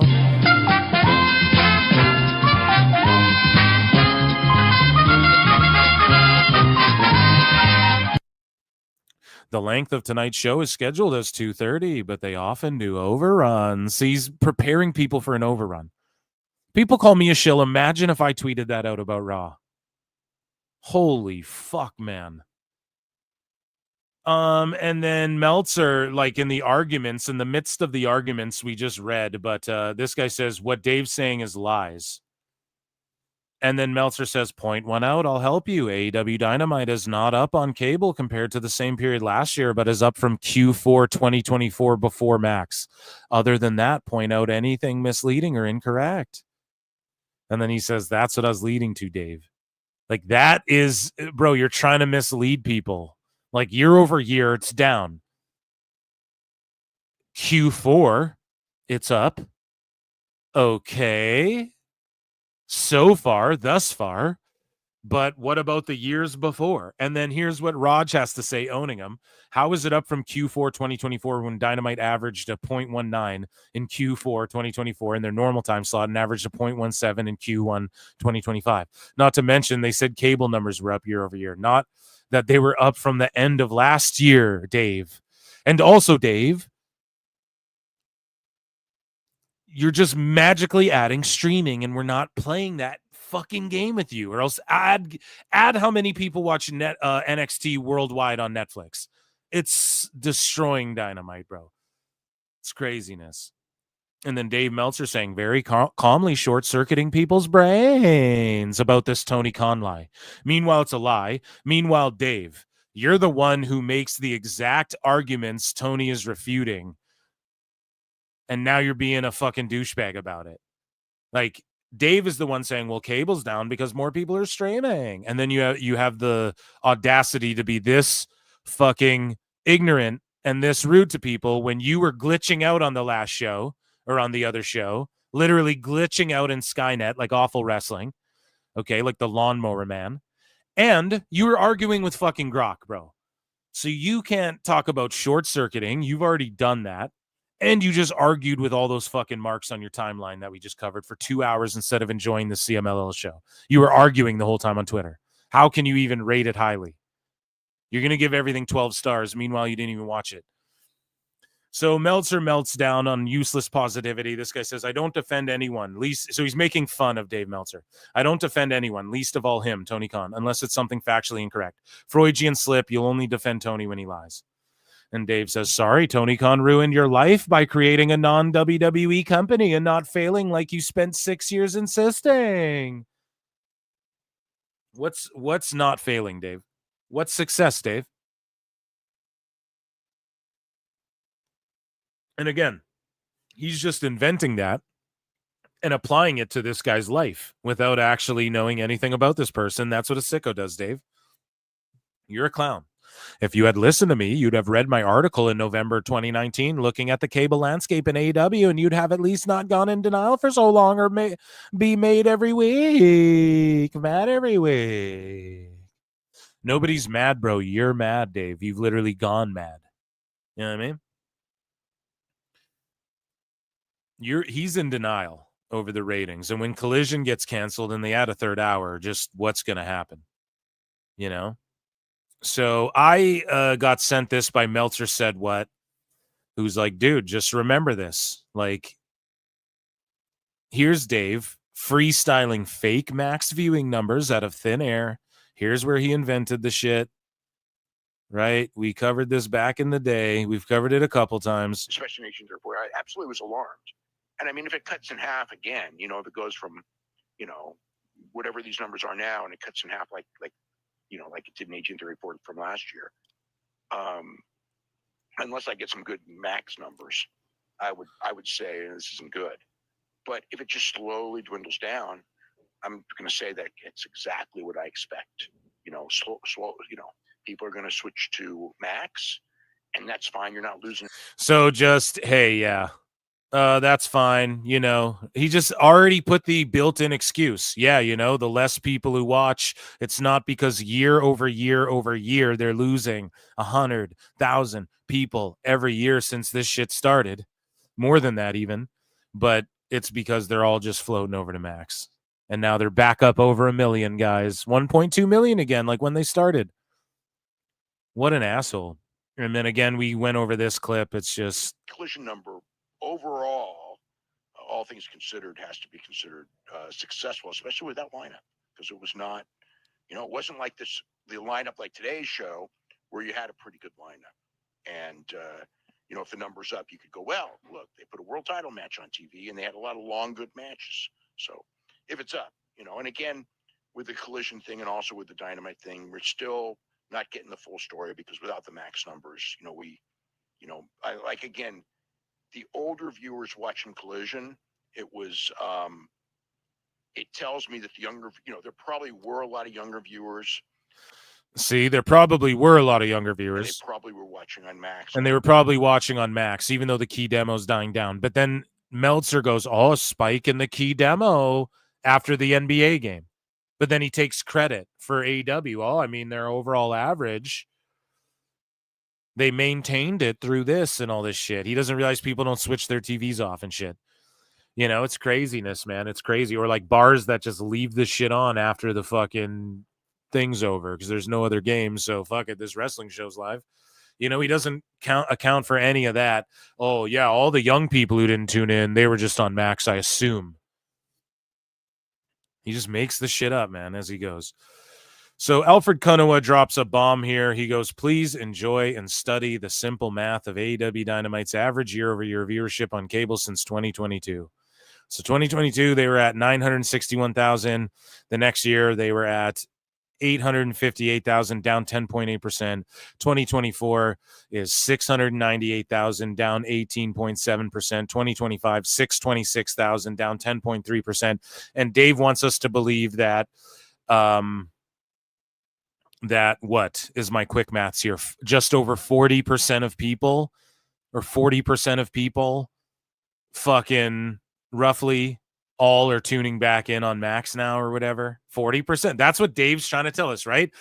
10.8, right? That's 18, so that's 28, 38, 7 plus 3. You guys get what I'm saying? 39.8% or whatever the fuck. Are you mean to tell me, Dave, that all tuned back 40%, about 30% are watching? Or are you just inventing that, bro? Or is it like roughly maybe like 8% if they're lucky? Is more like the number, you know?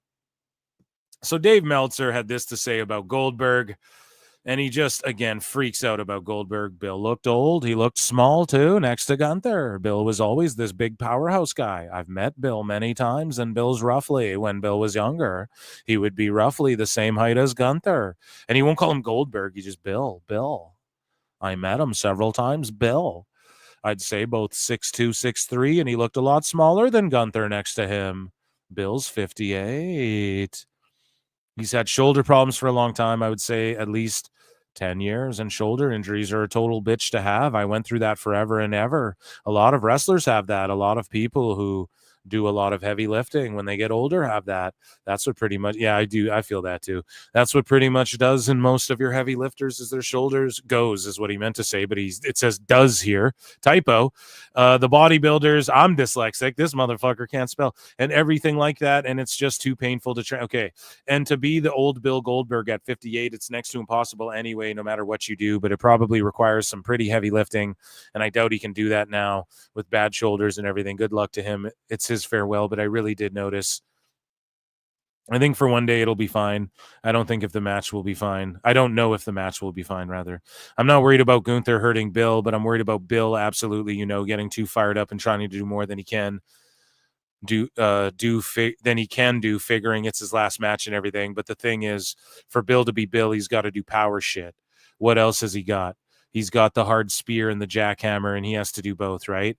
It's his last match. He has to do it. So we'll see. Hopefully it all works out. Yeah, I agree. Dave's going to shit all over this and give it like 2 fucking stars. And maybe that's a smart Meltzer moment of the week, actually, there, ladies and gentlemen.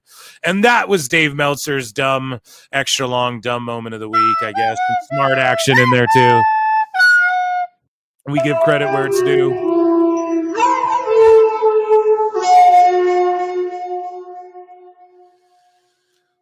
So, chat, I will see you all for the Saturday PWT live show, Sicko Saturday. I don't know, what's going on Saturday. I totally forget. I don't even remember if there's a PLE or not, but I will be on if there is one. And if not, I will not be on. I will be on for the show, but I won't be on during the PLE or whatever the fuck. You guys get what I'm saying? I'm a dumbass. I'm tired, actually. I had a goddamn long day. Listen. So, yeah, Saturday, if there's a PLE or something, I'll be on for that. If not, we're chilling and doing the regular Saturday live show. It will be jam-packed, full of action. I want to thank Awful Wrestling for stopping by. Go subscribe to @Awful Wrestling on YouTube. I have a preview show coming next week for all the PLEs and all that good shit. I will be doing JJ Alexander's show next week as well.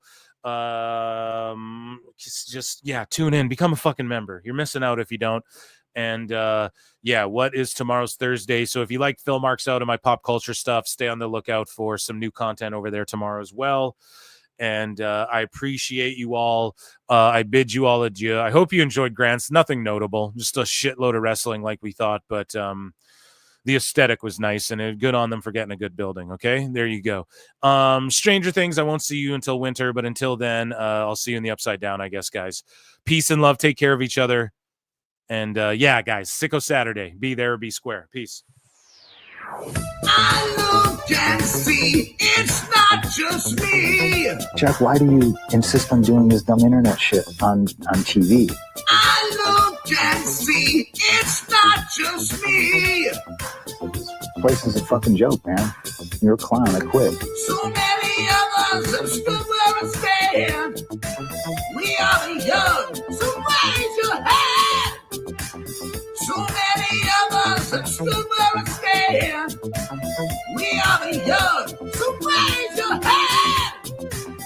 They call us problem child. We spend our lives on trial. We walk an endless mile. We are the youth gone wild. We stand and we won't fall. We're one and one for all. The writing's on the wall. We are the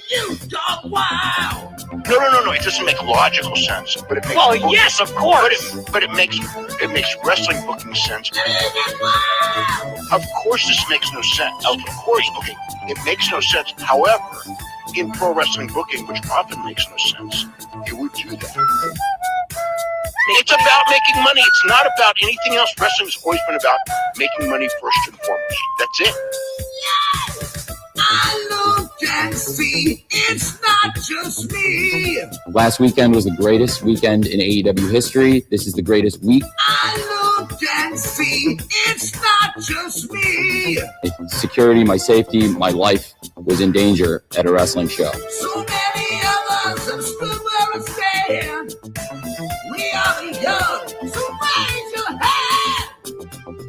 So many of us have stood where we stand. We are the young, so raise your hand. We call this problem child. We spend our lives on trial. We walk an endless mile. We are the youth gone wild. We stand, we won't fall. We're one and one for all. The writing's on the wall. We are the youth gone wild. We call this problem child. We spend our lives on trial. We walk an endless mile. We are the youth gone wild. We stand, we won't fall. We're one and one for all. The writing's on the wall. We are the youth gone wild. Wild. Yeah! If you're familiar with how we do things often here on these Wednesdays, it's a lot like one of my favorite movies, Time Cop. What? Fuck you. Fuck you. Yeah! Damn it, God, damn it. Yeah! Stuck a bitch. You're about to get vile.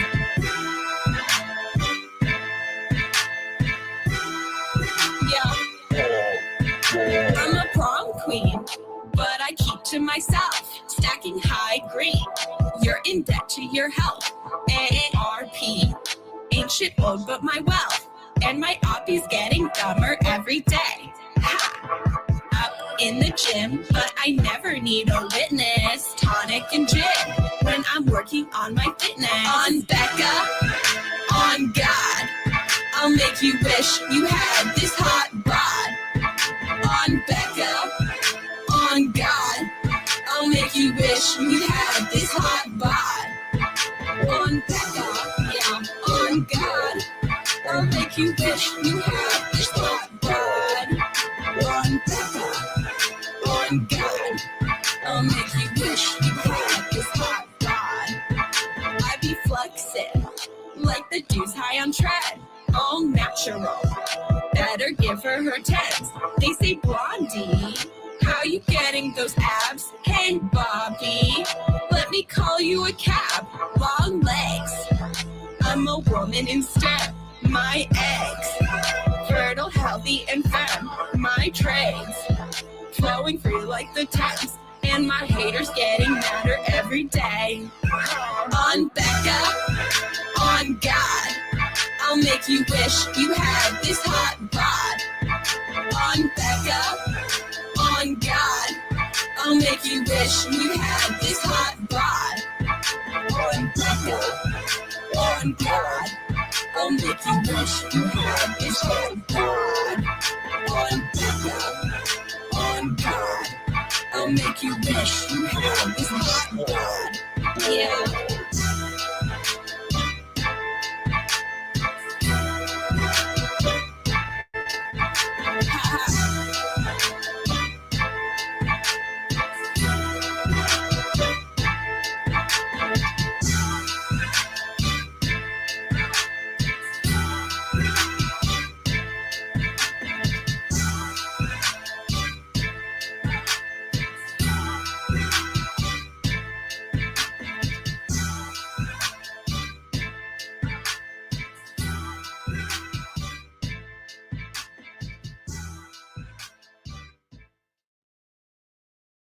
Apparently, Maeda would go all over the world, and he would challenge people in circuses. That's where you fought. Dude, he was having MMA fights all over the world. He was famous. This is what Jean-Jacques told me. I think Kano was his master. Apparently, something like they didn't want him to take these fights in these circuses and stuff anymore. So he took a fight in Mexico, and he wore a mask so he wouldn't get busted. And he was the one who started the mask wearing in pro wrestling. Maeda started it. Was it really called the That's what Jean-Jacques told Nacho me. Libre? SDL. Two bad bitches, one hot track. B3CCA, bitch. Two bad bitches, one hot track. Hello, hello. It's that B3 flow. You said you know me? I think you don't. My friends are rich and you're looking hella broke. With Matt, I'm the real rough rider. Can't keep up, my arms must be tired. Slow-mo, super villain, Zack Snyder. You talk shit, but I know you're a subscriber. DSL on our lips cause we're naughty. Hannah Montana acting like Miley. We can't stop cause we're the life of the party. Got your man squirming Scotty too hottie. SDL with a $sign ho. B3CCA with the 3 cause I'm cool. Face tat, ass tat, say that. Two bad bitches, one hot track. Haters on your grip, that's priceless. Haters got no pictures, that's wifeless. Diamonds in my mouth, I'm priceless. Always ready for a fight, can't try us. You thought I'm a thotty, you thought wrong. Just a hottie with a body and a thong. You wanna fight, let's get bloody like Carrie. I'm queen of the prom. SDL with a $sign ho. B3CCA with a 3 cause I'm cool. Top of the Indies now on top of the charts. We're spending our cash and breaking your hearts. Coral. Becca and SDL bitch.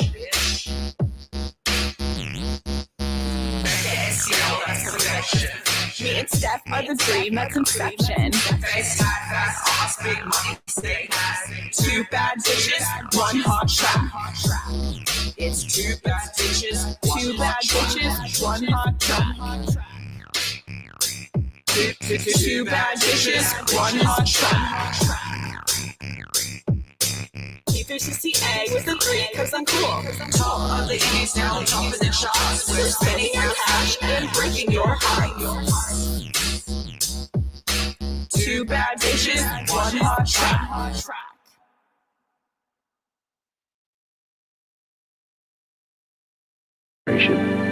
Our athletes still care about their fans. If I have to fold one more box, I'm gonna snap. Did you see snap? Snap into a Slim Jim! Feel excitement? Snap into a Slim Jim! It's time for Jim Cornette's Strike Through, sponsored by Stephen P. Send an email to our crew, buy a cameo or two. It's Jim Cornette's Strike Through. Come and pull up to the window and we'll open up the screen. Watch his corny cuts of promo on the bitch at Dairy Queen. Hear a tale of Smoky Mountain and some stories from the South. Then make like Vince McMahon and shove a sandwich in your mouth. It's Jim Cornette's podcast. Taking questions you will ask. Talking wrestling from the past with his co-host Brian Last. It's Jim Cornette's podcast.